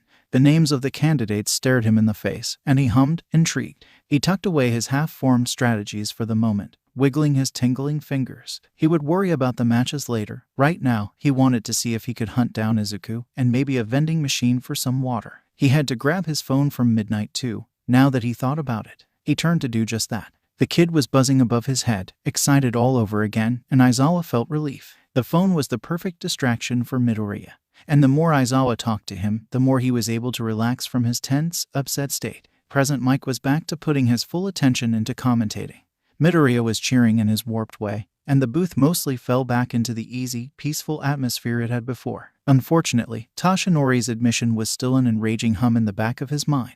He had to purse his lips to keep his heaping load of questions to himself. Upsetting Midoriya all over again wasn't worth it. He didn't think it ever would be, really, but especially now. He would rather quietly stew in his own thoughts than make Midoriya miserable on a day like this. Midoriya edged closer to the glass, excited, but he seemed to second-guess himself. He looked over his shoulder at him, looking unsure, and Aizawa's heart squeezed in sympathy as Midoriya floated over and hovered above his phone. Aizawa unlocked it for him, and he typed slowly, an unease back in his posture that left a bad taste in Aizawa's mouth. "Can I go say hi?" he had typed, but Aizawa knew what he was really asking. "I'll wait for you here," he replied, a gentle reassurance, and it was all Midoriya needed to beam brightly and rocket through the glass, heading straight for the ground. Aizawa scowled. He shouldn't do that. It might trigger him again and no one would have a good time. He watched Midoriya descend, his breath caught in his throat, and he only released it when Midoriya made it to Bakugo, fluttering about the boy as he made his way from where his group was dispersing. He couldn't make out a lot of details from so high up, but Bakugo looked pleased to have the company. "You can see him now, right?" Hizashi asked, fiddling with a knob Aizawa wasn't sure actually did anything. "He always seems to catch your attention whenever he's here. And it got me thinking ... what does the kid look like?" Aizawa tracked Bakugo's and Midoriya's path inside until he couldn't see them anymore, refusing to meet Hizashi's eye. "Young," he said quietly, and left it at that. Hizashi didn't push, and Aizawa was grateful for it. He watched from the booth as his students began to move from the stadium floor to the bleachers, clumping together in their usual friend groups as they strolled inside the building and emerged a few minutes later, group by group. Those that weren't participating in the tournament clutched snacks and drinks, having a much calmer stride as they made their way over to their designated block. Those that were seemed reasonably more tense, growing actually anxious as the minutes ticked on and the break neared its end. Even from the booth, Aizawa could see Monoma stroll confidently over to Class 1A, laughing and taunting as usual, and Aizawa pursed his lips. Monoma had potential as a hero, but his pride and arrogance was greatly handicapping him. Kendo dragged her classmate off, and Class 1A settled back down from the immediate agitation that had struck his students. Vlad really needed to get a hold on the kid. If Bakugo had another run-in with him, Aizawa wasn't sure how it would go. His eyes tracked Monoma's and Kendo's path back to Class 1B's bleachers, and immediately, a girl with white hair caught his eye. Not because of the white hair, but because of the ghosts constantly hovering about her person, quiet and patient. He remembered the incident in his classroom with her. The horror in her expression and the way she ran out so quickly had stuck with him, mostly because he never knew why. But now that he had his own ghost vision, he wondered if she had just been horrified at the sight of a young child being a ghost. Maybe her quirk had to do with ghosts. Maybe she could actually communicate with Midoriya. Could she hear him, talk to him, actually touch him? Aizawa frowned. He hadn't been paying attention to the cavalry battle at all because of Midoriya's panic. And during the race he hadn't really noticed her, too focused on Bakugo's and Todoroki's push and pull of first and second place. So he had no idea what her quirk actually was. The ghosts around her didn't seem alarmed or upset with being around her, so he figured it wasn't that bad of a quirk. Even still, he hoped Midoriya avoided her, just in case. Katsuki scoffed at the insistent slaps to his shoulder, trying to shrug Deku's never-ending enthusiasm off. He was trying to sulk and Deku wasn't helping. It was effing second. "Relax," he snipped, but he couldn't help but smirk at the disembodied giggling bouncing off the walls. Getting second place stung. Thankfully, not only was Deku a soothing balm, but being able to tell himself that Ice Hot won fair and square helped just enough for him to accept the loss for what it was. Besides, he made it to the next round, and now Katsuki had the opportunity to kick Icy Hot's ass into the effing dirt. Fairly, of course. He was broken out of his thoughts by Deku's slaps traveling down his arm into the pocket holding his phone. Katsuki tisked. "Not now, I want a drink," he grumbled, but Deku didn't let up. His tapping grew into full-on slaps to his front pocket, and with much grumbling he obliged the silent request and pulled it out, stopping in his walk. Katsuki opened his mouth to say something snarky, but the words vanished when his phone started operating on its own. It scrolled through his apps, opened the notepad, and pulled up the keyboard. He could only gawk as it began to type for a minute, but then the typing stopped, fiddling with his keyboard until it pulled up options he had never seen before. On his own phone, what the F, and eventually the entity possessing his device chose a little face to put next to the message. Kaken. Kaken got second. Only one person used faces like that. Katsuki slowly began to grin at the screen, heart hammering as he began to realize what this meant. "You little sheet," he muttered fondly. "How long did you know?" "Huh." The screen glitched and flickered as it typed. "Today. Aizawa helped me. He's the best." "I'm the best," he corrected on autopilot as he began walking, his thoughts too busy running a mile a minute.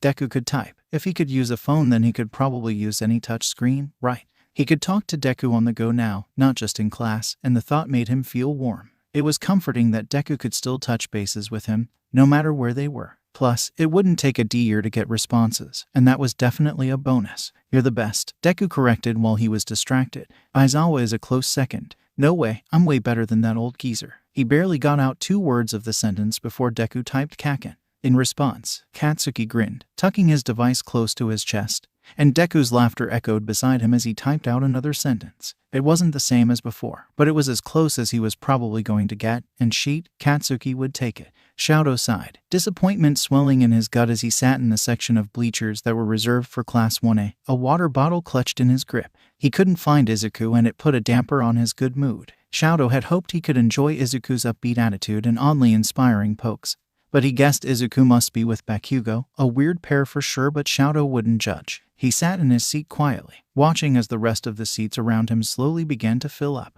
Class 1B was full of chatter and noise in the group of bleachers next to theirs, and Shadow took comfort in his surroundings, listening to the laughter and talking as it swelled the more people gathered around him. An occasional look was thrown his way by other classmates, and he did his best to give them some kind of greeting, however stilted it may have been. It seemed to be appreciated regardless. Eventually, Uraraka appeared to take a seat. The second she spotted Shadow, she grinned sympathetically and made her way over with no hesitation, and Shadow wondered why. "Missing someone?" Uraraka teased lightly as she sat down next to him. "Don't worry, I'm sure Izuku will show up." "Were you looking for him too?" he asked. Now she looked sheepish, picking at her cuticles. "Ida and I were, yeah. I was hoping he'd show after the cavalry battle, but..." Shadow understood what she meant, and he nodded. "He'll show. I think he's with Bakugo now. He seems to really like Bakugo," Uraraka said, leaning back slightly as she rested her hands in her lap. She looked contemplative. "Do you think they knew each other?" "I think we shouldn't make assumptions," Shadow replied. Uraraka blushed. "Yeah, you're right." There was a strangely companionable silence after that, and Ida ended up joining them shortly after, a flurry of chopping hand motions and questions about their health. Uraraka and Ida got into their own conversation about the first match,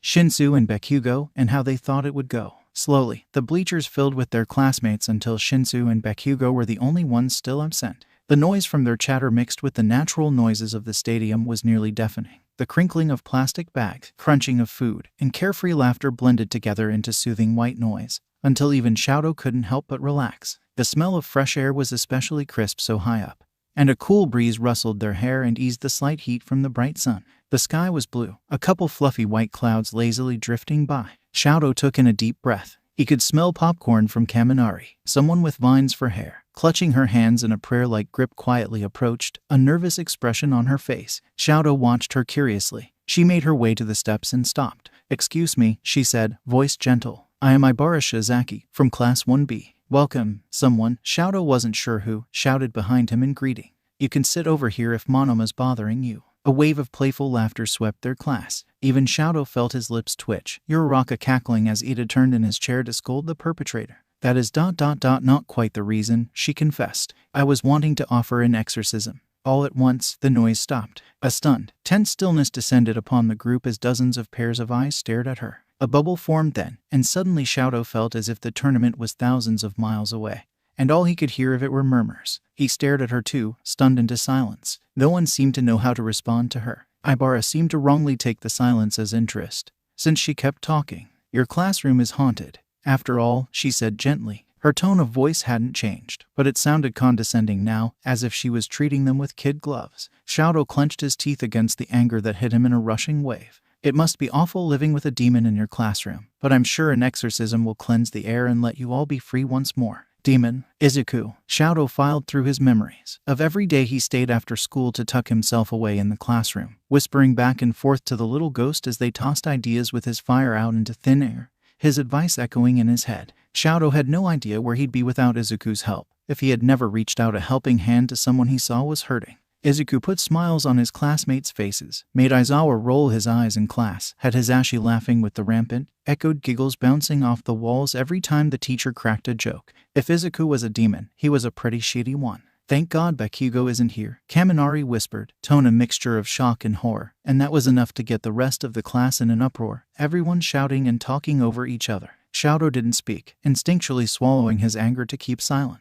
Everyone, that is quite enough. Ada's authoritative voice cut through the massive noise, booming like a gunshot. The class protests fizzled and died. I only offer out of kindness, Ibara sputtered the second she was able. I didn't mean to offend. Yes, we know, Ada replied, firm and sharp. But that is also not something that has anything to do with you. Izuku is a part of our class now, and we would appreciate it if you would leave this be. Ibara gawked at him, her eyes sweeping the gathered students, one massive wall of disapproval. You named the demon. He's not a demon. He's a kid, Ashido shouted, and the swarm of different voices started up again. Ibara looked very overwhelmed, but Shadow couldn't muster up much pity for her. His gaze shifted to the sky again, his hands clenching in his lap. You should go, Ada said calmly, but his voice shook. Ibara turned on her heel and fled back to her class. An uneasy silence laid over the once peaceful atmosphere like a suffocating blanket.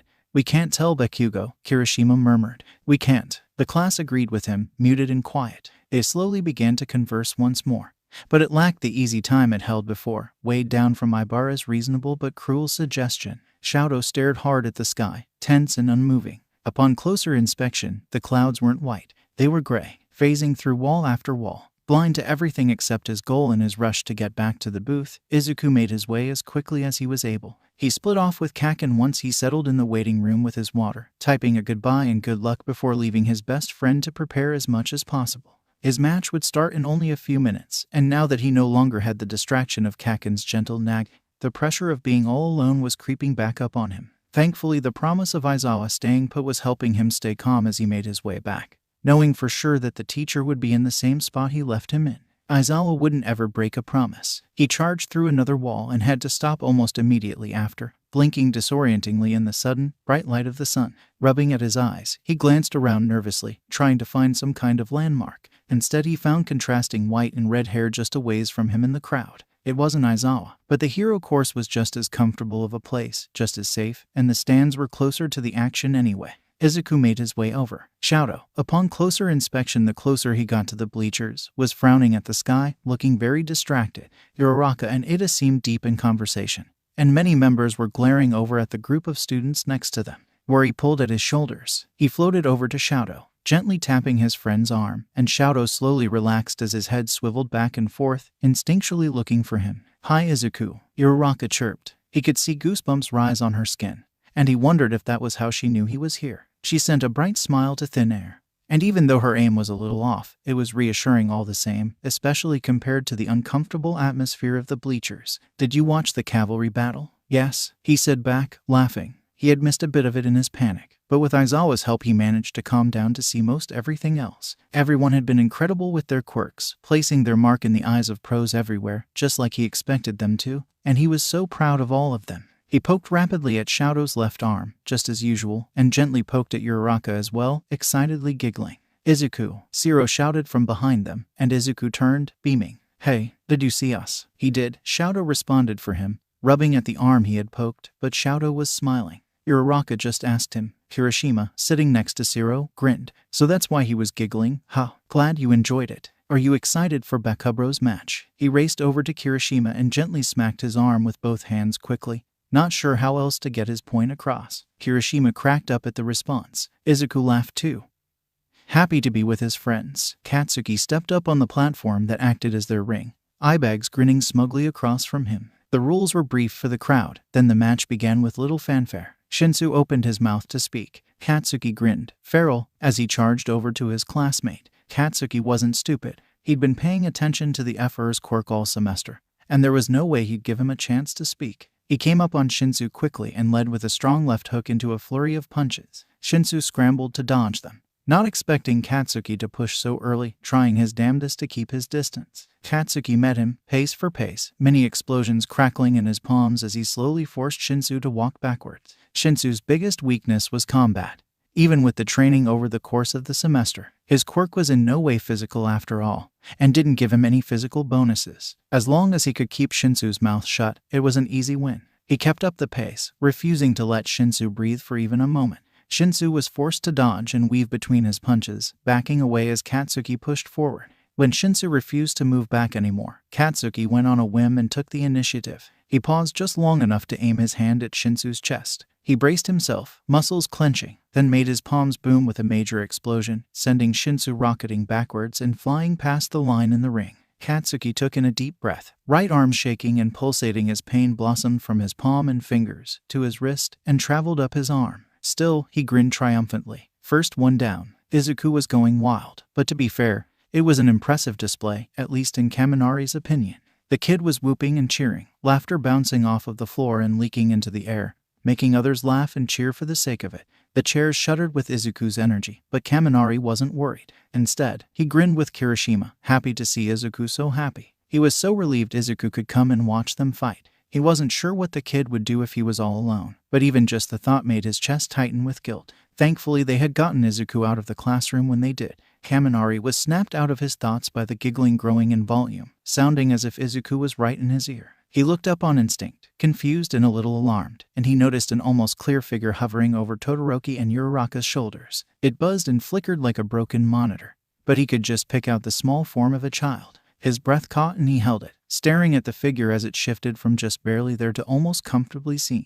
He couldn't make out much, just fluffy hair and a childlike body. Kaminari froze. The figure turned to beam brightly at Todoroki, and he barely made out freckles spotting round cheeks before the figure, Izuku, vanished. The energy felt sucked out of him. His heart was a painful, sinking drum in his chest, and he knew the others would be just as upset to see what he saw, so he kept the incident to himself. He watched Todoroki stand and exit for his match, Shiro nervously but optimistically following. It was one thing being told he was a kid, it was another matter entirely seeing it. Endeavor Power walked through the hallway, his footsteps like a powerful war drum as he searched for Shadow. When Shadow had decided to use his fire was beyond him, and keeping such a decision to himself was far past unacceptable. This whole time he could have trained Shadow's fire, made him unstoppable with his heat and ice, but unfortunately Shadow seemed to think such things weren't important. Given his flippant attitude, Shadow's reluctance was infuriating at the best of times. It held him back from being the best, from being better than the #1 hero, a feat even Endeavor himself was struggling to achieve. Yet he had no problem throwing it all away. Scowling, he turned a corner quickly. Shadow was heading towards him, his face dropping from the almost calm expression he had before. Good, he wasn't here for games. Shadow, he barked. The temperature had dropped a good 10 degrees. And Endeavor grit his teeth. Childishly lowering the temperature to antagonize him was going to get Shadow nowhere. Avoiding training with your fire is wasting valuable time. Have you no common sense? Endeavor blinked. A black shadow hovered behind and slightly above Shadow, carved out white space where eyes would normally be. It blurred and fizzled with rampant energy, movement inhuman as it twitched and jerked. Chills climbed up and down his back, seemingly spiting the heat that his quirk normally radiated. It started moving towards him, slow but steady, reaching out with dripping, broken arms. It harmlessly passed through Shadow's body as it made its way towards him. Endeavor took a shaken step back, body tensing on instinct. He couldn't tear his eyes away from the black mass of a figure. Closer and closer it crept. What? Shadow said, clearly bewildered. Did he not see this entity? Was it only visible to himself? Why target him specifically? Was this a quirk? A chilling, broken scream pierced his ears, and he clapped his hands over them, backing away from the creature as it roared at him in an echoed voice. The noise rebounded in his very bones, making his teeth vibrate. It got quicker, hands claw-like as it reached for him, pure white eyes staring into his soul. Mercilessly it screeched, uncaring of his pain. And still Shadow stood there, unbothered except for his growing look of confusion and alarm. Endeavor let his quirk flare, heat coming off of him in unbearable waves, but it did nothing to stop the shadow. The second it was within arm's reach was the second the roaring reached its peak, hands going for his eyes as the shadow lunged. Endeavor blinked. It was gone. The hall was blissfully silent, like nothing had been there. His stomach felt like a never-ending pit, heart hammering fast as he looked all around the hall, just waiting for the shadow to appear behind him, but it was empty. His flames stayed roaring as a shudder racked his frame. This had to be a quirk. Nothing else could inflict such unnatural feelings. Endeavor didn't feel fear. He made others fear, and the sudden role reversal was jarring. He tried shaking himself off the best he could, but there were still chills clinging to his skin. Are you okay? He snapped his head up to see Shadow, looking conflicted between very confused or very concerned. Shadow had seen nothing of that. Not a thing. He swallowed hard. What had he even come to say? An unnatural fear was unfurling, making it hard to focus. His vision swam dangerously. Nausea made bile climb up his throat. Go away, a voice whispered. Go away, go away, go away. The hairs on the back of his neck stood on end. And Endeavor realized this wouldn't end until he followed the shadows once. For now, he could search for the quirk user later. He snapped out a shaky "we'll talk later" before turning on his heel and taking large strides down the hallway, away from Shadow. The black shadow followed him. Every time he turned, it just barely peeked out from behind a corner, in a door frame, behind boxes, or even other people. If it deemed Endeavor too slow, it would start roaring, a horrid scream that made his ears pulse with sharp pain. He power walked the rest of the way out of the building, to get away from its awful noise if nothing else. The second he stepped out of the stadium building was the second the figure vanished. Endeavor lingered just outside for almost 20 minutes, waiting, but it never came back. Izuku found himself once again charging through walls and ceiling tiles, a desperate race to make it back to the stadium proper before Shadow and Zero's match began. He had to quickly adjust his route to avoid running into All Might, but he made it outside with no problem, screeching to a halt mid-air. He spun in circles, trying to find 1A's section a second time without Shadow's contrasting hair to guide him. It was tougher, but thankfully Takoyami was his own beacon, and Izuku made his way over. Kaken was back now, settled in the very back row of seats, pressed against the firm wall of the stadium's building with his group of friends. Shinsu was back as well, folded neatly in the same group, and Kirishima, Mina, and Kaminari went back and forth between congratulating Kaken and encouraging Shinsu. He didn't look too downtrodden, thankfully, but Izuku still floated over to give him soothing pats on the back. The student jumped at the unexpected contact, but settled down quickly. Thank you, Izuku, he grumbled, but his slight frown was growing into a smirk. Don't baby me. Go stroke Bakugo's ego. He'll keel over if someone isn't praising him. F off, Kaken snapped, looking up from where he held his phone in his lap. Boy, Deku, tell Aizawa next time you run off, I'm getting chewed out because of you. Oh, right. Izuku had said he was going to come back, didn't he? He had gotten very distracted. He floated over sheepishly, hovering over Kaken's shoulder to see the messages from the class group chat. I know where he is. He's in the bleachers with you. That's not the issue, Bakugo. The next time he leaves you on your own, you need to tell me. I can't have eyes on him all the time. Izuku reached down to respond, the screen immediately flickering. This is Izuku, he typed. I'm using Kaken's phone. I'm sorry I worried you. Izuku sent it. He hesitated, then reached down to type again. I'm with everyone now in the stands. I get to walk with them to the ring while I'm down here. Can I stay? Please? The three little dots popped up then disappeared a few times before Aizawa properly responded. Yes, you can, but you need to warn me next time. Okay. Yes, he texted back, grinning wide. Kaken grumbled, why did you get scolded less? Under his breath, but said no more than that. Izuku focused properly on his surroundings again, to see the class of one collectively staring at their phones, all shocked and very, very excited. You can type, Kirishima exclaimed, eyes shining. I had no idea. Izuku, that's great. Can you use my phone? Can you try? Uraraka chimed in, standing from her seat at the front to race up the bleachers steps and into the row just below Kaken.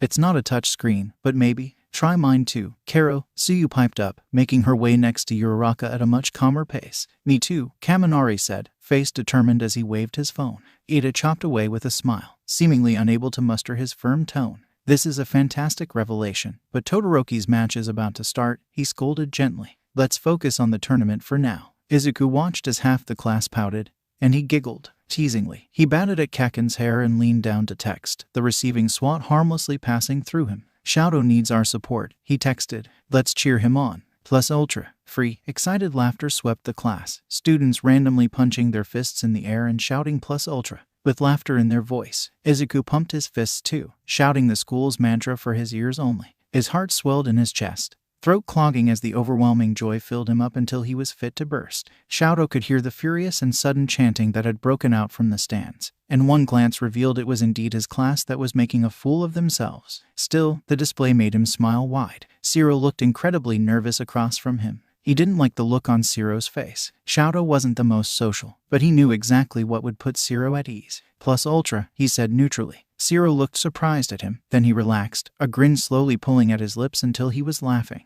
Plus ultra, his classmate replied, glancing at the stands. The match began. Zero, now loose and focused, immediately shot his tape towards him. Shadow made a huge wall of ice in retaliation, ducking briefly behind the cover. He pressed his left side into the ice, creating a burst of heat. A small part of the wall melted, creating water puddles on the ground, and Shadow darted out from behind it to shoot ice into Zero's face. He had to keep Zero from focusing too hard on the ground. His plan would fall apart immediately. Zero dodged the ice, jerking to the side. He shot his tape on the ground and used his momentum to pull himself toward Shadow, the other arm already shooting more tape at him. It managed to cling to Shadow's left shoulder, and Zero yanked. Shadow felt weightless as his body went flying to the line of the ring. He let his left side flare and the tape burned. Zero's hold on him lost, and Shadow created another ice wall to stop his path before he passed the white line, crashing into it a little roughly. He burned the ice, and water trickled down to the floor. Shadow dodged another strip of tape, ducking and weaving and leaving thin trains of ice in his path that began melting almost immediately on the warm floor. Zero didn't have any buildings for his tape to latch onto,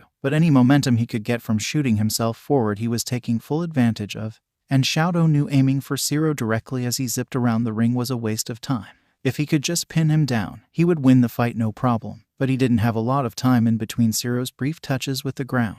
His ice on his own was too slow, especially since both he and Zero preferred to keep their distance. But if there was cold water there already, his ice would travel just a bit quicker, and that might give him the edge he needed to pin Zero down without getting too close. Once Shadow felt confident enough with the amount of melted ice on the ground, he watched Zero's progress. Zero shot forward. Shadow, seeing where his path led, shot ice at him, and Zero landed early to duck behind one of Shadow's own ice pillars. Shadow shot his hand to the floor and let out a burst of ice. It traveled along the cold water in a wave, lightning quick, and Shadow sent the biggest shard of ice he could make and hurled it at the ice pillar. It was weak from Shadow melting it, and it broke off, pinning Zero behind the pillar and sending him flying backwards, forcing him out of the ring before he knew what was happening. The second Shadow stepped onto the bleachers was the second he was assaulted with pats to his face. He had to freeze in his trek to his seat, scrunching up his nose and squinting his eyes as Izuku laughed and squealed. The rest of the class only watched his reaction and laughed, not bothering to offer assistance. Kaminari watched as Todoroki finally managed to find his seat. Zero came in shortly after, shoulders low, but the giggles that followed and the shiver that visibly made its way through Zero's body seemed to cheer his defeated friend up a bit. He made his way over and sat by Mina. "You did so great." He heard her cheer, and Kaminari stood to make his way down to the arena, Izuku announcing he was joining him with chills and a soft pat to his shoulder. Kaminari took the stairs down in silence. Izuku was a hovering presence over his shoulder, and the image of his small body seemed to stick itself to the forefront and stay there. He tried to focus on the match ahead of him. The name Ryuko had been on his slip of paper, a vague face in his memory all he could conjure, even though he knew for sure he'd properly met her somewhere. He wished he knew what type of quirk she had to prepare for it. Kaminari only hoped it wouldn't bite him in the ass later. He wanted proud Izuku pats after the match. Hell, he wouldn't be surprised if that wasn't half the class motivation at this point. "Izuku," Kaminari let out a gusty sigh, and Izuku murmured to him, words unrecognizable. His heart squeezed. He had to say something, especially after what he saw. "Hey buddy," he said, hoping he sounded as chipper as he was aiming for. "If you ever need anything or want to chat, I'm always free, okay?" Izuku murmured again, and he felt the kid bat at his hair, almost fond. His chest loosened, stomach rising from when it had dropped into his feet earlier. Feeling rejuvenated, he squared his shoulders and focused. The arena was right in front of him. He stepped out of the safety of the stadium and into the open air, but Izuku didn't leave, staying by his side. They reached the platform together. The girl with white hair stood across from him, looking determined, and with a jolt he realized who it was. That Ryuko, the girl who brought them cookies. Kaminari sent her a friendly wave, and she responded, hesitant, but it was better than nothing at all. The match was started, and he felt Izuku's presence vanish as Ryuko jumped upwards and soared, eyes sharp. Kaminari watched her rise, feeling his electricity spark in his fingertips. 1 minute Izuku was hovering peacefully next to Kaminari, about to turn around and float back up to the stand. And the next minute he was yanked backwards, heart pounding as his hands moved on their own to grab the collar of Ryuko's shirt and pull her up. His hands buzzed painfully, a non-corporeal entity interacting with a world not meant for his touch. Broken wrists straining with the weight of her, and he had to squeeze his eyes shut against the pain. His breath rattled in his chest, and he felt as if he was choking on his breath. He didn't know she was the one Kaminari had been fighting. Ryuko's name hadn't been familiar. He hadn't been paying attention to her introduction. He didn't know. The couple of ghosts surrounding her looked at him with their flat gazes, bewilderment breaching the emptiness in their eyes, the same reaction he had gotten in the classroom. Izuku cringed from the attention, their stares doing nothing for his frantic breathing. An unnatural, forced anxiety was being burned into his skin, racing his heart, setting fire to his hands. She was so high up now, the second he let go was the second she could plummet to her death. The thought had him shaking, memories hazy, body fuzzing and losing its shape. Wait, if he let go of her? Izuku took in a deep, shaky, and rattling breath, used the pain in his hands to ground him as he actually looked at what he was doing. He tried to breathe around his closing throat. His hands were gripped tightly on her collar, actually moving the fabric and creating wrinkles as his fingers dug into the material. His hands were on fire, yes, but he was actually touching her shirt. Not a poke, not an unstable hold on a pencil that was refusing to acknowledge his hand. His grip was tight, strong, as if he was alive. He could use this. Izuku knew he couldn't back out now or buck her off. This was a tournament.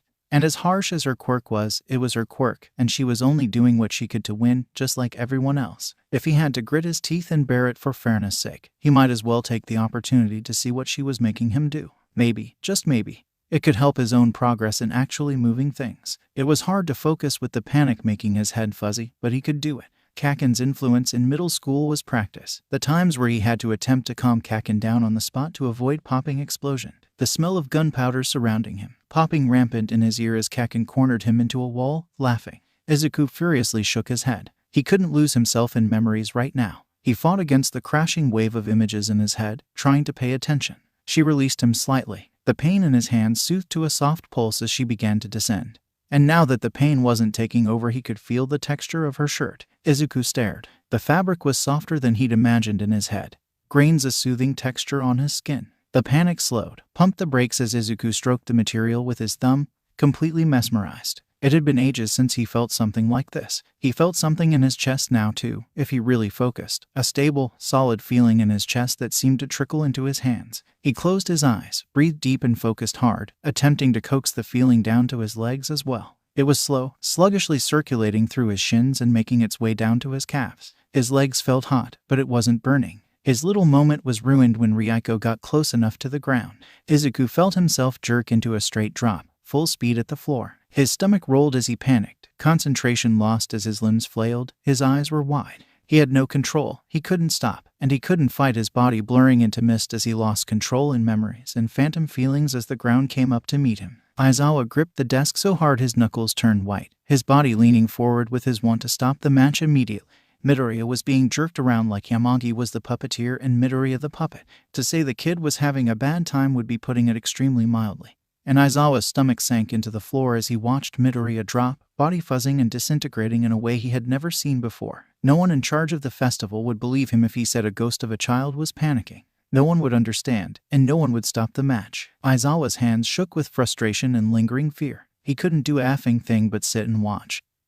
Throat closing as worry suffocated him. He hated this. Aizawa wasn't used to feeling helpless. Hizashi nudged him, and he jumped, whipping his head around to glare hellfire at Hizashi's skull. "What's wrong? See a villain?" Hizashi murmured, tone serious. "No," Aizawa hissed. "Midoriya is being used as a effing puppet." Hizashi's eyes widened. "I don't know what her quirk is, but it's using Midoriya somehow. He's panicking. I don't know what's happening to him. I've never seen it before." "Netsu knows right," Hizashi whispered quickly. He could call off the match, say it was a false start. Everyone was watching. "They're going to call bullshit," Aizawa replied, heart sinking with his stomach as Izuku's unstable form flung Kaminari halfway across the arena. Netsu approved the sports festival, but he's not in control of the matches. Hizashi cursed under his breath. "I'll tell Midnight. She'll pause the match." "On what grounds, Hizashi?" Aizawa hissed. Hizashi held out his hand. Determination etched onto his face. "Give me your phone." Katsuki slouched in his chair, arms crossed as he watched Sparky get launched. Flatface and Kirishima were cheering Sparky on,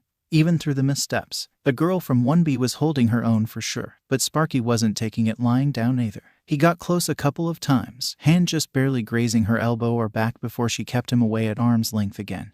and seeing their quirks try and work around one another was, admittedly, kind of cool. 1B girl had to keep her distance, but Sparky was dead set on getting as close as he was able. Her telekinesis seemed to be making things difficult, but Katsuki had to admit he was somewhat impressed. As much as Sparky liked to joke around and take almost nothing seriously, he could hold his own really well. Just a second, folks. Midnight's voice cut through the tense atmosphere of the match. Pause right there. We think someone stepped out of bounds. It will be just a moment while we review the tapes. Hold on to your seats. Katsuki straightened. His classmates muttered in confusion all around him, squinting down at the match. He was sure no one had been sent out of bounds. He'd been following the match pretty closely. Why Midnight needed to bullshit was lost on him. He looked at Sparky and 1B girls' faces, but they seemed just as surprised as everyone else. Sparky in particular looked nervous. Wait, what? Kirishima chirped beside him. Did any of you guys see them step over? I mean, Kaminari was getting tossed around. Flatface said reluctantly. Maybe his hand went over by accident.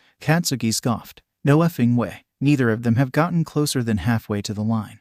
This whole pause thing is bullshit. Kirishima opened his mouth to respond, but stopped as freezing air suddenly suspended over them like a cloud, rattling their bones and making their teeth chatter as a horrible feeling clawed its way up their spines. Kirishima and Pinky paled, and Flatface looked worried.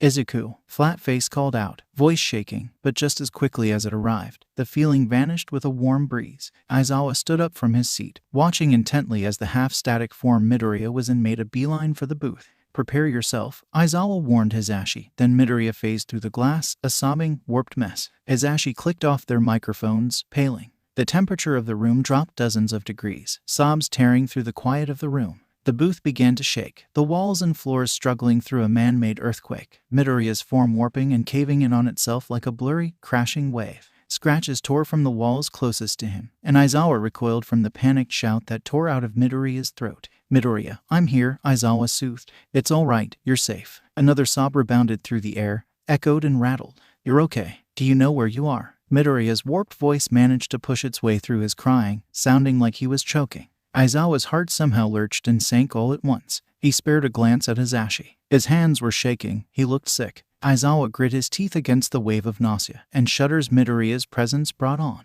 It's okay, Aizawa said, tone soft and sad. It's not your fault, it was an accident. Can you take deep breaths? Aizawa inhaled as smoothly as he was able. Every heartbeat felt painful, chest swollen with sadness and regret as he held his breath. Then he released just as smoothly. Can you do that for me? Midoriya said on hitching breaths. The table rattled on the vibrating floor, another scratch gouging into the wall. Aizawa stopped, heart crumbling painfully. Then he slowly walked towards the door. Okay, follow me and we'll go home. But I need you to breathe, Midoriya echoed, the static cloud beginning to follow him out. Aizawa made his way down the stairs, outwardly calm. Midoriya followed him dutifully. You're okay, Aizawa spoke to him. Try and follow me. Deep breath in, Aizawa inhaled. Deep breath out. He let the breath go. Deep breath in. He inhaled. Deep breath out. He exhaled. A rattling noise came from the cloud as Midoriya attempted to copy him the best he could, hitching breaths and sobs interrupting. Aizawa coached him as he finally hit the bottom floor and made his way out into the hall. Midoriya was still by his side, close, almost against his shoulder. Just breathe, he murmured, watching as his form began to solidify, slowly but surely. We'll take it slow.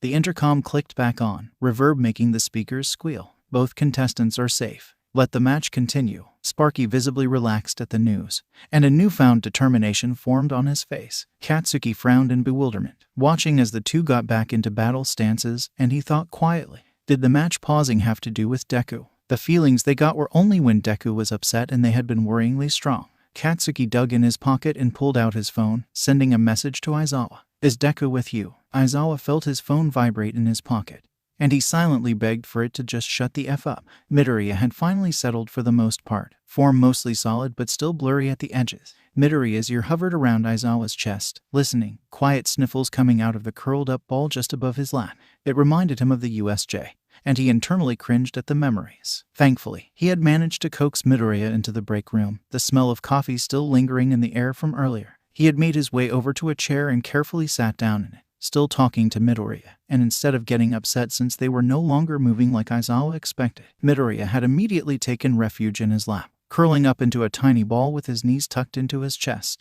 His injuries were the worst Aizawa had seen yet, bloody and raw and twisted. Aizawa didn't move, he just let the kid soak in as much comfort as he could. Do you still want to go home? Aizawa asked quietly, the classroom a vague image in his mind's eye. To his surprise, Midoriya shook his head. He tapped the pocket with his phone, broken wrist creaking.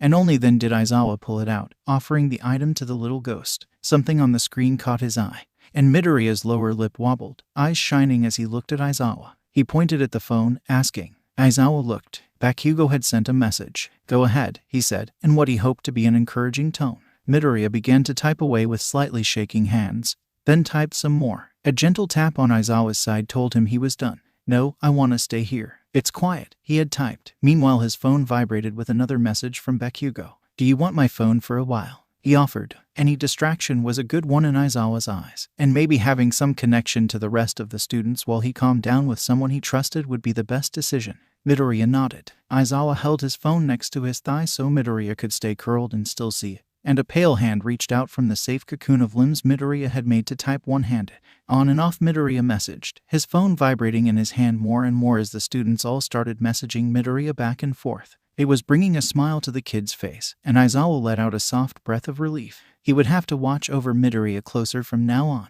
He never wanted to see the little ghost like that. Never. Izuku wiped the leftover tears and blood from his face, watching as texts came pouring in from the students in the stand. He had meant to text only Kaken back, but apparently his response leaked to the rest of the class and it wasn't long until they attempted to cheer him up. KAMINARI1. Zero had typed, followed by others sending messages of excitement. Izuku watched quietly, a smile pulling at his lips at the news. He sent a smiley face and emoji back. He didn't have the energy to do much else. As much as that had been miserable, Izuku still remembered the feeling of solidity in his chest. Right now he was taking a minute's respite, but the second he was okay was the second he would test out the theory he was loosely piecing together as a form of distraction. He sniffed. He felt exhausted and miserable, and his hands still had leftover pulses of pain from Kaminari's competitor. He had tried to suck it up, tried to make sure he wasn't affecting the tournament, but he had anyway. I'm sorry, he typed in the notes app, feeling his throat clog up all over again. Then sadly tapped Aizawa. The teacher looked at it and frowned. I said it wasn't your fault and I meant it, Aizawa replied gently. Don't beat yourself up over something like this. His heart still felt heavy, but he tried to take in Aizawa's words. He pulled up the texting app and caught up with the live blog, still floating just above Aizawa's lap. Takoyami and Momo are next. Both look nervous, Zero typed. For some dumbass reason, Kaken added, and Izuku giggled softly. He'd stay here for a while. Later though, he would give Kaminari and the other winners the patting of a lifetime. Kaminari, glowing triumphantly in his seat with a wide grin, watched the fight between Ajiro and Uraraka come to a close. Uraraka had done her best, but Ajiro's expertise in hand-to-hand combat coupled with his agility was just too much, and Kaminari couldn't blame her for the loss that was just around the corner. As much as he felt for her, he couldn't suppress his own grin at his victory. He didn't think he'd make it past the cavalry battle, in all honesty. But now that he was here, he was practically sparking in his seat with excitement, pride in himself filling his chest, both light and dense. Izuku promised pats when he saw them next. And now all there was left to do was keep the streak going. A challenge in itself, really. Ashido had beaten Aoyama pretty soundly. Takoyami won in his and Yamomo's match. Kirishima emerged victorious against Tetsu.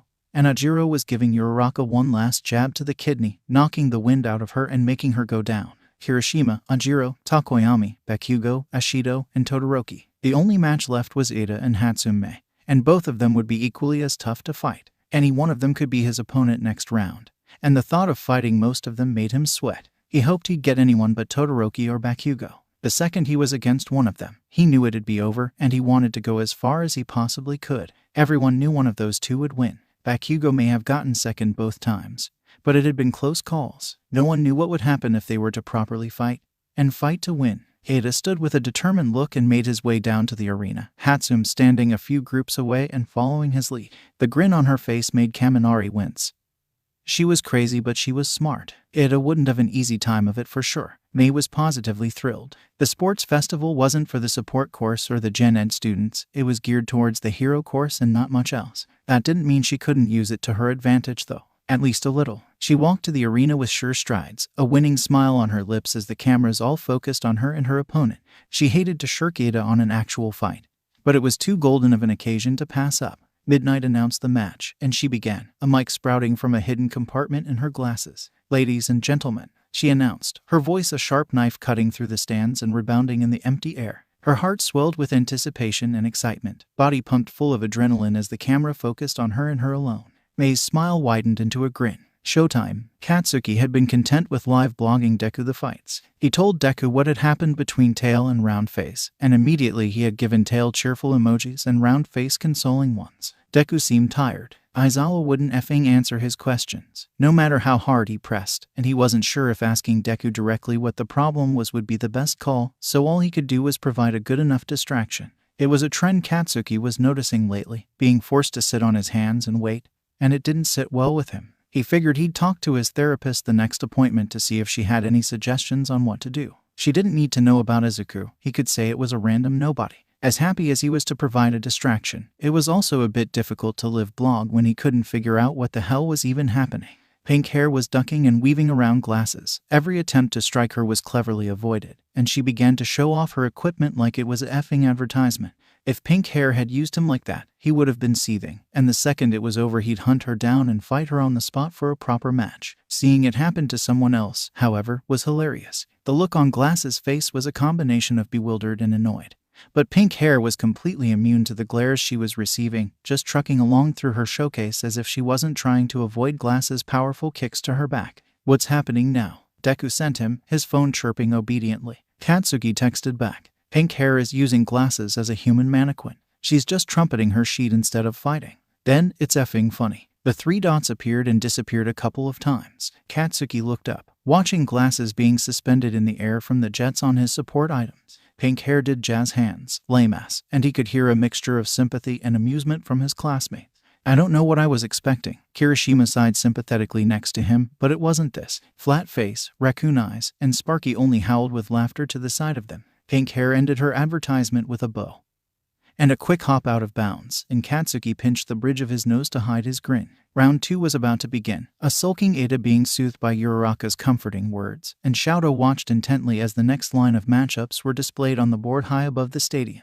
Mei arrived at their bleachers to greet them, cheerful words being traded as she descended the stairs before Ada stood up and began scolding her, but Shoto tuned them out. He was fighting Takoyami. He stewed on that for a moment, half-formed ideas filtering in and out of his brain, then he moved on. Bakugo was fighting Ada, an interesting match in the works he was sure. Ashido was fighting Kaminari, and Ajiro was paired with Kirishima. He stood, determination making him keep his head high as he ascended the stairs to head to the arena. Kaminari let out a puff of relief as the next round's matchups revealed themselves. Thank God he was paired with Ashido. Granted, she was nowhere near weak, but he liked to think they were a bit closer to evenly matched and less like a chipmunk fighting an oak tree. At least he had a chance. He watched Todoroki leave the bleachers thankfully and sent a wish of good luck to Takoyami. Shoto watched as Takoyami made his way across from him in the arena. Midnight waited for him to get into position, and Shoto quietly hummed and thought. Takoyami was an elusive one for sure. He didn't often share details about his quirk. He was similar to Shinsu in that way, so his strengths and weaknesses were unknown to most.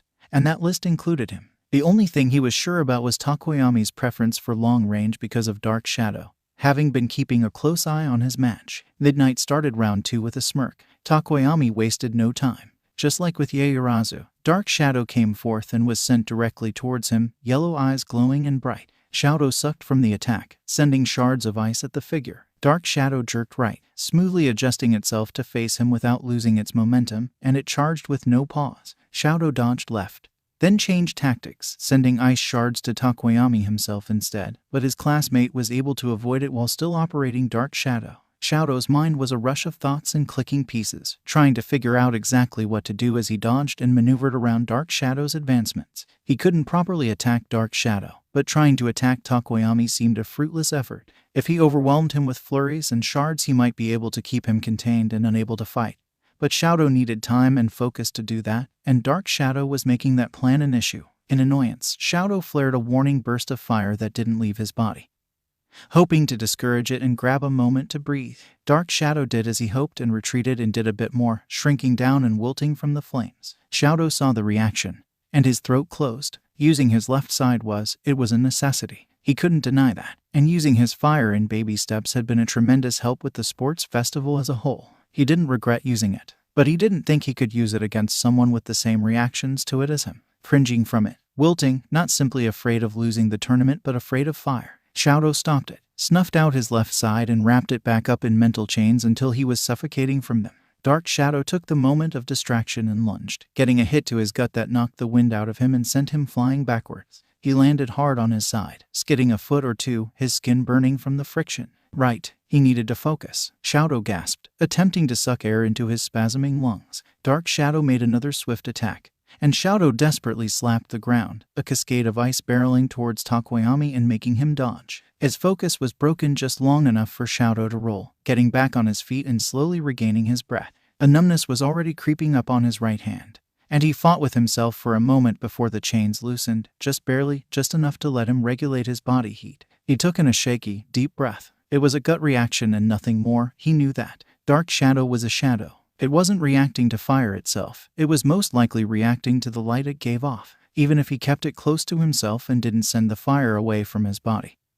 He could keep Dark Shadow off of him indefinitely. He just couldn't focus on Dark Shadow's reaction. He had to focus on Takoyami anyway. Shadow squatted, a hand lowering to rest his right palm on the ground. Dark Shadow made another move, and Shadow cut the mental chains away, his fire kindling, swelling, and wafting from his left side. Dark Shadow backed away, shrinking. He couldn't use both sides whenever he wished. It was hard to focus on movement and strategy when all his attention was being sucked away by both of his quirks. He became a statue, immobile. But if he was a torch stuck in place, Dark Shadow couldn't get close enough to touch him anyway. And as long as he had some kind of way for his ice to travel, his hand placed firmly on the ground, he could maneuver the ice itself. Shadow braced himself. Takoyami was forced to run from the barrage of ice that came his way, but it followed him, chasing his path down until it swallowed his legs, then torso, until only his head was free. The ice crawled from Takoyami's chest to the tail that attached Dark Shadow to him until it fully encased it as well. Midnight rendered him unable to fight,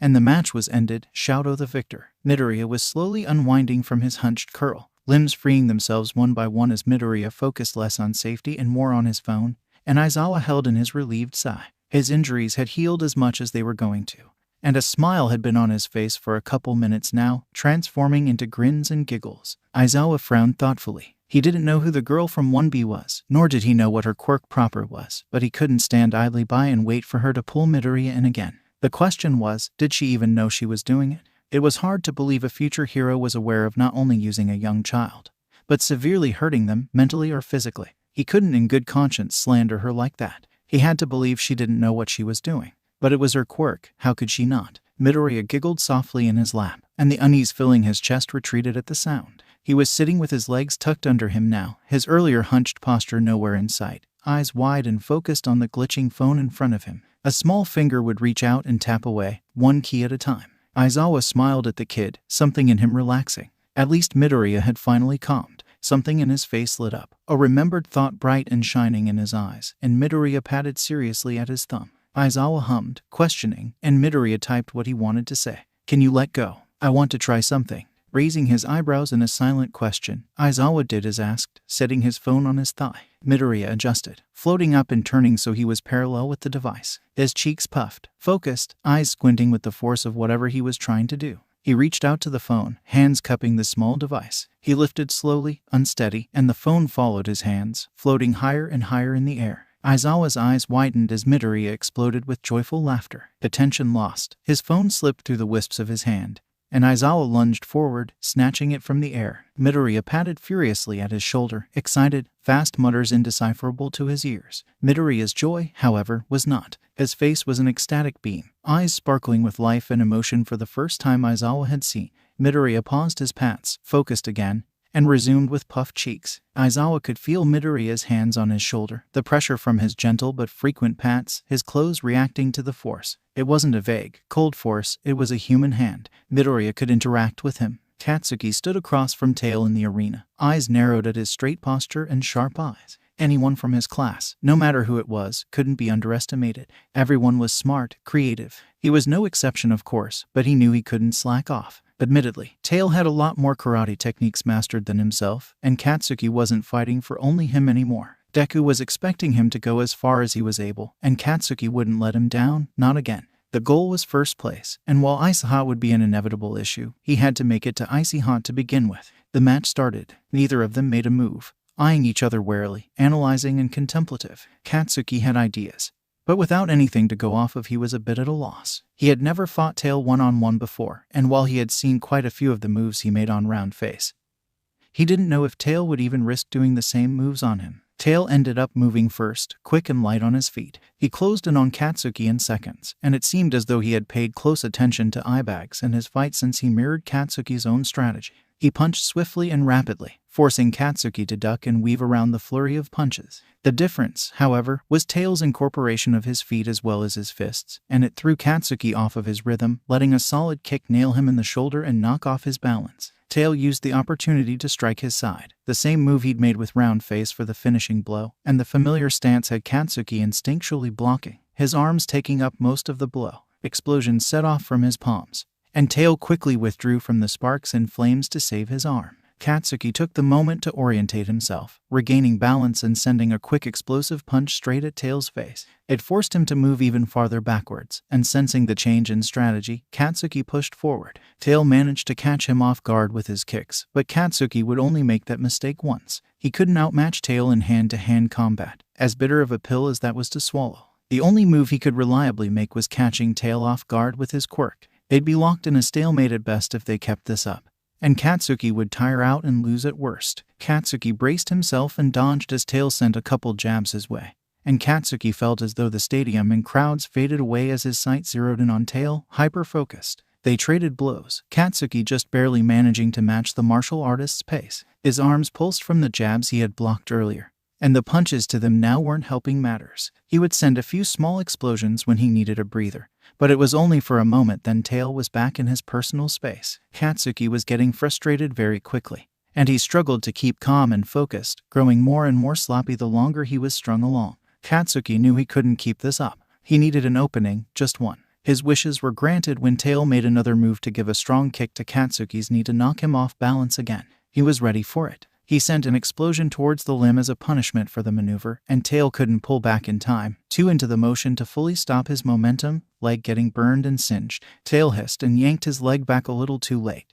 and Katsuki took the opportunity for what it was, quickly attempting to mimic Tail's hand position and posture to use his own jabs against him. He feigned aiming at Tail's side, and only when Tail went to block the attack did Katsuki shift to a quick throat punch. Tail gagged, gasping, and Katsuki took a step back and punched Tail in the jaw hard with crackling pops in his palms, sending Tail sprawling onto his back, unconscious. Breathing hard and sweating, Katsuki stood and braced himself for Tail to get back up, only for Midnight to announce that Tail was unable to fight. Katsuki relaxed, wincing at the bruises his opponent had given him, rolling his shoulders. He let out a soft breath of relief. He'd have to ask Tail to spar with him sometime. Izuku floated by Aizawa, hand pressed against the pro hero's arm, not phasing through, but on it, and he could feel the fabric of Aizawa's sleeve against his palm and fingers. The solid feeling he had experienced from Kaminari's opponent flooded through his veins, shaky and unstable, but giving his limbs a warm feeling, like he was standing in bright sunlight on a hot day. Not unbearable, but not fully comfortable either. Still, he felt calm. No familiar swell of anger or sadness in his chest, growing and growing until he burst. At first his assumption was that he could only interact with things when he lost control and overflowed, but now he was calm as could be and patting Aizawa's shoulder. Izuku's eyes welled with tears, a strange combination of joy and relief and melancholy. He never thought he'd be able to do this again. Midoriya, are you all right? Izuku let the feeling go, fading out until he felt normal again, and he sighed in relief. Keeping such strong concentration for so long was hard. He poked Aizawa's hand and the pro hero turned the phone to face him. I'm okay, he typed. I missed this. Aizawa was quiet for a moment. Then he stood up, Izuku floating away to give him room to do so. Do you want to try something with me? He tilted his head, curious. Aizawa walked over to the counter, motioning for Izuku to come with, and he obliged, floating over to watch with curiosity as Aizawa arranged a few items in a neat little row on the counter. A mug, a couple of pens grouped together, and a magazine. Let's see what you can do, he said. Take this as your own training. Izuku's breath shuddered and hitched, familiar daydreams of hero costumes and combat moves flashing through his head, fuzzy and vague, but Izuku didn't mind. The pleasant feelings made his chest warm and his smile grow. Instead of pretending, maybe he could be part of the hero course after all. Aizawa gestured to the mug, hiding his mouth behind his scarf. Try picking this up and we'll go from there. We need to see where your limits are. They did a couple tests. They found Izuku struggled with picking up the group of pencils, as well as picking up all of the pages of the magazine. Pencils and pages slipped through his fingers, and they quickly learned he couldn't pick up two different things at once either. The attempt at grabbing the mug and a pencil had Aizawa sweeping shattered porcelain. The limitations were expected, considering he had just discovered control in his newfound ability. And Izuku was finding himself the most excited and nervous he'd felt in a long time. It was one thing talking to his friends. It was a whole different experience being able to interact with them, like a person. He always felt like an outsider, hovering just beyond the class friend group, disconnected from cliques and social interaction. They did their best to include him in everything they could, but it just wasn't the same. Izuku buzzed, and the door rattled in its frame. He couldn't wait to tell everyone. Round 3 had just begun, and Kaminari was sweating bullets. He had been proud only moments before. It was a close match, but Kaminari ended up victorious against Ishido. He was kind of freaking out. Him being in the final matches had been a goal, sure, but he didn't think it was an achievable one, just a hopeless daydream and a wish upon a star. But now, he made it. Kaminari and Shiro had taken to live blogging to Izuku while Bakugo was fighting his match, and winning, of course, and he had taken the opportunity to gush about it to Izuku in between rounds. And although Izuku hadn't responded yet, he knew the kid would be just as excited for him. Then round 3 had been announced, and his heart decided to somehow drop into his feet and get caught in his throat at the same time. He was fighting Todoroki. It was an inevitability at this point in the rounds. He had hoped to any deity listening that he would be fighting Kirishima, who had won against Ida, the absolute madman, but he just had to be pitted against the class powerhouse. Even Bakugo would be better in theory. He was more familiar at least. With Todoroki, however, he was F-ed, plain and simple. Even still, he couldn't find it in him to sulk too hard. Already he was running way ahead of where he thought he would end up.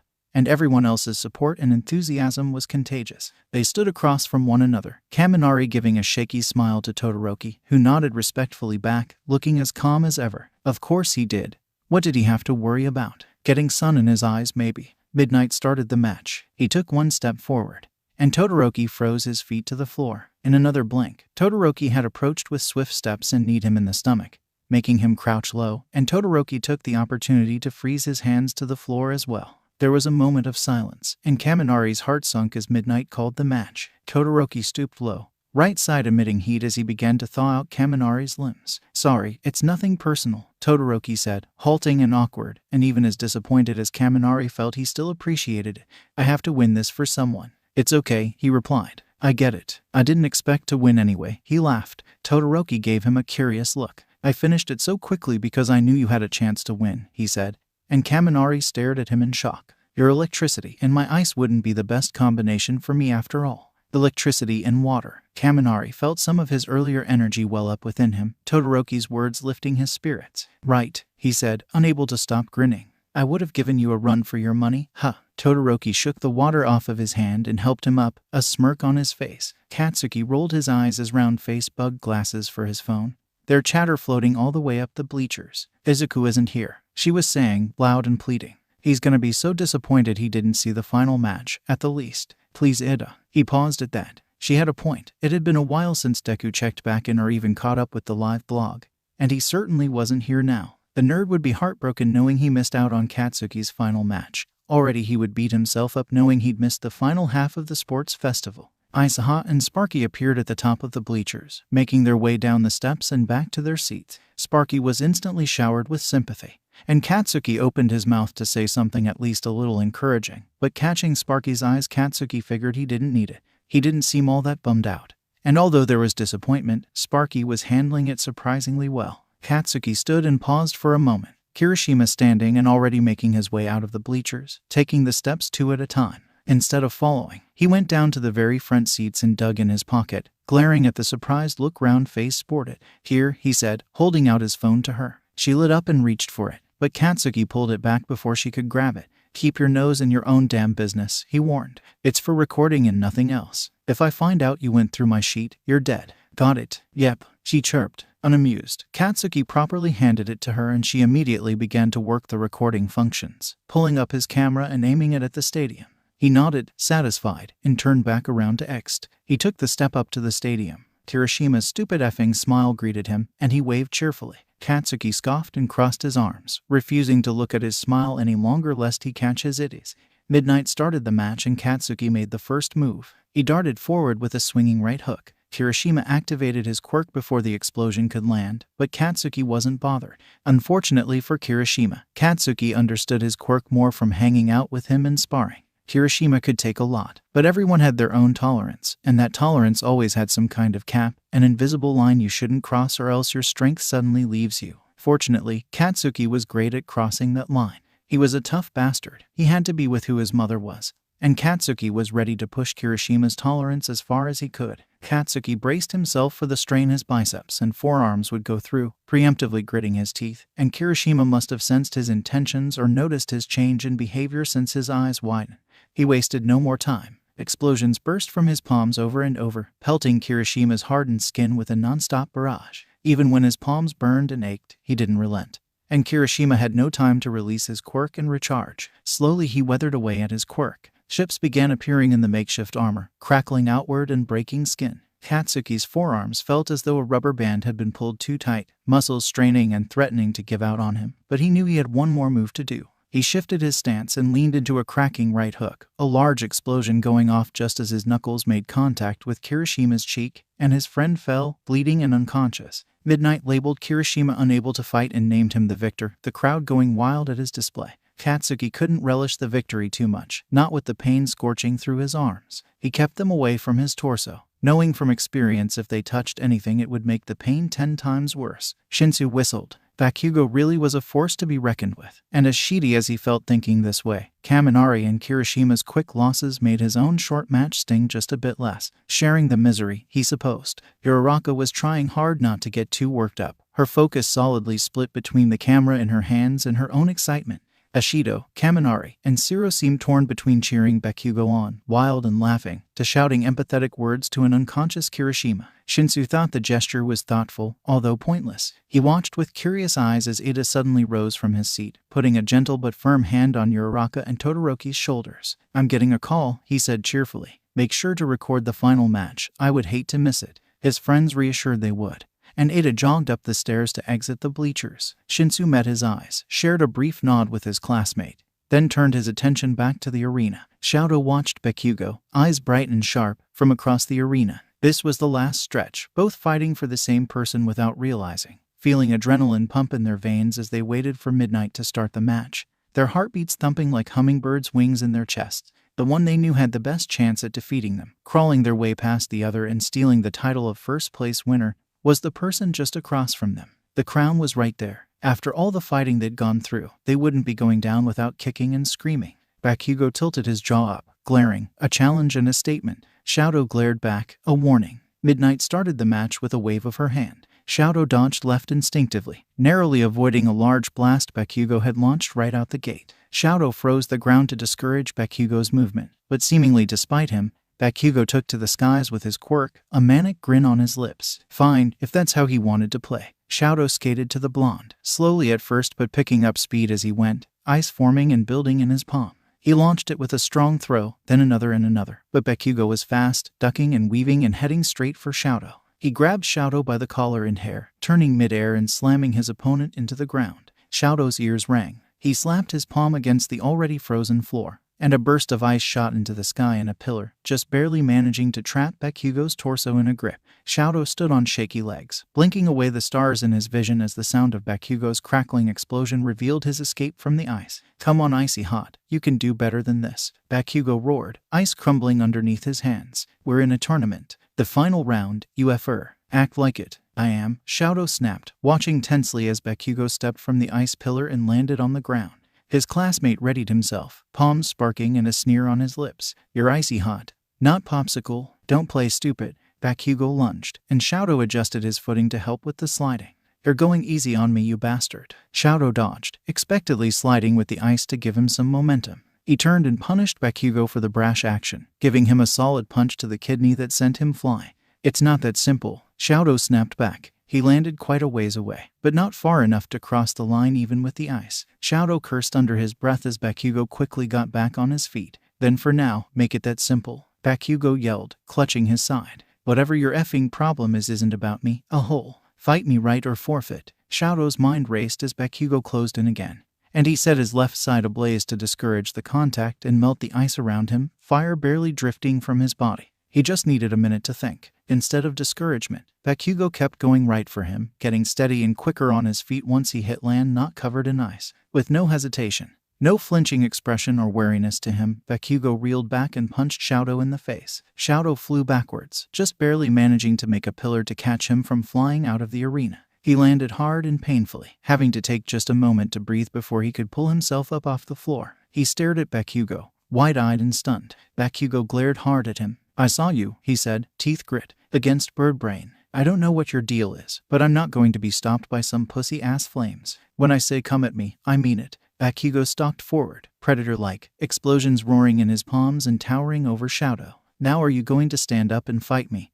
Or are you going to go down quiet?" Shadow's heart beat painfully in his throat as he stood up. He hadn't realized Bakugo was paying that much attention to him, hadn't realized he even cared. Did he really give his classmates that little credit? Izuku's voice echoed in his head, reassuring and coaxing and sad, and something boiling and angry bubbled in his gut, thrashing and loud and demanding to be heard. No, he wouldn't go down quietly anymore. He was sick and tired of following his father's rules. It was his quirk, but he was still letting his father control him, dictate what he could and couldn't do. And looking into the roaring energy in Bakugo's eyes, Shadow knew he'd had enough. Shadow stood up, hands sweating, and he took in a deep breath, a nervous tugging in his gut that he forced himself to ignore. He would grow. He would be able to not only show his father fire wasn't hateful, but his mother too. His siblings, his family. Heat gathered in his left side, fire climbing and growing and spreading until it was an unstoppable inferno, melting every speck of ice along the ground. Shadow met Bakugo's eyes, expecting dread to stare back at him like he was looking into a mirror. Bakugo threw his head back and cackled. "Welcome to the final round, icy hot," Bakugo said, grinning, and he charged. Shadow, hands and feet numb with shock and nerves, met him pace for pace, adrenaline making his blood roar in his ears as the wind blew his hair back from his face. His left side was born for flames, for fire, and locking it up was no longer an option he would entertain. He had classmates, had Izuku, had Aizawa. He didn't have to keep this pain to himself anymore. Didn't have to keep such tight chains on at all times when all anyone around him wanted was just for him to do his best. Was for him to be able to grow, to move past this. If he couldn't take the first step forward, he never would. Shadow was tired of standing still. For the first time, Shadow felt like no one was watching as he met fist to fist with Bakugo, hearing a deafening explosion that made his whole world turn black. The stadium was silent, awe and shock at what they had witnessed causing a universal moment of quiet to process what just happened. Smoke from the explosion shrouded the arena in gray fog, thick enough to choke on. And it took midnight and Kamui Woods shooing it away for them to see what was going on. Todoroki Shadow was slumped against the stadium wall, clearly unconscious and most certainly out of bounds. Bakugo Katsuki lay on his back in the arena, a hair's length away from the line, unconscious as well, arms torn and bleeding. Midnight announced Bakugo the winner of the tournament amidst thunderous applause that he couldn't hear. Medics came to the arena to take both boys to Recovery Girl. And even from all the way down there, the medics could hear a specific group of kids screaming and chanting Bakugo's name from the stadium bleachers. Hisashi pulled out his phone with a grin, forgetting about commentating entirely. Shouta and Midoriya would no doubt want to hear about this. Katsuki stood on the first place platform, the tallest of the three, bandages wound around his hands and forearms. Icy Hot to his right was slightly shorter, looking pensive with plaster on his neck and cheek, and Kirishima was to his left, the shortest of the three and looking near tears. He really didn't want to rub his win in their faces, especially Icy Hot, but he figured he could indulge in feeling the tiniest bit smug. His smirk was threatening to turn into a wide grin every second. And his posture was proud and tall, the entire stadium cheering his victory. He could hear his class going wild for them, his group's loud whistling and shouting distinctive even from all the way up on the bleachers. The sun was bright and shining, the crisp wind blowing his hair out of his face. His heart felt full. This wasn't just for him. It was for Deku. It was to prove not only to himself, but to his best friend that he could be the best without fail, without needing to tear others down to get there. That he would. He had already made steps, but that was correcting himself, not moving forward. Now, he could say he was moving forward. All Might was there to give them their medals, plaster across the bridge of his nose like it had been broken, and Katsuki was two minds about it. On one hand, the little kid in him was fit to burst with joy and excitement, cackling and cheering at having his idol recognizing him in such a way. On the other hand, however, Deku hadn't gotten better with his behavior around him, and when someone like Deku was that quiet, that cautious, it was best to be on guard. Admittedly, a very small part insisted in the moment that Deku was probably overreacting, but Katsuki very firmly told that small part to shut the F up.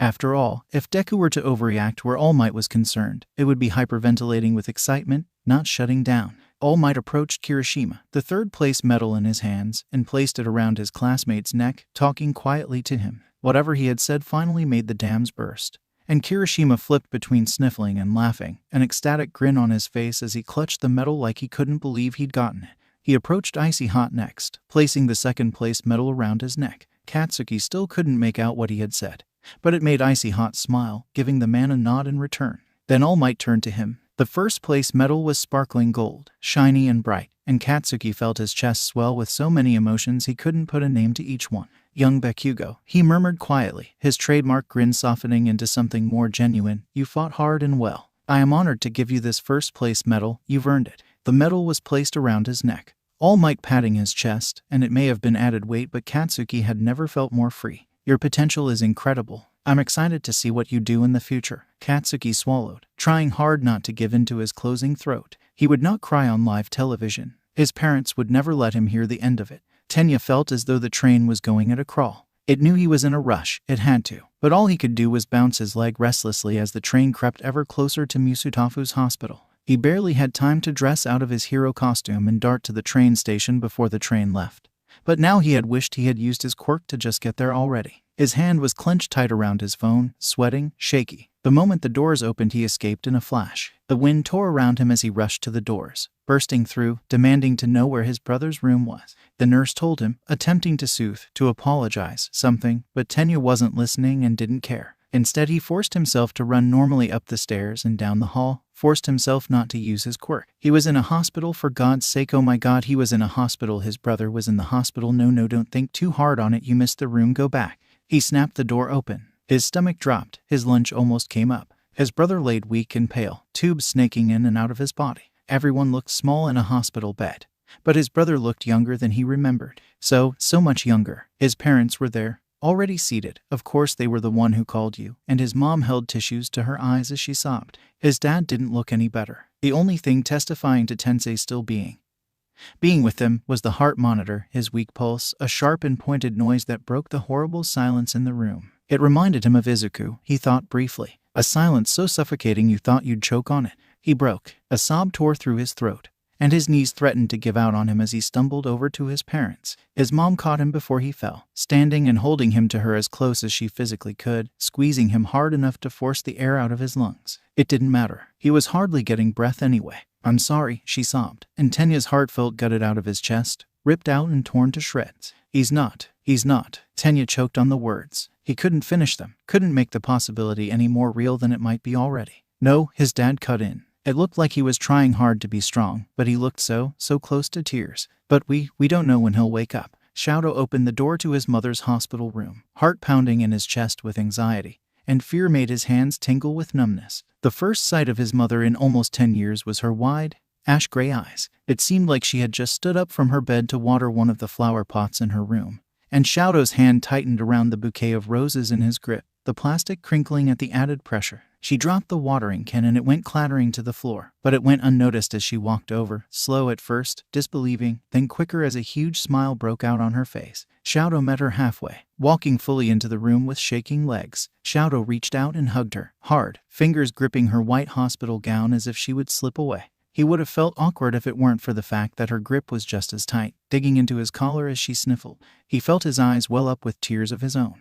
She still smelled the same, like freshly blooming flowers, and it brought on a whole slew of memories. Every time she held herself straight in the face of his father's wrath, every smile she had sent his way, every time they had sat down to watch All Might on the big screen and Shadow had asked her if he could be a hero, if he should even want to be. He had hidden himself away from his mother not only out of anxiety, but out of guilt. He should have done something, called someone, put up more of a fight. Maybe if he had done what Endeavor wanted just a bit better, she would have been spared. And in that moment the guilt he had suppressed for years came rushing and all at once, clawing at his chest until he felt like he could barely breathe.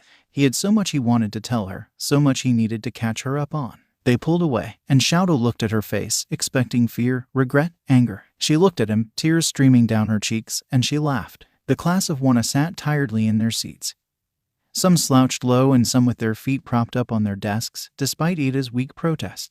The sports festival had been long and grueling, a challenge that tested every ability they had until they felt that they would break, and it had left them exhausted but thankful. Katsuki felt the atmosphere and shared in it. His forearms needed a moment's respite.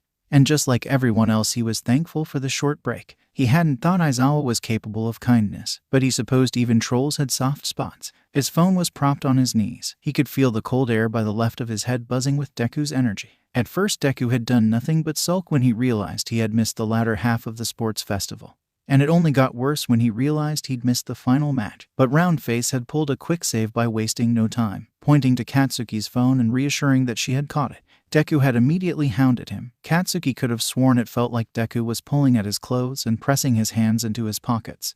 But he brushed it off his imagination, and to keep the little gremlin at bay, he had shown Deku the footage. He had to give it to her. Roundface had done a decent job at recording. The footage had stayed on the two damn near the whole time, no matter how many times they had tossed each other across the ring, only growing shaky and blurry when the dust cleared to reveal him as the winner. She had been cheering and jumping like everyone else, and the footage turned into a mess of incomprehensible colored smears and a jumble of voices. Katsuki didn't hold it against her. Deku had been just as excited. He had cheered and laughed and even cried, just a bit, patting at Katsuki's face and shoulders in glee once the video was over. The class had cheered with him, asking what he thought, and mutters had permeated the room nonstop, much to everyone's joy. Katsuki couldn't help but smirk, knowing Deku was indulging in his usual quirk rants. He wondered what Deku was saying. Deku made his rounds, giving each and every student their own flurry of celebratory pats and slaps, going up and down the rows. Roundface couldn't stop giggling. Kirishima got emotional all over again, and Icy Hot looked surprisingly bashful, although Katsuki wasn't sure why. Eyebags tried to shrug off Deku's cheerfulness, but he gave in quickly enough, and Katsuki turned back around in his seat to hide his smirk.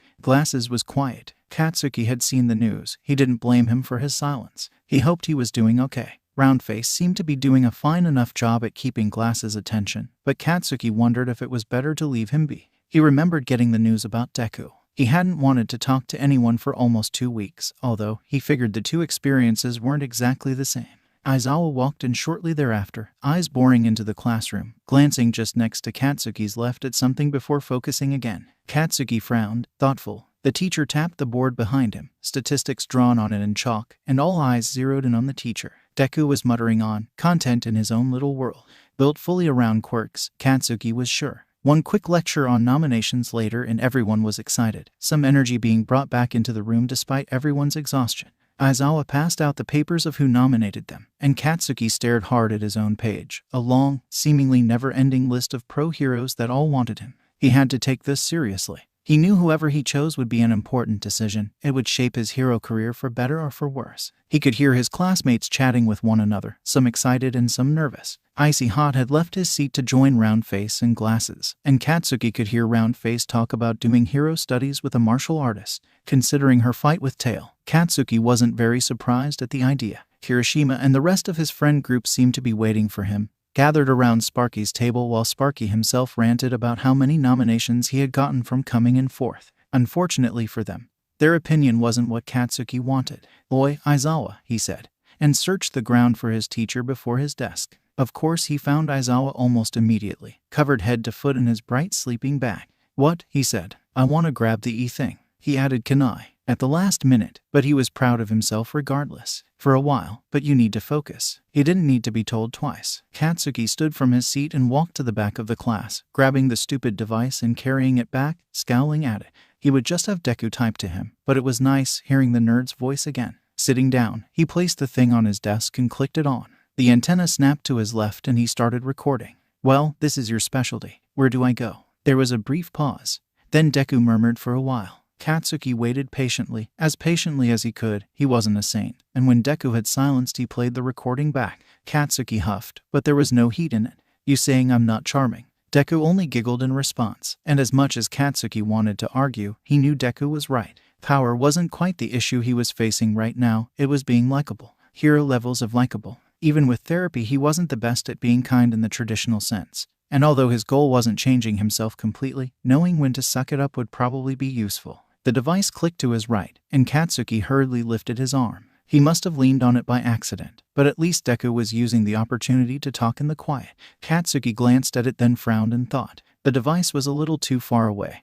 Even if Katsuki had leaned hard to his right, did he even feel it on his arm? Deku stopped, and Katsuki stopped the recording and played it back. "I'm surprised you don't recommend All Might," he drawled, keeping an eye on the device. "Mirko, why did that name sound familiar? They had to be in the top 5. Was their name even on the list? He reached out to click record again, but the button clicked on its own, causing Katsuki to blink in surprise. He knew it, he hadn't leaned on the button. So did that mean Deku managed? But how? He couldn't touch things before. Deku stopped talking, but Katsuki didn't move, staring wide-eyed as the device clicked buttons on its own. Deku seemed a little out of breath while he spoke. Katsuki's face burned, sinking into his chair. How Deku managed to make his own milestone less important was beyond him. "Shut the F up," he hissed, embarrassed. "There are people here, you crazy bastard. And is that you? When the F could you do that?" Deku tapped the device, once, twice, 3 times, and Katsuki got the hint and clicked the buttons himself. Maybe he couldn't do it for too long. He shot a glare over to Aizawa. Why did the old man not warn anyone? Oh, Katsuki sighed, clicking off the machine. Yeah, sure. He pulled out his phone and set it on the desk, face up, opening the Notes app on his phone. "Congrats," he said, heart full and warm but not exactly sure how to express it. "You better not move my sheet around." Deku laughed, and his phone glitched worryingly as the ghost typed on his phone. "I won't. But back to your hero studies. It's important after all." Katsuki rolled his eyes as he read the words. "Of course, I really think Mirko would be a good idea. She's a lot like you, but she's really popular too. I would say Hawks, but I think his quirk is a bit too different. Best Genus could teach you how to be charming. I heard he's really into that stuff, but you guys might not mesh well." "Who's Mirko?" Katsuki typed back. Deku simply put a bunny emoji and Katsuki snorted, a smirk pulling at his lips. He was a little pissed that he knew exactly who Mirko was now just off that alone. But he supposed Deku made his point. "Very funny. Hey, Bakubro." Katsuki pulled his head up from his phone, blinking, looking over at Kirishima who was staring at him in curiosity. Everyone was staring at him, actually. I was just curious. Did you know Izuku before? You guys seem close." All of the energy felt sucked out of him, a scowl slowly replacing the half-smirk on his face. Deku patted at his shoulder, trying to comfort. It only felt like cold air. Kirishima winced at his face. "Sorry man, you don't have to answer. We've been wondering for a while but never found the right time to ask." His phone glitched. Katsuki glanced at it. "You can tell them as much as you want," Deku typed. "I don't mind." The fact that they hadn't asked sooner was surprising. Really, Katsuki couldn't blame them for being curious. Deku called him Kakin for F's sake. That was definitely a sign they had history. Katsuki tapped his nails on the table, spoke haltingly. "Yeah, knew him for years. Went to school with him." His classmates went quiet, staring at the floor or their feet, and Katsuki found himself missing the easy atmosphere from before. Deku still patted at his arm, and it was a comfort. "That must be hard," he heard Sparky mumble. "What happened?" Kaminari. Glasses scolded immediately. "Hand chopping? You should not just ask something so personal." "Sorry, I didn't mean." Sorry," Sparky stuttered. "I think a better question is what he looks like." Icy Hot spoke. "We've had nothing to go off of." Katsuki shrugged, an uncomfortable feeling tugging at his gut. He hated talking about middle school. His therapist called it trauma. He called it cowardly with frustrated, angry cursing, but he figured Deku would want them to know. Besides, he couldn't keep Deku to himself forever. It wasn't fair. "Green hair, freckles, green eyes," Katsuki said, tapping his desk quicker. "Stupid grin on his face all the time. The works." "What was he like?" Glasses asked. "Careful," and Katsuki wondered if talking about someone else was helping him. Maybe it was. And the idea gave him a bit of strength to continue. Even Aizawa was listening, having sat up from the floor. "Nerdy," he said, but in a good way. The hero studies, such a highly anticipated event that had the class raving even with their exhaustion, was set aside as Katsuki began talking about his childhood friend. Instead of trying to describe him, he decided talking about what Deku had been up to was a lot better. "Our moms were friends before we were born," he said. "So we grew up together, and that effer grew up obsessed with heroes. He had 12 notebooks?" "Right." Deku typed 11. D on his phone. 11 then. A sheet ton of notebooks just full of nothing but quirk analysis. "Is that why you asked him for his opinion?" Roundface chirped. "Damn right," Katsuki said, slapping his desk with a grin. "He grew up with me. If there was anyone I'd want a second opinion from, it would be the nerd. He knows my quirk as well as I do. Maybe, just maybe, a bit better." Deku put a crying emoji, and Katsuki shrugged. "Hey, credit where it's due, crazy ass." Glasses frowned, eyes glimmering with something Katsuki didn't like. "How did you move on?" he asked. "You have dealt with this very quietly. Did you recognize him as soon as he spoke?" Katsuki barked out a laugh, a mixture of bitterness and amusement and unpleasant weight on his chest. "I've been anything but quiet." They talked a bit more, Deku occasionally tapping out sentences on his phone for Katsuki to read aloud or read on his own. Aizawa, as interested as he was, he hadn't laid back down since Katsuki started talking, eventually guided them back to work, saying if they wanted to discuss the topic they could do it during free time or after school. Katsuki focused back on his hero studies, ignoring his pounding heart climbing up his throat. God, he effing hated talking about that. He was quickly absorbed, however, in the paragraphs of ideas and theories Deku spat out at him, and a part of him wondered if Deku did it on purpose. Regardless, he was thankful for the distraction, and in the end the two of them had narrowed it down to two pro-heroes. Mirko, who Katsuki was heavily leaning towards the more Deku talked about her, and, to his own surprise, Present Mike. He owned a radio show. You had to be charming to be successful with that, right? His quirk was loud, flashy, and aggressive, a similar enough comparison that Katsuki might even learn a thing or two. He packed up his things as the bell rang, thankful they didn't have to answer quite yet. Right now, he was more focused on an idea that had popped up, a way to explain Deku without having to say much at all. The next day, he sauntered into his homeroom class, a smug grin on his face. He said his usual gruff good morning to Deku,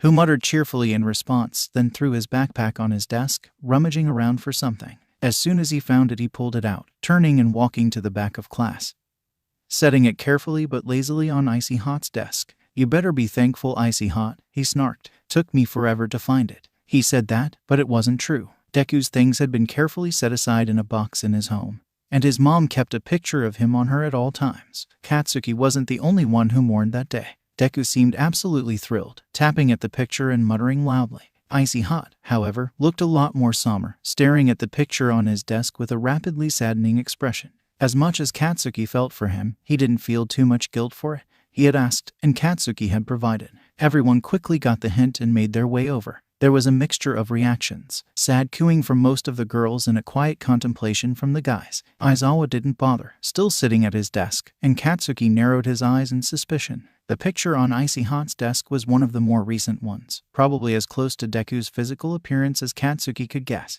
It hadn't been taken by his hag of a mom, nor was Katsuki in the picture, but he was thankful for it. It meant Deku was smiling, wide and carefree, freckles shifted with the force of it. It was the impression he wanted everyone else to have. A happy, optimistic kid. He could tell everyone the darker sides of the story when they'd seen enough of the lighter parts. Aizawa had been rather busy, even after the sports festival. He had sat down with Hisashi and asked the man for help learning sign language as soon as he was able. Of course, he was only happy to assist. And the next week of Aizawa's schedule was crammed with learning the basics. Already he had wasted so much time, he wasn't putting it off any longer. Unfortunately, it wasn't just that. The students had handed in their hero names as well as their desired internships. Nezu arranged the internships proper, but Aizawa was tasked with wrangling the brats into some kind of order, as well as making sure they got where they needed to go with little to no hassle, a tall order, considering the class he had. He sometimes wondered if they drew chaos to themselves like magnets, drawn to their confident, sheet-eating grins and youthful optimism.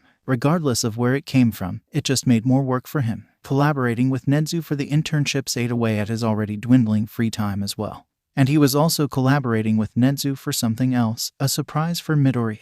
Hatsume from the support course was the backbone to the whole project, really, and even though Aizawa was excited for Midoriya's response, he hardly had any time to relax now. He had talked with Midoriya about what he planned to do during the time of the internships, since he was admittedly concerned about Midoriya being alone for a while. Much to Aizawa's surprise, the conversation had taken a turn he wasn't expecting. As alarming as that was, he pressed about Ada first. As far as Aizawa was aware, Ada had been doing decently. Not great, but nothing that should cause such wariness. Breathe, Aizawa soothed. We can figure something out. What do you mean Todoroki isn't safe? If anyone were to be described as horrible by someone like Midoriya, it would be Endeavor. Aizawa had met him a handful of times. None of them had been pleasant, and Aizawa cringed at the reminder that Todoroki lived with the man. He wondered how Midoriya had the opportunity to meet Endeavor, maybe at the sports festival. I'll talk to Ida, Aizawa said. I want you to stick with Todoroki during the internship. Okay. Keep an eye out for me. Give Endeavor hell if you have to, and report back once it's over. Aizawa had thought Midoriya would cringe from either his phrasing or the request. But instead the little ghost only looked determined, straightening from his hunched posture as his eyes shined. He wasn't sure if he should be worried or not. The next chance he had, he asked to see Ida after class. He didn't look nervous at the request, which Aizawa counted as a good sign, and he didn't look particularly worried standing in front of his desk either. He asked the student questions about how he was faring, if he needed anything or extensions on due dates. Ida denied them all, stating he was doing decently and didn't need anything in particular. No matter how many times he tried coaxing his student to talk, all Ada seemed to want to do was shrug him off. Aizawa sighed as another worried comment was brushed away. I ask, Aizawa said, because of my and Midoriya's concerns. Ida blinked. Midoriya, sir. Izuku. Midoriya Izuku, he clarified. We are both worried about you. It's why I requested you stay after to begin with. He expressed worry over your behavior. Ida took a moment to pause at that, pensive, contemplative, and Aizawa hoped Ida was finally listening.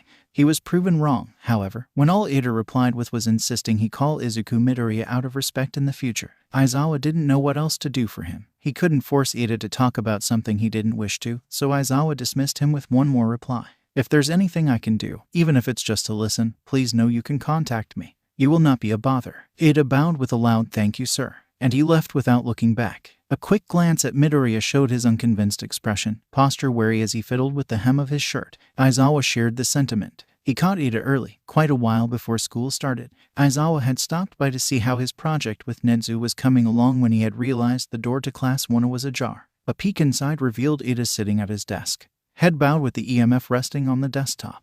Midoriya hovered close, floating above the desk with his hand on Ida's bicep, worried but comforting. Could you see your family? Ida asked, his voice quiet and shaking. Could you watch over them after it happened? Could you see how much they missed you? Aizawa didn't hear Midoriya's response, but he saw how his broken limbs twisted and cracked from the stress of the conversation, blood pooling at the injuries. As upset as Midoriya was, he knew the kid would hate for him to interrupt Ida's heart-to-heart, so he forced himself to shut the door and not intervene, heart sinking as he forced his feet to move to the staff room. He hoped, with everything he had, that it would help Ida, for Ida's sake. Aizawa couldn't do much else. He kept a close eye on Ida after that. Midoriya was a huge help as usual, floating around the classroom to keep an eye out, and his sign language lessons were already coming in handy. Midoriya was able to shoot him a quick sign wherever he was at, good, help, or bad depending on severity, and not having to stand up from his desk in order to know the condition of the room was tremendously helpful. The internship work was bleeding into his class time, a needed sacrifice, and Midoriya's help meant he could stay seated. Whenever Midoriya went by Ida, he only signed bad with a worried frown. Aizawa didn't know what to do about it. If his talk with Midoriya hadn't helped, he doubted anyone could, really. He felt Midoriya nearby. The ghost had been hovering close a lot recently, but he couldn't blame him, not after their talk a few days ago. Tenya had felt hollow since the news about his brother. Everything felt wrong, backwards, and he couldn't do anything about it. His head was full of rage, forcing anything unrelated out of his ears to shatter uselessly on the floor. He couldn't think, he couldn't focus. Tenya had no idea how he had kept up his classes, muscle memory perhaps. He felt a brush against the back of his neck, careful and tentative, and Tenya shooed the feeling away with a hand, not looking away from Aizawa's lecture. There was a pause, then another brush to his shoulder. Tenya sighed through his nose. As much as he appreciated Midoriya's concern, it wasn't what he needed. He had gone to Midoriya for comfort, reassurance, and he had gotten it certainly, but not the kind he had wanted. Tenya had promised, but he didn't have any hope left to lose. Even if Tensei woke up, there was a very large chance he would lose his ability to walk. That horrible villain had spat on his brother and walked away laughing. He needed to do something. Anything. His restlessness was strangling him. A continuous buzz just underneath his skin that wasn't connected to Midoriya's presence. Tenya wasn't one to be dramatic, but he thought, quite seriously, that doing nothing was killing him. Why was he in a hero school if he was only going to sit on his hands and wait? Wasn't he here to help? Wasn't that the whole point? Midoriya jabbed him between his shoulder blades as if he sensed the dark thought, and Tenya winced at the lingering but mild pain left behind. Already his skin was buzzing. Midoriya's usual energy made his skin practically vibrate, teeth grinding in an effort not to stand up and charge out of the classroom. Go away, he whispered to the ghost, blinded by anger and sorrow and something else that was scooping out his insides. He felt like crying. You're bothering me. There was a brief pause. Then his skin went back to a low buzz. Tenya took a deep breath and desperately tried to focus. His hands clenched underneath the desk, digging into his palms. Shadow stood on the platform, taking some much-needed breaths in preparation of going home. A whole week of interning with Endeavor. He would be lying if he said he wasn't regretting the decision. The idea that he would be forced to spend time with the man was one that made his stomach twist. But there were, unfortunately, benefits. His father was number 2 for a reason, and Shadow knew he still had much to learn. Interning under All Might himself was a death sentence in the making, and Shadow knew it, even though every bit of him wished desperately to have the option. But if he couldn't have All Might, he'd have to choose the second best option, the second best hero. He'd learn what he could, keep his head down, and get the hell out of there. Dread was still unfurling from his stomach to weigh on every limb until he could hardly walk forward. No matter how many times he attempted to soothe himself, he would be alone. His sister and brother wouldn't be part of the internship.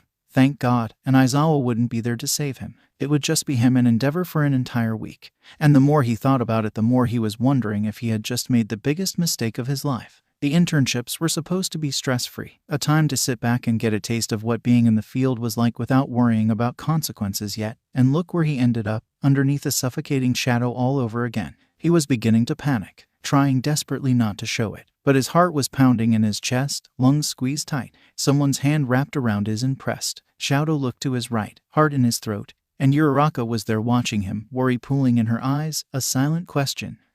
He didn't know why or how Uraraka and Ada latched onto him, but they had, and Shadow couldn't have felt more thankful for it, especially then. He swallowed in an effort to unclog his throat and shrugged at her. She hummed in response, not understanding but not willing to press, and started a conversation with him, calm and cheerful and bright enough to chase away his panic and dark thoughts. Just what he needed. He was all too happy to participate, basking in her presence and giving himself a moment to breathe, like he had been trying to earlier. His father was harsh, but he could stay strong. He didn't just have his mother's ice on his side after all. Now he had her eyes watching him, kind and curious and so happy to watch him grow. He felt braver than he ever had before with such a comforting gaze in mind, cocooning him up in fuzzy memories. And as Uraraka continued the peaceful conversation while they waited for their trains to arrive, he could finally steel himself. This wasn't a mistake. This was a fantastic opportunity with a few downsides. Downsides he'd powered through for years. He could do it again. Katsuki was actually really effing excited. The nerd wasn't coming with him on the internship.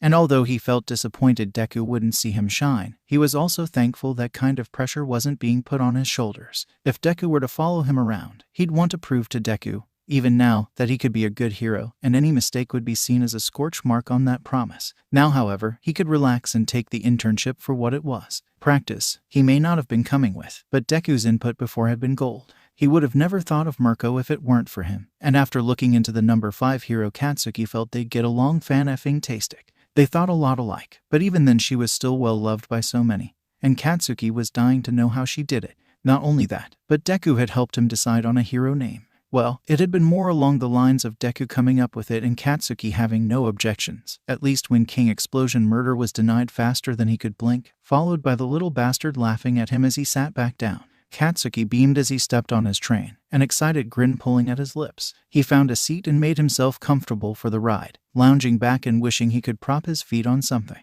His heart was so full it was fit to burst with hope and pride and a whole slew of other emotions. His palms were sparking, and Katsuki watched them, seeing not his pride nor his ego, but the potential he cradled. Izuku flew full speed through the train station wall, hoping with all of his being that he wasn't late. Nedzu's sign language lesson had run longer than either of them had expected. He had no idea where the Todoroki household was compared to UA, and if he didn't catch Shu's train he would have to figure out where it was the hard way. Truthfully, he could just ask Aizawa, but that wasn't exactly the point he was trying to make. Charging through the corridors, he made his way to the platform he was looking for and felt relieved when he noticed that not only was Aizawa still loitering, but so were a few students, a sure sign the trains hadn't left yet. He squinted at the train windows, hoping to spot a glimpse of red and white, but he eventually gave up, floating over to Aizawa and signing help, where? To the teacher. Aizawa didn't react obviously. Hand still at his leg while he finger-spelled LEFT and SECOND. Izuku gave him a thankful pat as he passed by, and Aizawa shot him a look in return, full of worry and concern, but also trust. Izuku grinned back, reassurance as well as a thanks. Shadow was indeed in the second train to the left, tucked small and still against the window amidst the seats. Izuku made his way quickly, settling down in the seat next to the student, and goosebumps visibly crawled up Shadow's arms as he jerked his head up in surprise.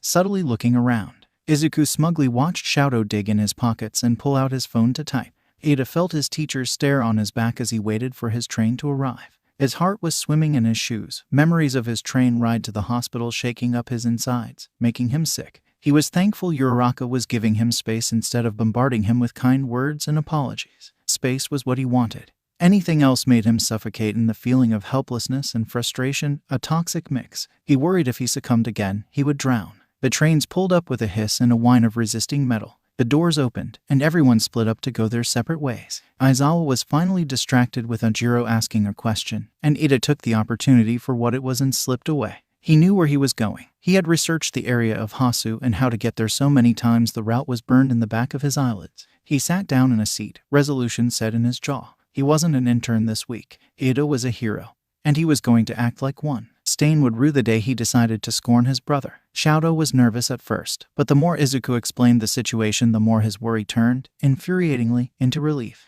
Izuku was thankful and happy that Shoto trusted him so much, but it also angered him. He shouldn't have to be wary of his own father to begin with, and eventually he had to leave his swirling thoughts alone, lest he shake the whole train. Endeavor had free rein before, but he wouldn't get away with his bullying and mean behavior now. Not if Izuku could help it. The ride to the Todoroki household was peaceful. They texted back and forth, quiet and calm, the atmosphere of the train washing over them both as the phone shared between them clicked away. The sound of the tracks rumbling combined with the soft murmurs of the other passengers made the perfect white noise for Izuku, never getting quiet enough to make him anxious. And Izuku found himself the most relaxed he'd been in a while. The only thing that would make it better was Kaken being there, but Izuku certainly couldn't complain. He was able to breathe, muscles relaxing, sitting right next to Shoto on the seat. He wished he had the focus to be solid enough for more than just his hands. He could actually sit and make himself comfortable then. With Aizawa's training, though, it was only a matter of time. The thought was soothing. The train stopped as it started, a hiss of steam and metal on metal, and Shoto stood to exit, Izuku following dutifully. They walked down streets, crossing roads, until they arrived at the Todoroki household. It was huge, more reminiscent of an older Japanese lifestyle than anything modern. Izuku immediately didn't like it. The air was suppressed and downtrodden, whispering to the inhabitants that a tragedy had taken place and still haunted the walls. It reminded Izuku of a horror film, an abandoned building littered with mean spirits and a dark past. Maybe, Izuku thought sadly as he followed Shoto up the walkway. The tragedy was what happened to Shoto. Maybe it wasn't just him. Maybe it was his siblings too. His mom. Shoto opened the door quietly, stepping into the house as if it was covered in booby traps. Izuku stuck close, anxious and unhappy. He removed his shoes and bag and waited for a breath. Then a little longer. Shoto. A voice roared from inside the house, an angry dragon deep in its cave, spitting fire. Come, he sighed, and Izuku's heart hurt for him. He stepped up on the raised platform and walked farther into the house, and Izuku followed, dread making his heart weigh on his chest and his stomach sink. Endeavor was standing, arms crossed and towering, in the hallway a bit farther in the house. He glared at Shoto, anger and frustration bleeding into his tainted palms and stained lips. "You're late," he hissed. Shoto shrugged, uncaring as usual,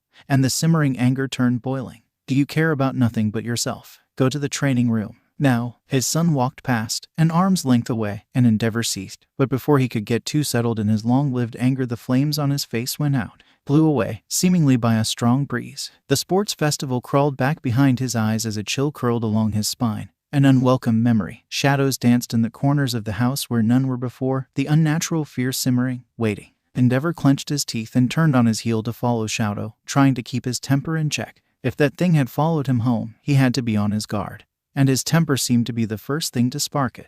He huffed a barely controlled sigh through his nose. It was going to be a long week with that thing watching his every move. Tenya was left alone to stew in his thoughts. They were a mass of a dark swarm, tainting everything he interacted with, gray and muddy and pointless. Never had homework felt like more of a worthless, useless task. The him from a week ago, sharpened attention on nothing but school and grades, felt so long ago that Tenya almost felt alien, a stranger. The train was almost there, and Tenya was buzzing with rampant energy, kept together only by muscle memory. He wondered if he would fall apart. He arrived in Hasu with little fanfare, and Tenya almost felt bitter as he watched the traffic crawl along and the people rushing to and fro, wondering why the city looked so normal, so alive, after such a tragedy had occurred. Wondered how everyone seemed so content to go about business as usual, while Tenya was standing right there, falling apart at the seams and choking on his own spite and hatred. He walked through the streets of Hasu with his head down. Eye contact with strangers felt painful. Everywhere he looked, he saw fake pity, masks on faces, an emotion they were told to feel and not one they were feeling.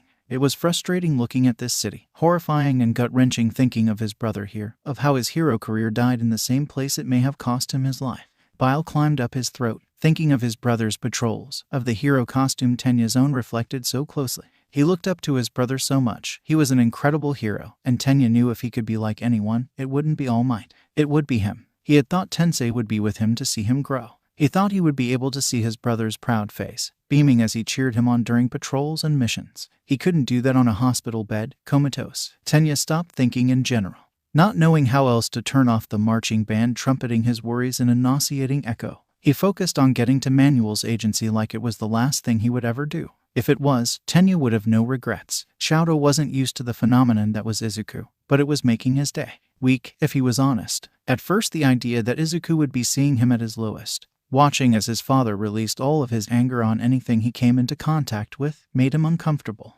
However, the circumstances were turning out to be a wonderful blessing. He hid a smile as his father was cut off mid-rant, a whole platter being shoved off the table and into his lap, and the glass of water shivered, debating on following the dish's lead. If he had thought Izuku weak-willed before, the notion was tossed out the window the second they had stepped foot in Endeavor's presence. The internship had started almost immediately, and his father had no qualms about dragging him to his agency the moment Shoto was able. Izuku, he knew, had been with him every step of the way so far, the cold buzzing a welcomed feeling compared to his father's roaring inferno. Every step of the way, Izuku was with him, and every step Endeavor took trying to make Shoto's life miserable. Izuku took 2 steps and turned the situation on its head. Endeavor was constantly being watched by the little ghost, and he could see Endeavor struggle to bite his tongue, turn the other cheek when normally Shoto would get an earful at best. Shoto didn't feel bad in the slightest, but he was a bit ashamed to admit he was enjoying the spectacle more than he probably should. Endeavor's flaming beard had been put out more times than Shoto cared to count in the past 3 days.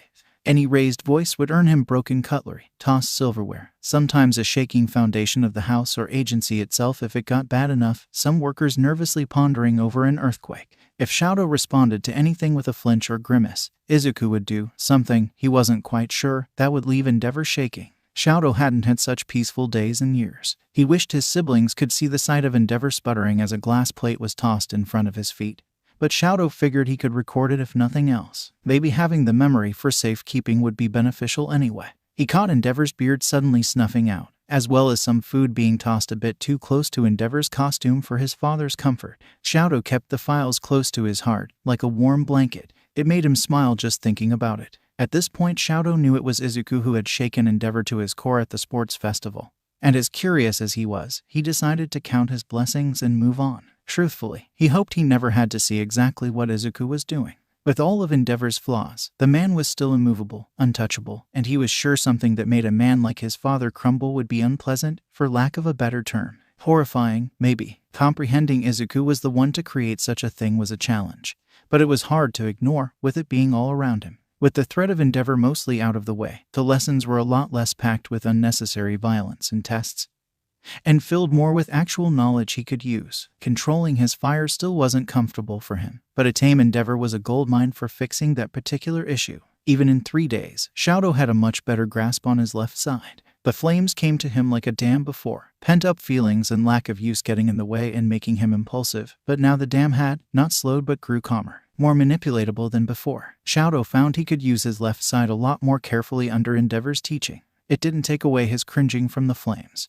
and it didn't stop the phantom pins and needles of burns, but he doubted anything could really. He would just have to get used to it, maybe it would fade over time. He may have been having a decent time, but it was clear Izuku was not. Izuku whispered even more often than in the classroom, and he wasn't sure if it was to mess with Endeavor further or for other reasons. Shoto didn't have an EMF with him. Whenever he prodded in texts, Izuku didn't seem to want to share whatever it was he was saying. But the little ghost talked to himself often, murmurs that made his father shudder warily, unused to Izuku's habits. When asked, Shoto claimed to hear nothing and asked his father if he was feeling all right. Endeavor didn't bring it up again, but Shoto could still hear it, permeating through every wall in the house, worried and restless. Unlike Izuku, the only thing he was able to decipher was Hasu, and even that Shoto questioned, wondering if it was his own projected worries on Izuku's vague, indecipherable speech. Ida hadn't talked much at all after the news about his brother, and the fact that Ida was in Hasu now. Day 4 of internships rolled around. Endeavor was restless, shifty, always moving with compacted energy from Izuku's never-ending presence. Izuku kept whispering broken syllables, merciless to Endeavor's plight.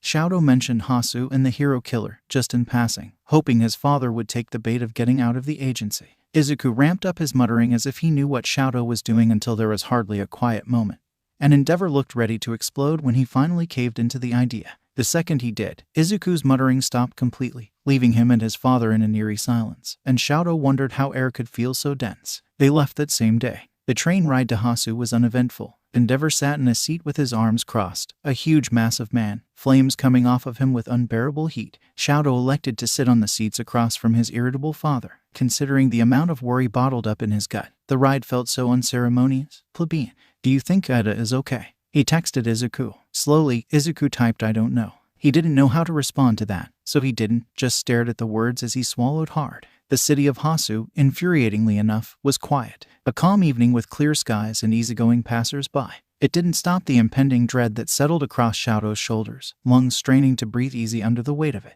Endeavor was up ahead, stride powerful and confident in all the wrong ways. Ada's at Manuel's agency. It can't be far, he muttered to the cold next to him. Let me know if you find him. A solid pat of a human hand, small on his bicep, was the only reply Shadow got before the cold of Izuku's presence faded out. Shadow paused for the moment, digesting the knowledge that he was truly alone now. Endeavor had no one stopping him, but Endeavor didn't need to know that. Shadow, you're lagging behind, Endeavor called, tone wavering between a desperate calm and dangerously annoyed. Shadow jogged to catch up, hoping he didn't need to bluff something so difficult as Izuku's presence to fake. They did their rounds. Endeavor was still careful, forcefully patient. Izuku's behavior so consistent he thankfully didn't need to be there any longer, at least for the time being. Shadow went through the motions of patrol, mind far away and wandering to the glory that had been sporting for almost a week now, to the uneasy, tense silence that bubbled around his classmate like a toxic cloud. He hoped Izuku would find him well, sulking on his patrol with Manuel and a bit calmer than before he left.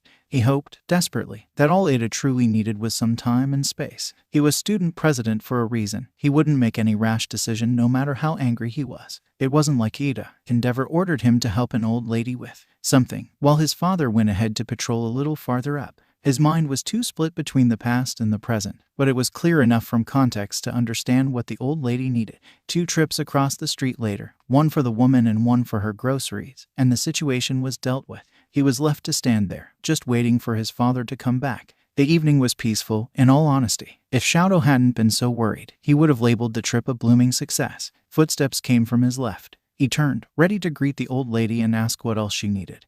But instead he was met with the sight of his half-dead classmate. He was moving strangely, as if he was injured in his joints and couldn't move the way he wanted. A decently sized dagger was lodged deep in his shoulder, the wound bleeding profusely, a deep red river down his arm and dripping off his fingers. It leaked from the bottom of his armor, down his legs, leaving puddles as he walked. A great big gash across the front of his breastplate revealed torn flesh beneath. Ada's skin was pale, drawn, breath rattling with every inhale and exhale. His helmet was gone, lost in the moment of whatever battle Ada had been exposed to. The separate parts of Ada's eyes were all swallowed in a glowing green stare. Ada stumbled forward on weak legs, swaying dangerously, until he reached Shadow and fell forward, slack. All of Ada's weight was held up by Shadow alone, his body sickeningly limp. The smell of copper blood was strong and foul. Izuku sobbed, echoed and layered with more than one voice. Shadow went numb. Hasu was quiet. Izuku quickly left Shu's side after a quick pat, darting through streets and roads, phasing through buildings and electricity wires. He'd be more careful, but throughout the entire internship he had been so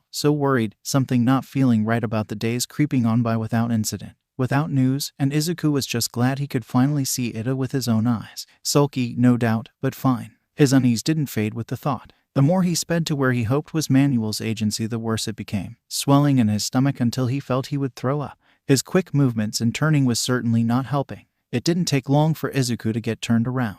He was frustrated and anxious, berating himself for not asking Shu for directions first as he went down more and more twists and turns. Why did he rush off like that? He'd never stepped foot in Hasu before, alive or dead. What made him think he would just magically find what he was looking for? Anxiety burned under his skin, heart pounding harder and harder as his search became frantic before he was speeding so fast through the streets it was a wonder he could see anything.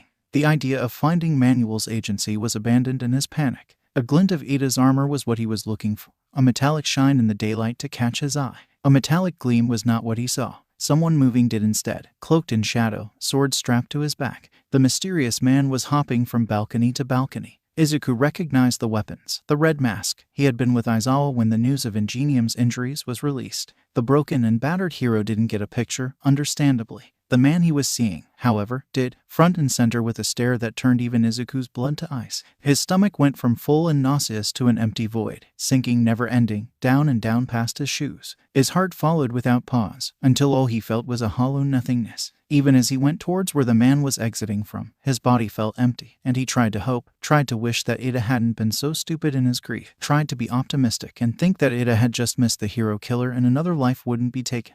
But he had seen the blood on the swords. Even if it wasn't Ada, he was about to walk in on someone else's resting place. But he had to see. He had to. What if it was Ada? There, tucked away in the darkness and shadows, Izuku saw a glint of metal, softer than it normally was. He headed straight for the secluded alley, Already this was such a perfect spot for murder. No, stop thinking like that. And he floated down until he was close enough to see someone was nearby, but he paid them no mind for the moment. He approached Ada's figure instead, armor caked in a layer of dust, laying on his back, blood a dark red puddle around his body. Izuku floated up to him, eyes already brimming with tears as his heart squeezed. He couldn't hold his hands still, they were shaking so hard. He could see a knife, maybe a dagger, who cares, it didn't matter, protruding from his shoulder. A gash, pressed deep into his skin, marred not only flesh but the chest plate as well. The only thing that spared Ada was the lack of his ghost. There weren't two Adas, just one. But that wouldn't last. He didn't have to stand close to hear Ada's struggled, rattling breaths, barely there, barely clinging to life. He sobbed, covering his mouth with his hands as the tears blurred his vision. His arms and leg twisted and cracked, painful and throbbing and sore. But it was nothing compared to how badly his heart burned with fear. Ada wasn't conscious, that much was obvious, and waking him up was out of the question. Every hero film he'd ever watched, every documentary and interview he'd ever invested his time in said not to move the body, it might make the injuries worse. But what choice did he have? If he left Ada in the alley, even to get help, it would be leaving him to die. If he moved Ada, how could he? He still couldn't even pick up a cell phone for very long, let alone someone twice his weight. But Ada couldn't stay there. Just debating his options was ticking away precious time, snuffing out the candle of Ida's soul in his belly. Izuku could feel it dimming. A presence he hadn't known was there until it was being taken away.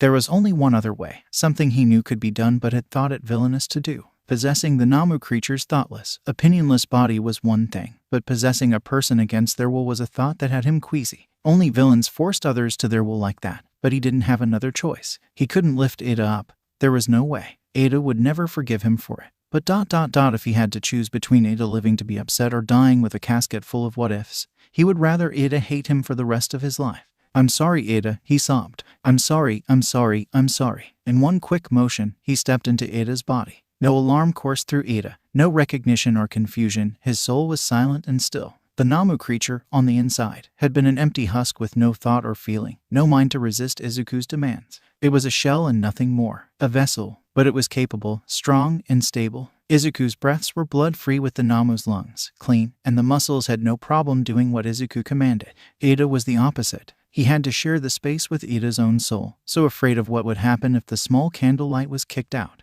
Ada's body felt so fragile, so weak from blood loss. Pain shot through everywhere, and Izuku held back more sobs as he wondered if Ada had been just as scared as he had been. He didn't know where Shoto was. He had been in such a rush to find Ada that keeping track of landmarks and signs was the last thing he thought of.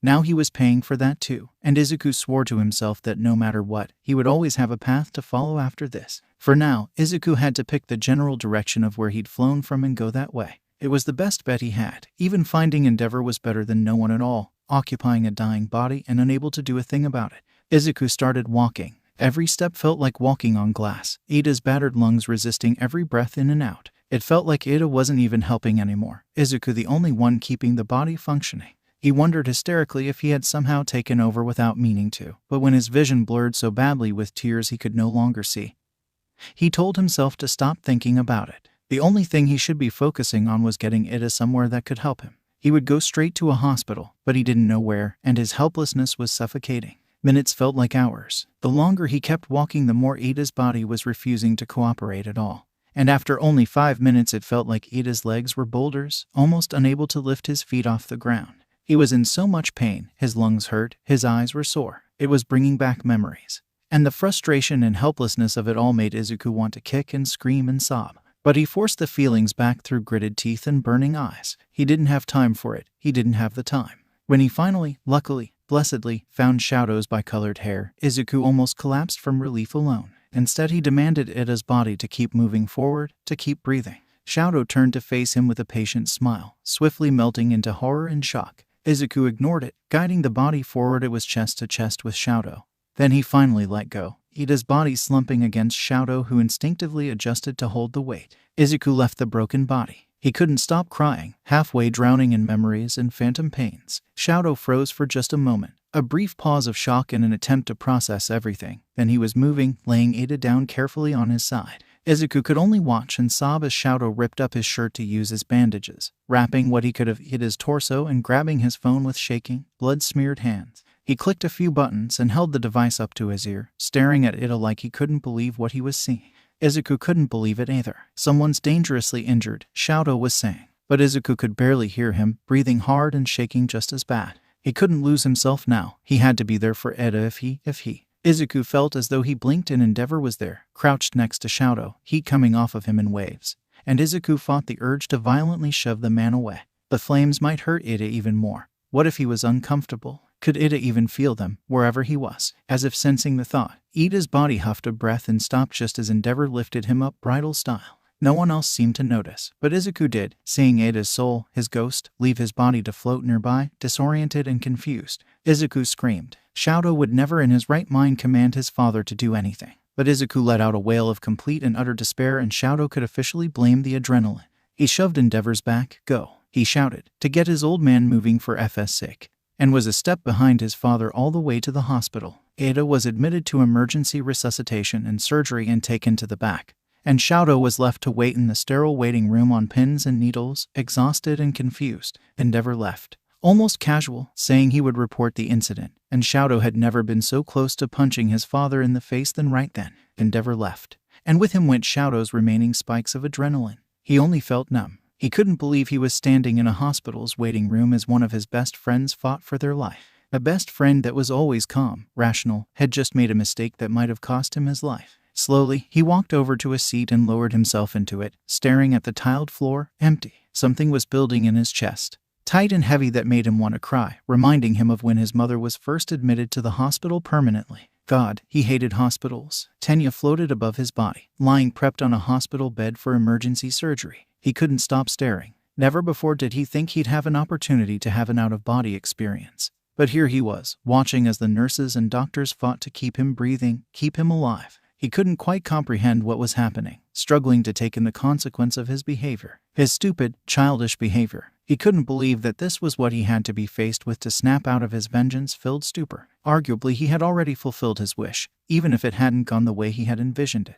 What else did he expect to happen? Avenge his brother as a first year at UA, take home a golden trophy and walk away scot-free. His dying body laid in front of him. He only thought of how absolutely foolish he'd been. This was exactly what Izuku, Midoriya, had warned him about, what Aizawa was trying to avoid, what Uraraka and Todoroki had tried to coax him out of doing. Midoriya. He was the first thing Tenya had seen since the start of his out-of-body experience. A child twisted and broken and sobbing with a never-ending well of tears. It made him wonder if this was something else. But Tenya refused to think that way. He would wake up. He couldn't abandon his family and friends and classmates. Not after such a stupid mistake. He had to apologize, make it up to them somehow, beg for forgiveness. Midoriya wouldn't let go of his torso. He was crying so hard it was almost screaming. Eyes leaking blood and tears, arms so twisted and mangled Tenya avoided looking at them directly. No matter what Tenya said, he wouldn't calm down.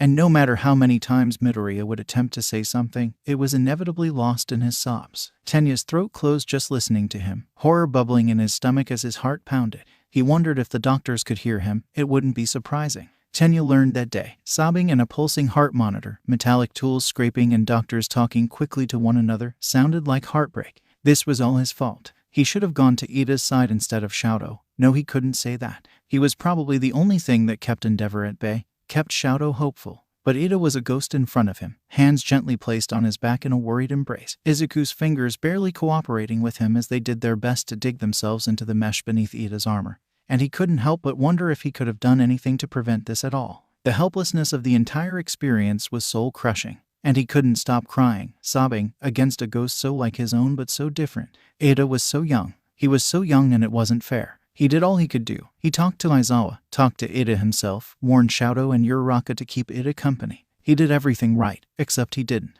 One mistake was all it took. And now Ida's life was in the balance. What would Aizawa say? Would he be disappointed in him for not doing enough? For losing a student? Would he hate Izuku for it? The idea of Aizawa avoiding him, the class inevitably following his lead and submerging back into solitude horrified him. Sobs tore through his already hoarse throat, arms spiking with pain. He choked on his breath, gasping, clinging to Ida while simultaneously begging any force that was listening that Ida would disappear back into his body. Panic was an old friend, creeping down his spine and making every muscle in his body tense in preparation of his heart beginning to pound. His hands shook, even buried in fabric. Ida grunted, moving his hand to rest soothingly on the top of his head. He didn't feel it. Everything was numb. He couldn't move, couldn't breathe. Invading Ida's privacy had been for nothing. It was a waste of time and effort. A student was going to die, and it was all his fault. He should have been there. Midoriya was shaking the hospital room, a tremor that made the table full of surgical tools rattle. His body was warping and phasing in and out, unstable, panicking.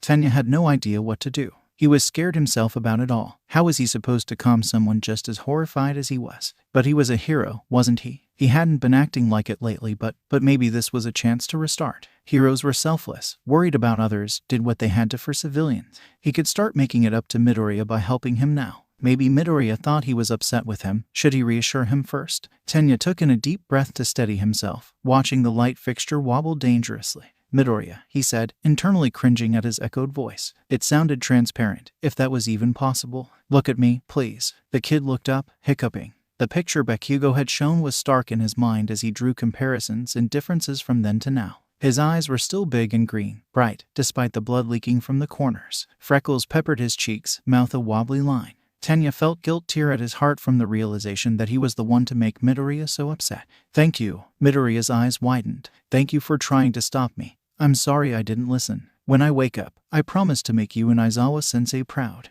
When, not if, he would wake up. He would. He had to. Tamura was seething, settled in bed and glaring daggers at the wall across from him. The glass of water was held in his loose grip, pinky finger raised to avoid activating his quirk. A major concussion from his own damn Namu. His nausea made him miserable, wreaking havoc on his stomach and making it much harder to keep food down. Not only that, but a loud, high-pitched ringing in his ears came to him in waves, followed by a crushing sense of exhaustion. His focus was spotty, making paying attention to things difficult, and his occasional blurry vision only made the problem worse. And God, the headaches he'd been having. They tore through his skull and shook up his brain, opening up his head to dump a marching band banging drums and cymbals behind his eyes, tucked in his temples. Nausea usually accompanied the headaches, and with all the symptoms wrapped in one, he was bedridden more often than not. The worst part about all of it was Kurogiri's ban on any screens. Game consoles, handheld devices, even his phone was off limits, and Tamura had never been more infuriated in his life. If he had one of his precious games to pass the time,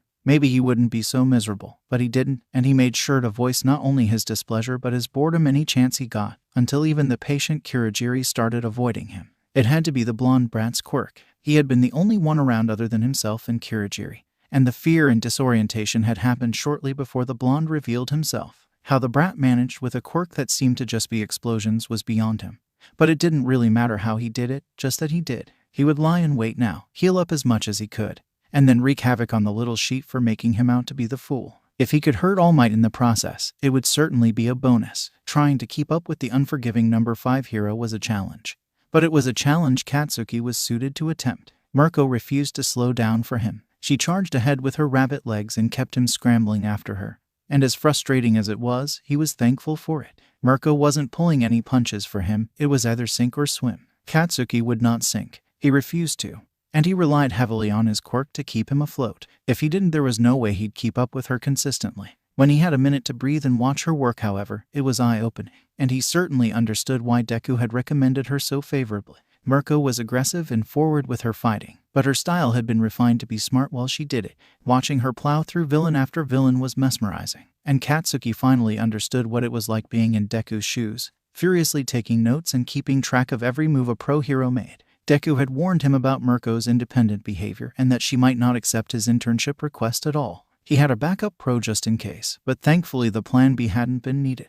Deku had voiced his surprise and well wishes. Katsuki stubbornly told him he didn't need it. He had stepped off the train and went straight to her agency. The moment he walked through the doors, Mirko was on him, loud and abrasive, demanding, and he found himself bouncing off her personality excellently. It excited him, mini pops of explosions crackling in his palms. She laughed, said she liked his gumption. The attitude, amazingly enough, didn't mellow out in the field either. She never toned herself down for her work, and he admired her a sheet ton for it. Flying over rooftops and chasing her speeding form, Katsuki couldn't be any more hyped up than he was. Katsuki took to automatically wrapping his forearms before going on his runs with Mirko. She pushed him to his limits, forced him to learn workarounds he normally wouldn't think of. He wondered if he should incorporate a Suthan in his hero costume for situations like these, when he had no other choice but to power through the pain and create blast after blast. He knew what Mirko was doing. The students weren't allowed to participate during internships, just shadow hero work, so she was training him the only way she could, endurance. It was working, he had to give her that. Having to constantly use his explosions, making him take the pain, was building up his tolerance to it for sure. It wasn't the only thing that improved though. Whether it was Mirko's intention or not, it also made him aware of how big the explosions needed to be to keep his momentum and conserve energy, instead of what his instinct wanted to make them. Combined with learning what explosions were essential and what he unintentionally did for show, a habit formed by his prideful upbringing, it stripped his quirk down to its bare necessities. He needed to. She was so effing fast with her rabbit feet. Patrols flew by so quickly in a blur of colors and streaks, only slowing down when Mirko, somehow, spotted a villain and kicked the ever-loving sheet out of them, and he meant that literally. Her kicks were powerful, a thundercracker of sound as her rabbit feet connected with flesh and bone, aimed to incapacitate. Her fighting style was what he aspired to be, alongside All Might of course, but for two very different reasons. All Might was power and strength in brute force, dependable and sturdy, a back to look to in any time of uncertainty. Mirko, on the other hand, was pure aggression, unleashing attack after attack on the villain until they caved or she did. Mirko hadn't caved, not once. Katsuki doubted she ever would. Watching her fight gave him his own ideas, a sturdy quirk with power and strength and nonstop aggression, intertwining the two styles into one. After only day 2, he would go to sleep utterly exhausted but looking forward to the next day, a fresh chance to learn something new. "Why did you accept my internship?" Katsuki asked Mirko on one of their rare rest stops. Day 3, and it was particularly hot. Even Mirko was sweating from the heat, and they both agreed that having a quick water break was probably necessary. They were settled on a rooftop's edge, feet dangling off the side of the building as they looked out at the town. The people looked so small, commuting back and forth to their destination like ants marching in a line. Wind was blowing through his hair and on his face to combat the heat, to which Katsuki was thankful, wiping sweat from his brow and hoping it cooled before they set off again. Mirko smirked at him, crossing her legs. "Because I saw myself in you during the sports festival," she said. "Besides, you have potential. And when you rise in the ranks I want bragging rights." Katsuki smirked. "Seriously? Did I stutter, kid?" Mirko took a swig of water, and he mimicked the action with what little water he had left. It was refreshingly cold. "I was like you when I was younger," she admitted, and Katsuki listened attentively. "Made some mistakes I could have avoided had I been a bit more self-aware. I built my combat style through trial and error, but the polishing was the hardest part, finding a balance between what I wanted to do and what was the smart thing to do. You need to tweak some things, kid, but you're already halfway there. A little boost in the right direction never hurt, right?" Mirko grinned at him, sharp and daring, and Katsuki grinned right back. He understood perfectly. His smirk died, however, when Mirko stood up and stretched. "All right, I'm being too soft. Break time's over, kid. You ready?" Katsuki was still sweating his ass off. Frankly, he had chugged the water bottle dry and still felt a bit thirsty. His arms were killing him, his back was straining, his ankles weren't all too happy either. He stood, determination straightening out his aching back. "Abso-effing-lutely," he said, and Mirko hopped off the rooftop with a holler, Katsuki a step behind. Day 4, and Mirko was taking a slow patrol. Katsuki was immediately suspicious of it. She snickered at his squinted eyes and ready posture, praised him for it, sure, but waved a hand and explained the patrol that day was mostly just for socializing, greeting fans and signing things. He believed her reluctantly, still partially sure it was some kind of test. She hadn't been slow once the whole internship. Why start now? But they had been on the patrol for an hour without a mishap. Fans did indeed greet her with stars in their eyes, backpacks and t-shirts and caps to sign.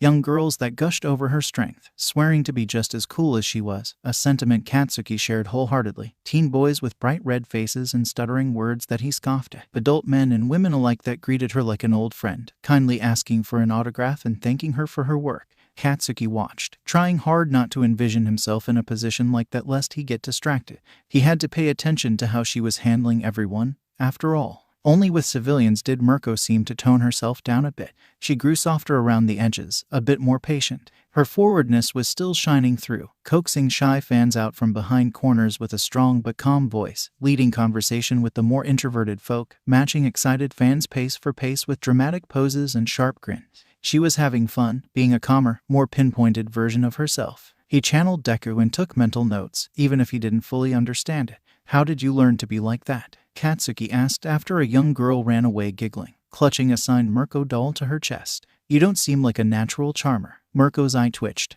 "You're not so charming yourself either, kid," she scoffed. "I'm friends with Hawks. You learn a thing or two with that smug bastard. Not to mention my own experiences." Hawks. Deku had mentioned him before but was worried their personalities would clash. But if he was so good with people, maybe it was worth it. "How good is he? Are you aware of the approval ranking system?" Mirko asked. Of course I am, who isn't? Then you should know Hawks is only second to All Might and I shouldn't have to tell you, she clapped back. He scowled at her while he digested her words, crossing his arms irritably. Whatever, he grumbled. Isn't he number 3? Sure, but he beats Endeavor in approval rankings, although that's not exactly difficult, she said. Still, he's not too far behind All Might. He's good at what he does, the cocky effer. He had to talk to Deku about that. He would learn how Mirko did it, but looking into Hawks definitely seemed like a good idea. Katsuki wanted to master everything, be the best of the best. Knowing how to handle civilians and popularity was a priority. Katsuki pestered her the whole patrol, asking her question after question until he was sure he had a decent grasp on what she was talking about. He even tried some techniques on a few civilians. And although it was the most awkward he'd felt in his entire effing life, he could feel it was a step in the right direction. He came back to Mirko laughing her ass off at him, but reassuring him it would feel more natural over time. He cursed at her, face burning hot. Day 5, and the early morning news revealed a tragedy in Hasu. Not only did the hero killer get Ingenium, but he got glasses too. Both were in the hospital, conditions reported to be unknown. He joined Mirko on patrol with tense shoulders and head bowed. Mirko didn't ask, didn't even bring it up to him. Instead, she asked if he was ready and took off when he agreed. He pushed himself hard that day. Harder than normal, until his fingers were locked up and his forearms felt as if the explosions were in his veins, not his palms. Mirko never demanded he slowed down. She only hovered around him, keeping him in her general sight while he vented his worry and anger into his work. Thank God Deku went with icy hot. He couldn't imagine what Deku would go through if he found out. The last couple of days, he was ashamed to admit, went by way too quickly for his tastes while simultaneously not going quick enough. He wanted to go back home to check on glasses, on Deku, but he didn't want to have his time with Mirko and either. He had learned about his quirk, but he had only taken a single step forward where people were concerned. He couldn't go back to UA with nothing to show for his internship.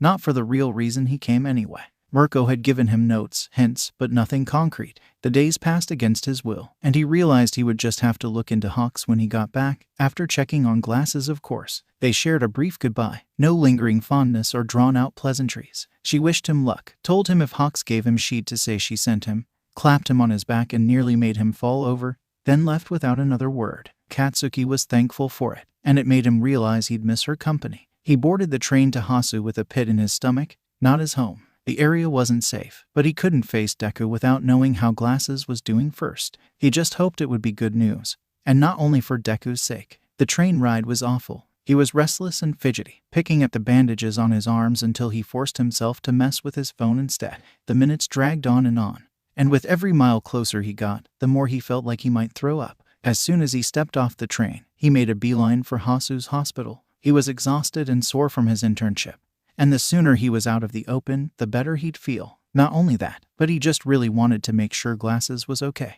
He stepped into the hospital doors. The first person he saw in the waiting room wasn't a nurse or doctor. Not even the receptionist, but Aizawa and Icy Hot, looking tired and pale in waiting room chairs. His heart dropped. The sight of grieving people, friends, was familiar and not in a comforting way. Neither of them noticed him at first, and Katsuki stomped up with acid in his throat. "Where's Glasses?" he demanded the second he was in range. Aizawa's head snapped up to meet his eyes. Then he sighed, a hand coming up to rest on the bridge of his nose. "What are you doing here, Bakugo?" He didn't make it sound like a question, more of a resigned statement, so Katsuki stood his ground. "Checking on Glasses. The F does it look like. What room is he in?" Aizawa pinned him with a glare that would have made him cringe on any other day. Icy Hot was the one to answer. "Second floor, third door to the left." "Todoroki," Aizawa hissed, and Katsuki turned on his heel without another word. A hand on his shoulder stopped him, and it took all the willpower he had not to buck it off of him and keep walking. He turned to glance over his shoulder. Aizawa was looking at him with pursed lips, a tense stare. "Midoriya is with him," Aizawa began, but Katsuki cut him off with a furious glare, turning around and forcing Aizawa's hand off his shoulder. "You let him up there," he shouted.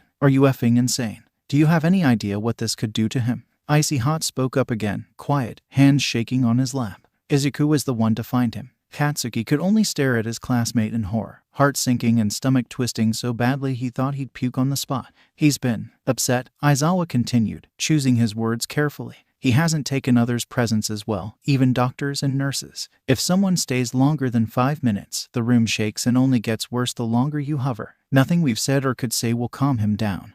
Not until Ida wakes up." "He will," Katsuki said, not quite asking, his voice breaking pitifully. He clenched his hands into fists, nails biting into his palms. The pain helped ground him. That bastard will wake up. Aizawa sighed, long and deep. He crouched to Katsuki's level, and his heart squeezed. Back you go. No, he choked. He'll wake up. That a hole has to. Icy hot hunched over in Katsuki's peripheral, eyes glassy with tears. It's only a matter of time, Aizawa said. They're just trying to keep him comfortable. Katsuki pulled away from the two and turned to race up the stairs, not looking back. No one stopped him. He didn't stop until he reached the second floor, but that was only to right himself before he barreled to the third door on the left, damn near kicking the door in. Glasses was swallowed up by the hospital bed, looking small and pale, fragile. A sheet ton of wires snaked in and out of his skin, an oxygen mask placed on his face, a heart monitor beeping weakly next to his bedside. Deku was sobbing. The glass panes were already rattling in their frames, machines vibrating, tools on the side table shaking against the metal. The room felt suffocating, and Katsuki could barely breathe around guilt and horror and fear. Deku's breath hitched, high and squeaky and something rattling, then released with a sob. It sounded wet, like he had fluid in his lungs. Katsuki backed out of the room and slammed the door shut, leaning against the door while he breathed hard, heart pounding in his chest. Glasses looked so effing fragile, and he could see darkness creeping in his peripheral, images of Deku in the same place flashing across his vision. It was too much to process and sort through, and he felt like he was overloading. He had to leave, get out and go, somewhere. He couldn't stay there and listen to Deku sob. He couldn't. He bolted, with no idea where he was going. He just had to get away. Somewhere else in Hasu's hospital. Tucked away on a higher floor, an injured hero opened his eyes, met with relieved gasps and sobs from his father. Aizawa couldn't stay in Ida's hospital room for long, for a multitude of different reasons. The guilt was killing him, crushing his lungs under the weight and squeezing his heart so hard he struggled to breathe around it. He had been sitting in his office, blissfully unaware, that entire time, and had to be informed of a horrible tragedy from a effing phone call. Midoriya had warned him. Midoriya had said Ida wasn't okay, and all he did was talk to Ida. Thought that would be enough. He knew what grief could do to people, had experienced it himself. He had thought with Ida's mature behavior he'd be responsible enough, but it was grief it didn't work like that.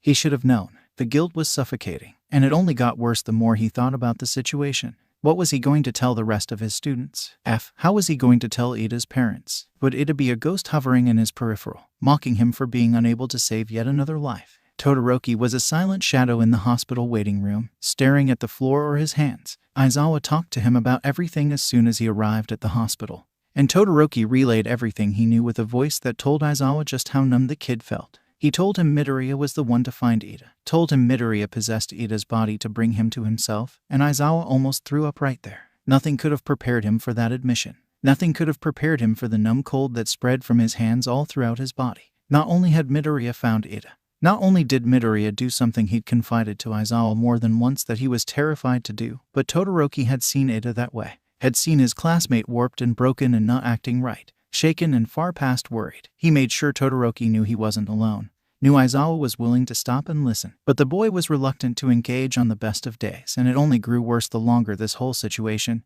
Ida's condition, dragged on. Todoroki, with Aizawa's gentle insistence, visited him once. He stayed for maybe 5 minutes and left the room with tears in his eyes. I don't think Izuku liked me being in there, he choked. Aizawa hadn't known what he'd meant at first, but the first time he went to sit at Ida's side was when he understood. Midoriya was completely unstable, a blurry, dark figure hovering in the corner. The only thing Aizawa could clearly see were two hollowed-out white spots in the darkened space, in the shape of Midoriya's eyes. Black, liquid matter dripped from him and onto the floor. He didn't stop crying, not for a second. Deep, wrecked sobs ripped from the boy's throat, wet and choking. The oppressive weight of Midoriya's upset crushed the room's atmosphere until it was almost a physical weight on his shoulders. The glass panes rattled, even when he had just walked in. The floor shook. Ida's bed frame shook. The room was so cold his cheeks went numb standing in there for 5 minutes tops. Aizawa tried reaching out to him, but Midoriya wasn't listening. Anything Midoriya said was lost in warped noises that hurt his ears. Broken and lost, drowning in grief. He couldn't fathom what Midoriya had seen, what he went through having to find Ida, and every piece of him just desperately wanted to hold the kid, whisper soothing words until his voice gave out. He wanted to cry with him. He wanted to kick and scream and break his knuckles on the wall behind him. He could do none of those things. Not yet. Days passed. Ida's condition grew worse and worse, and finally the doctors announced there was nothing they could do. They could only make Ida comfortable while he passed on. Aizawa had been bracing for the news. He wasn't surprised, but it didn't make it hurt any less. A hole was carved into his chest at the statement, all the air sucked out of his lungs as he swallowed hard. It was the first time he had ever seen Todoroki cry. It was the first time, in a long time, Aizawa cried himself, tucked away for a break in his home, to change clothes and grab necessities. He crumbled the second the door was shut behind him. When he went back to the hospital a few hours later, eyes red and face pale, he realized things had gotten even worse. Midoriya grew so upset he lashed out. Anyone, even Aizawa, even doctors and nurses, couldn't be in Ida's hospital room for more than 5 minutes until whispers bled through the walls, chilling, the feeling of eyes watching when no one was there making their hair stand on end. The noises started to turn painful in their ears, claws scraping through their eardrums until they couldn't take it anymore and left, pressure solid at their back like Midoriya was forcefully hurrying them along. The only exception Midoriya made was Ida's parents. The room was silent and still for them, mourning, and more often than not the mother and father were bouncing back and forth between their two sons' hospital rooms. Aizawa couldn't even stand to think what it must be like for them. Bakugo's arrival was a surprise. He hadn't told any of his students what had happened or what to expect, had barely enough time to register it himself, and their Bakugo was loud and abrasive and demanding. He tried to warn him, but Bakugo had made up his mind and refused to listen. He didn't blame the kid. It was horrible news no one could absorb right away. Bakugo ran off, and Aizawa didn't see him for a long time after that, hours. He wondered if Bakugo was another exception to Midoriya's no visitors allowed rule. But the idea was tossed out the window when Bakugo, his strongest, most stubborn student, stumbled back into the waiting room in a mess of tears and hyperventilating breath.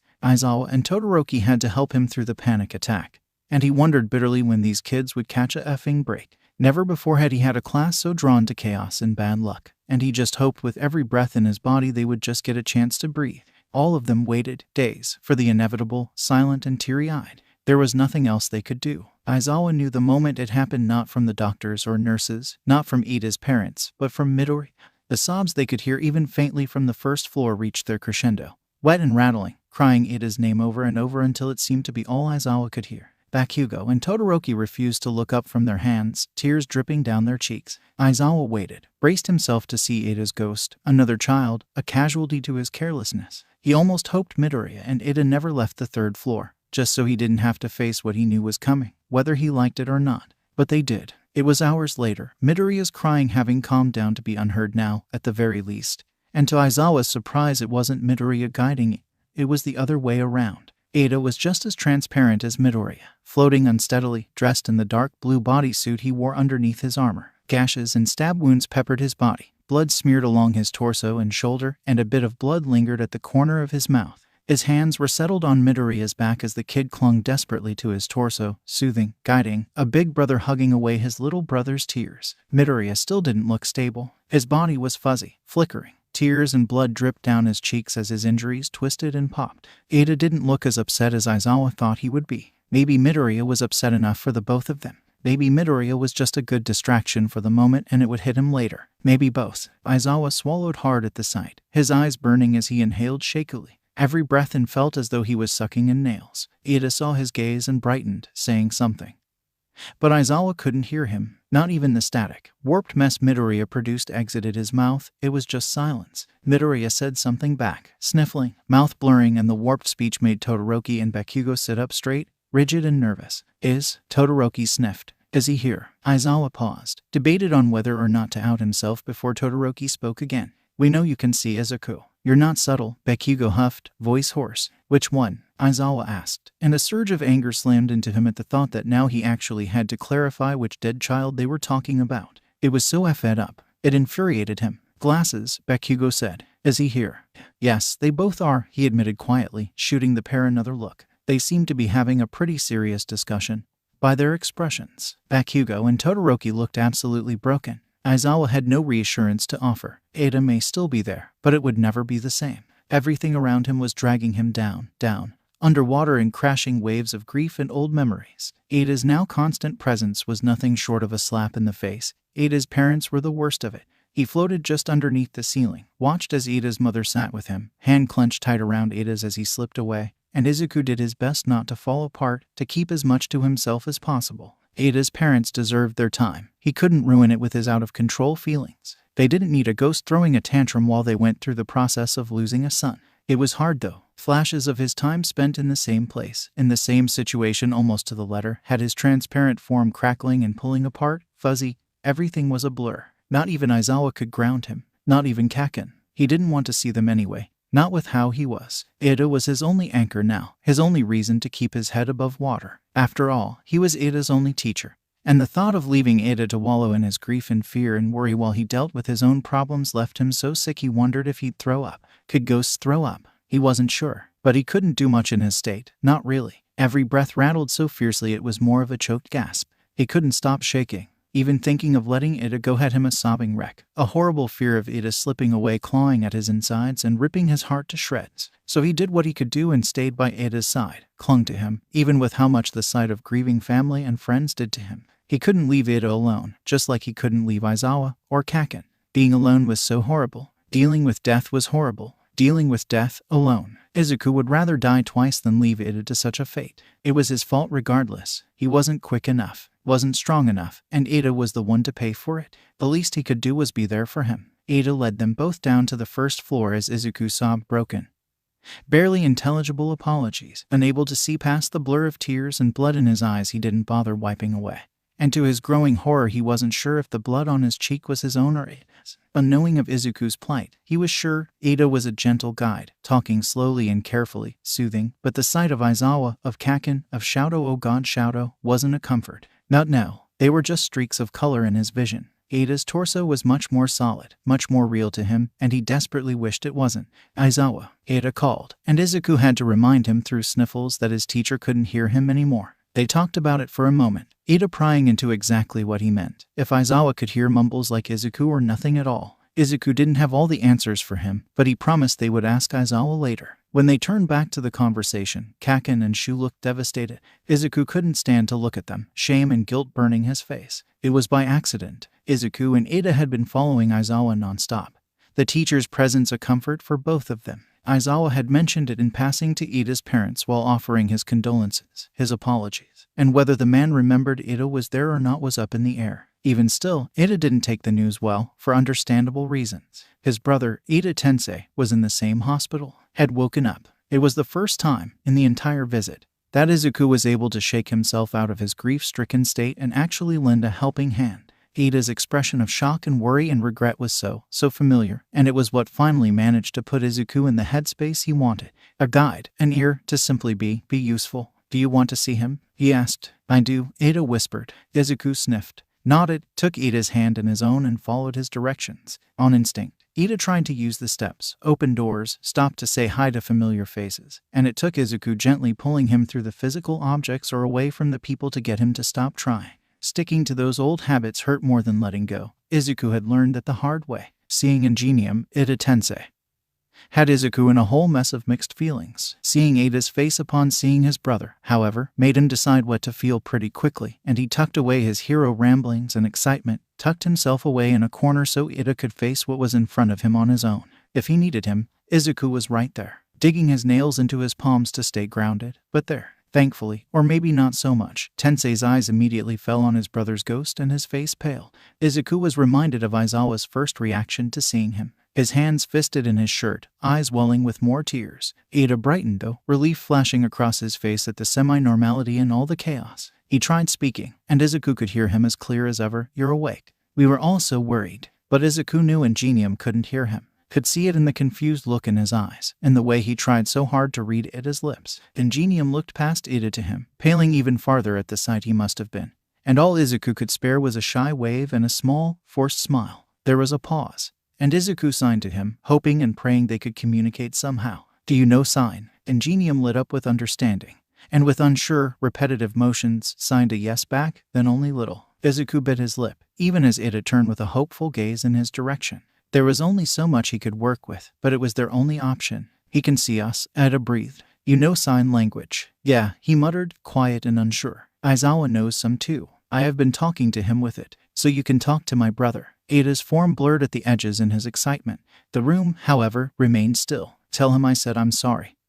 He blurted, uncharacteristically desperate. Please, tell him I said I love him, that I'm sorry. Izuku did, spelled out Ada's name with patient motions, signed out what Ingenium knew and fingerspelled what he didn't. Ingenium's face scrunched in understanding, tears of his own welling in his eyes as he bit the inside of his cheek. He opened his mouth to speak, but a quick knock on the door interrupted him, his parents walking into the room, completely unaware. His father, resigned and quiet, led Ingenium's much more frantic mother into the room. She was a sobbing mess. Izuku couldn't look at her. Tensei, thank God, she sobbed, collapsing at his bedside. Squeezing his hand so tightly Izuku heard Ingenium's knuckles pop. Thank God, she sobbed. I love you, Ingenium said, staring at both of his parents, then looking at Ada, his lips a wobbly line. So much. Ada let out a sob, and Izuku was immediately by his side, holding onto Ada's torso in a tight hold. Ada hugged him back hard, and Izuku blinked back blood and tears to stare into Ingenium's eyes. He let go for only a moment to sign to him. I promise I'll take care of him. He'll be okay.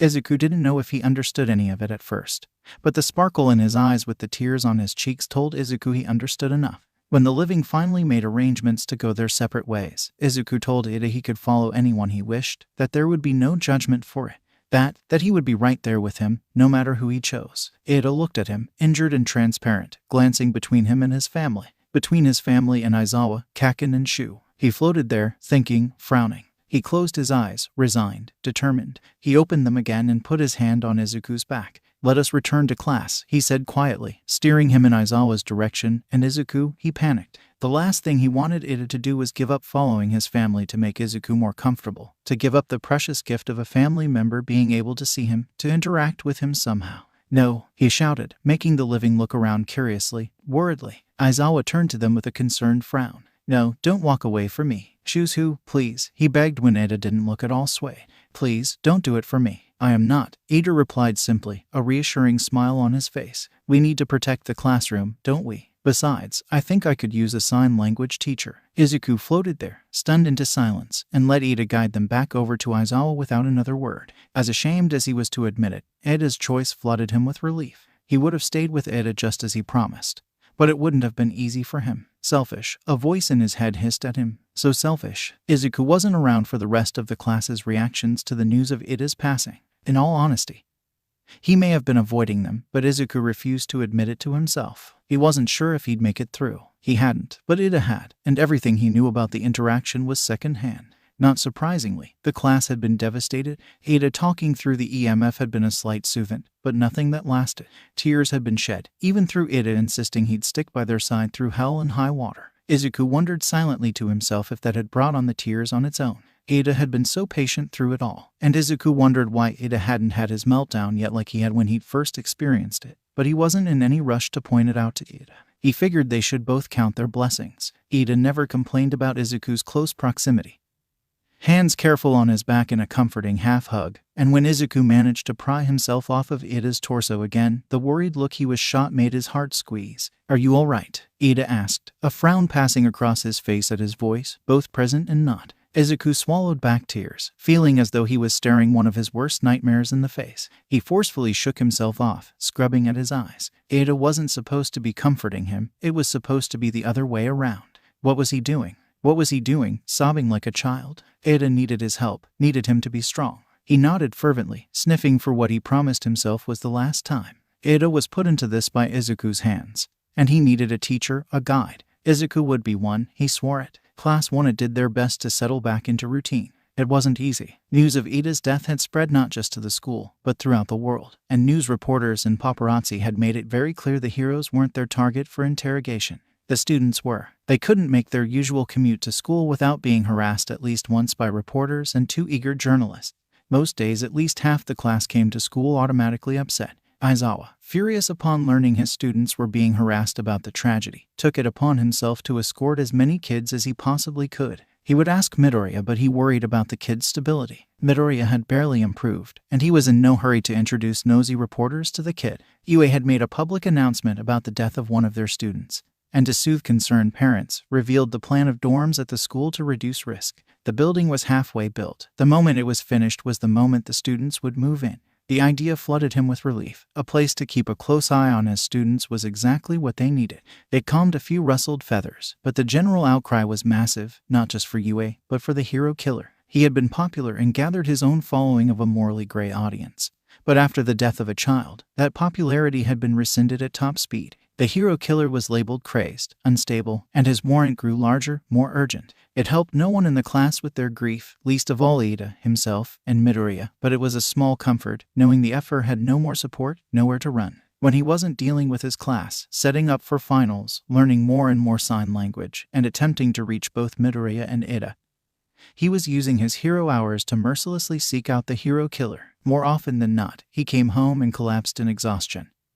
But it was more than worth it to him. He couldn't have that what if on his shoulders, and if he ever did manage to catch him, hero or not, he would show the hero killer no mercy. Not after what he put his students through. The classroom felt and looked much more somber. Even more weight added to the heavy air until it was hard to breathe around. Ada's empty chair was glaringly obvious. His voice and presence missed terribly by not only himself but the other students. It was painfully obvious they were struggling to adjust. Students turning to address him only to be faced with an empty seat. The entire class waiting for Ada to tell them to take their seat for class. Even Aizawa found himself waiting for Ada to insert himself, especially since he could see the kid right in front of him. Having him there at all helped, but not by much. If someone wanted his opinion, needed help with a question on homework, they couldn't turn to Ida's spot anymore. Instead, they had to go to the back of the class and grab the EMF, had to hear Ida's voice through minor static as the machine picked up on words they could no longer hear. It was another face to distract Aizawa from the classroom, floating in his peripheral dripping blood. Yaoyorozu was elected class president from Ida's absence, something he apologized profusely for when he could, and she took the new position with grace and patience. He shared her workload in the beginning to help her transition into the tasks. Something she thanked him for, but it was a relief and weight off his shoulders when she finally felt capable enough to take on the position in its entirety. He already had so many things on his plate. Having to adjust to Ida's presence was a struggle for everyone, but Aizawa struggled especially. Seeing Midoriya day in and day out had never gotten easier per se. It was more something he grew numb to. Having Ada there alongside him, however, tore open old wounds all over again, especially seeing Midoriya so upset for an extended amount of time. Ada did well soothing him where Aizawa could not. Midoriya was hardly talking to anyone anymore, clearly guilt-ridden and filled with shame. For the time being he was giving Midoriya some space, but he knew damn well he wouldn't let Midoriya wallow in self-blame for long. Not if he could help it. The longer Ada shared space with Midoriya in class, the more he noticed differences between the two. Midoriya was heard, even if he wasn't understood. Whenever Midoriya spoke it was TV static, warped speech that couldn't be deciphered. When Ada spoke, it was as if he hadn't said a word. There wasn't a difference. No noise, no blurred mouth. Midoriya could pick very small objects up, even with some difficulty. Nothing was moved from Ada's touch.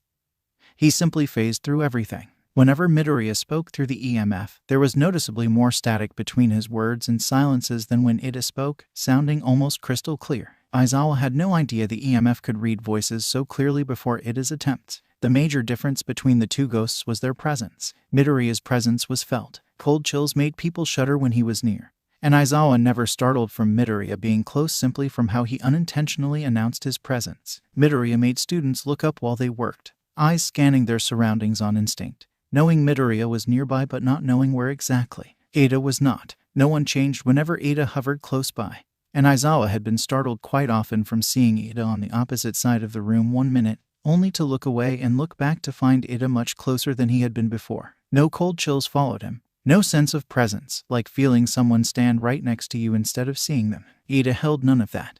And the longer Aizawa had the time to compare the two, he wondered why. At first, Aizawa was focused on Ada and Midoriya more than anyone else. Midoriya's unstable form still worried him greatly, and the thought of Ada panicking or grieving or needing him and not being able to get his attention worried him even more. He needed to be available at all times. Slowly, however, he started to realize his worry was unfounded. Midoriya and Ada were bouncing off of each other in terms of comfort. Ada was playing his new role as Big Brother surprisingly well, and surprisingly quickly. He calmed Midoriya down, spoke to him softly, and wiped his tears, all while patiently weathering Midoriya's clinging to his torso. The longer Midoriya went without being brushed off, the calmer he became. And the calmer he became, the more he was able to assist Ida in getting used to his new life as a ghost. Class time was spent no longer assisting Aizawa, a fact that was perfectly fine by him, but instead showing Ida the ropes. Aizawa wasn't sure exactly what Midoriya was explaining to him, but there had to be a reason for the specific desks Midoriya tapped on, one being his own. It was spent having Ida practice phasing through doors and ceilings and floors. At least, he assumed that was what they were doing. It was an entirely new distraction, but one he didn't fault them for. It was almost a positive, considering. At least Ida had a guiding hand. With the worry of Midoriya and Ida taken care of for the most part, it left him available for the rest of his students. Aizawa kept a watchful eye on all his students throughout the day, to catch anyone struggling or especially down and lost in their thoughts. Todoroki in particular was someone he watched closely, often seen mumbling to himself or Midoriya. Aizawa wasn't sure. He was just happy Todoroki was talking at all. He'd become almost mute since his return to class, at least, until Midoriya and Ida both began prying. Uraraka was another student he kept a very close eye on. Not including Todoroki, she had been the closest to Ida, and she was clearly giving herself space from the rest to grieve on her own. Aizawa didn't blame Uraraka, only gave her an encouraging nudge to drag Todoroki into her space every once in a while, a suggestion she immediately acted on. With a combination of Midoriya, Uraraka, and Ida, Todoroki was slowly beginning to talk more and more. Aizawa was relieved to see it. Bakugo stuck to his own group, quieter than normal, but he seemed more thoughtful than sad necessarily. Still, Aizawa took the time to make sure he set aside what slim free time he had to talk to him, and talk to him properly. He wouldn't brush off a student again, accidental or not. Seeing him include Ida in his regular talks with Midoriya was a whole new relief. He really worried Bakugo would ignore Ida's existence to focus on Midoriya, but he supposed the kid wasn't that bad. Finals inched closer, and everyone did their best to adjust, Aizawa leading the students by example. He swore to himself their exams would be peaceful, even if he had to sleep for 4 days straight afterwards. Bright and early one morning, he got a call he had just been waiting for from the support department. Aizawa had a project in the works since the USJ. Originally it had been just for Midoriya, but he figured Ida could get just as much use out of it. And now more than ever, Midoriya and Ida could use some kind of distraction, some kind of positive news. Hatsune, the one leading the project, couldn't have contacted him at a better time. He raced to UA in record time and rushed to the support department. He opened the door, tousled and out of breath. Hatsune was standing in the center of the room, clearly waiting for him, with something behind her back. The student grinned, her goggles glinting in the artificial light. Ta-da! She pulled the object out from behind her. She held an iPad in her hands, modified to account for a ghost's touch and presence. No fingerprint was needed to open it, nor to use the touchscreen, only pressure. Ada couldn't touch it yet, but Aizawa was sure it was only a matter of time before Midoriya became a teacher himself. And once that day came, the iPad would come in handy for the both of them. Until then, he knew Midoriya wouldn't mind being Ida's hands, experimentally. He clicked the home button and slid the lock screen up not with his finger, but with a spare pencil. It obliged, the desktop ready for use. Excitement pooled in his gut, and he smiled for the first time in almost a week. It was exactly what him and Nezu had been thinking of. He looked at Hatsune, opened his mouth to thank her, then frowned in concern at the deep purple streaks underneath her eyes. "Are you all right?" Left his mouth instead. She waved him off, and only then did he notice how forced her smile seemed. "Just dandy," she chirped. "Does it work?" "Perfectly," he said. "Thank you." She paused, and her smile faded a bit. "Sure. Tell Izuku and Ida I said hello." "I will. They'll know who this came from." He left, giving the young girl some privacy to stop sniffling. Toshinori had heard the news of Ida's passing, saw the market left on Class 1A's occupants, and shared their grief in solemn silence. The kid had been bright, shining with potential, and he too was ripped from any possibility of being able to flaunt his talents, live his life and grow. He announced the dorm idea to the class before the news released the information, and he had expected some kind of intrigue, some kind of curiosity or wonder or excitement for the idea, even during the grief. Instead, the students watched him with serious frowns and worried, but warily optimistic murmurs. "How tight do you think security will be?" They whispered. "Do you think this will work? Will Izuku and Ida be with us or here?" "It's UA, this has to work, right?" Toshinori watched them and realized something. The kids in front of him were in for years of hardship. He only hoped it wouldn't change them. Okay, sadly the chapter is over. And if you enjoyed the video, just leave a like and subscribe with post notification, so when the next chapter is ready, you will be notified. Okay, see you in the next video. Bye.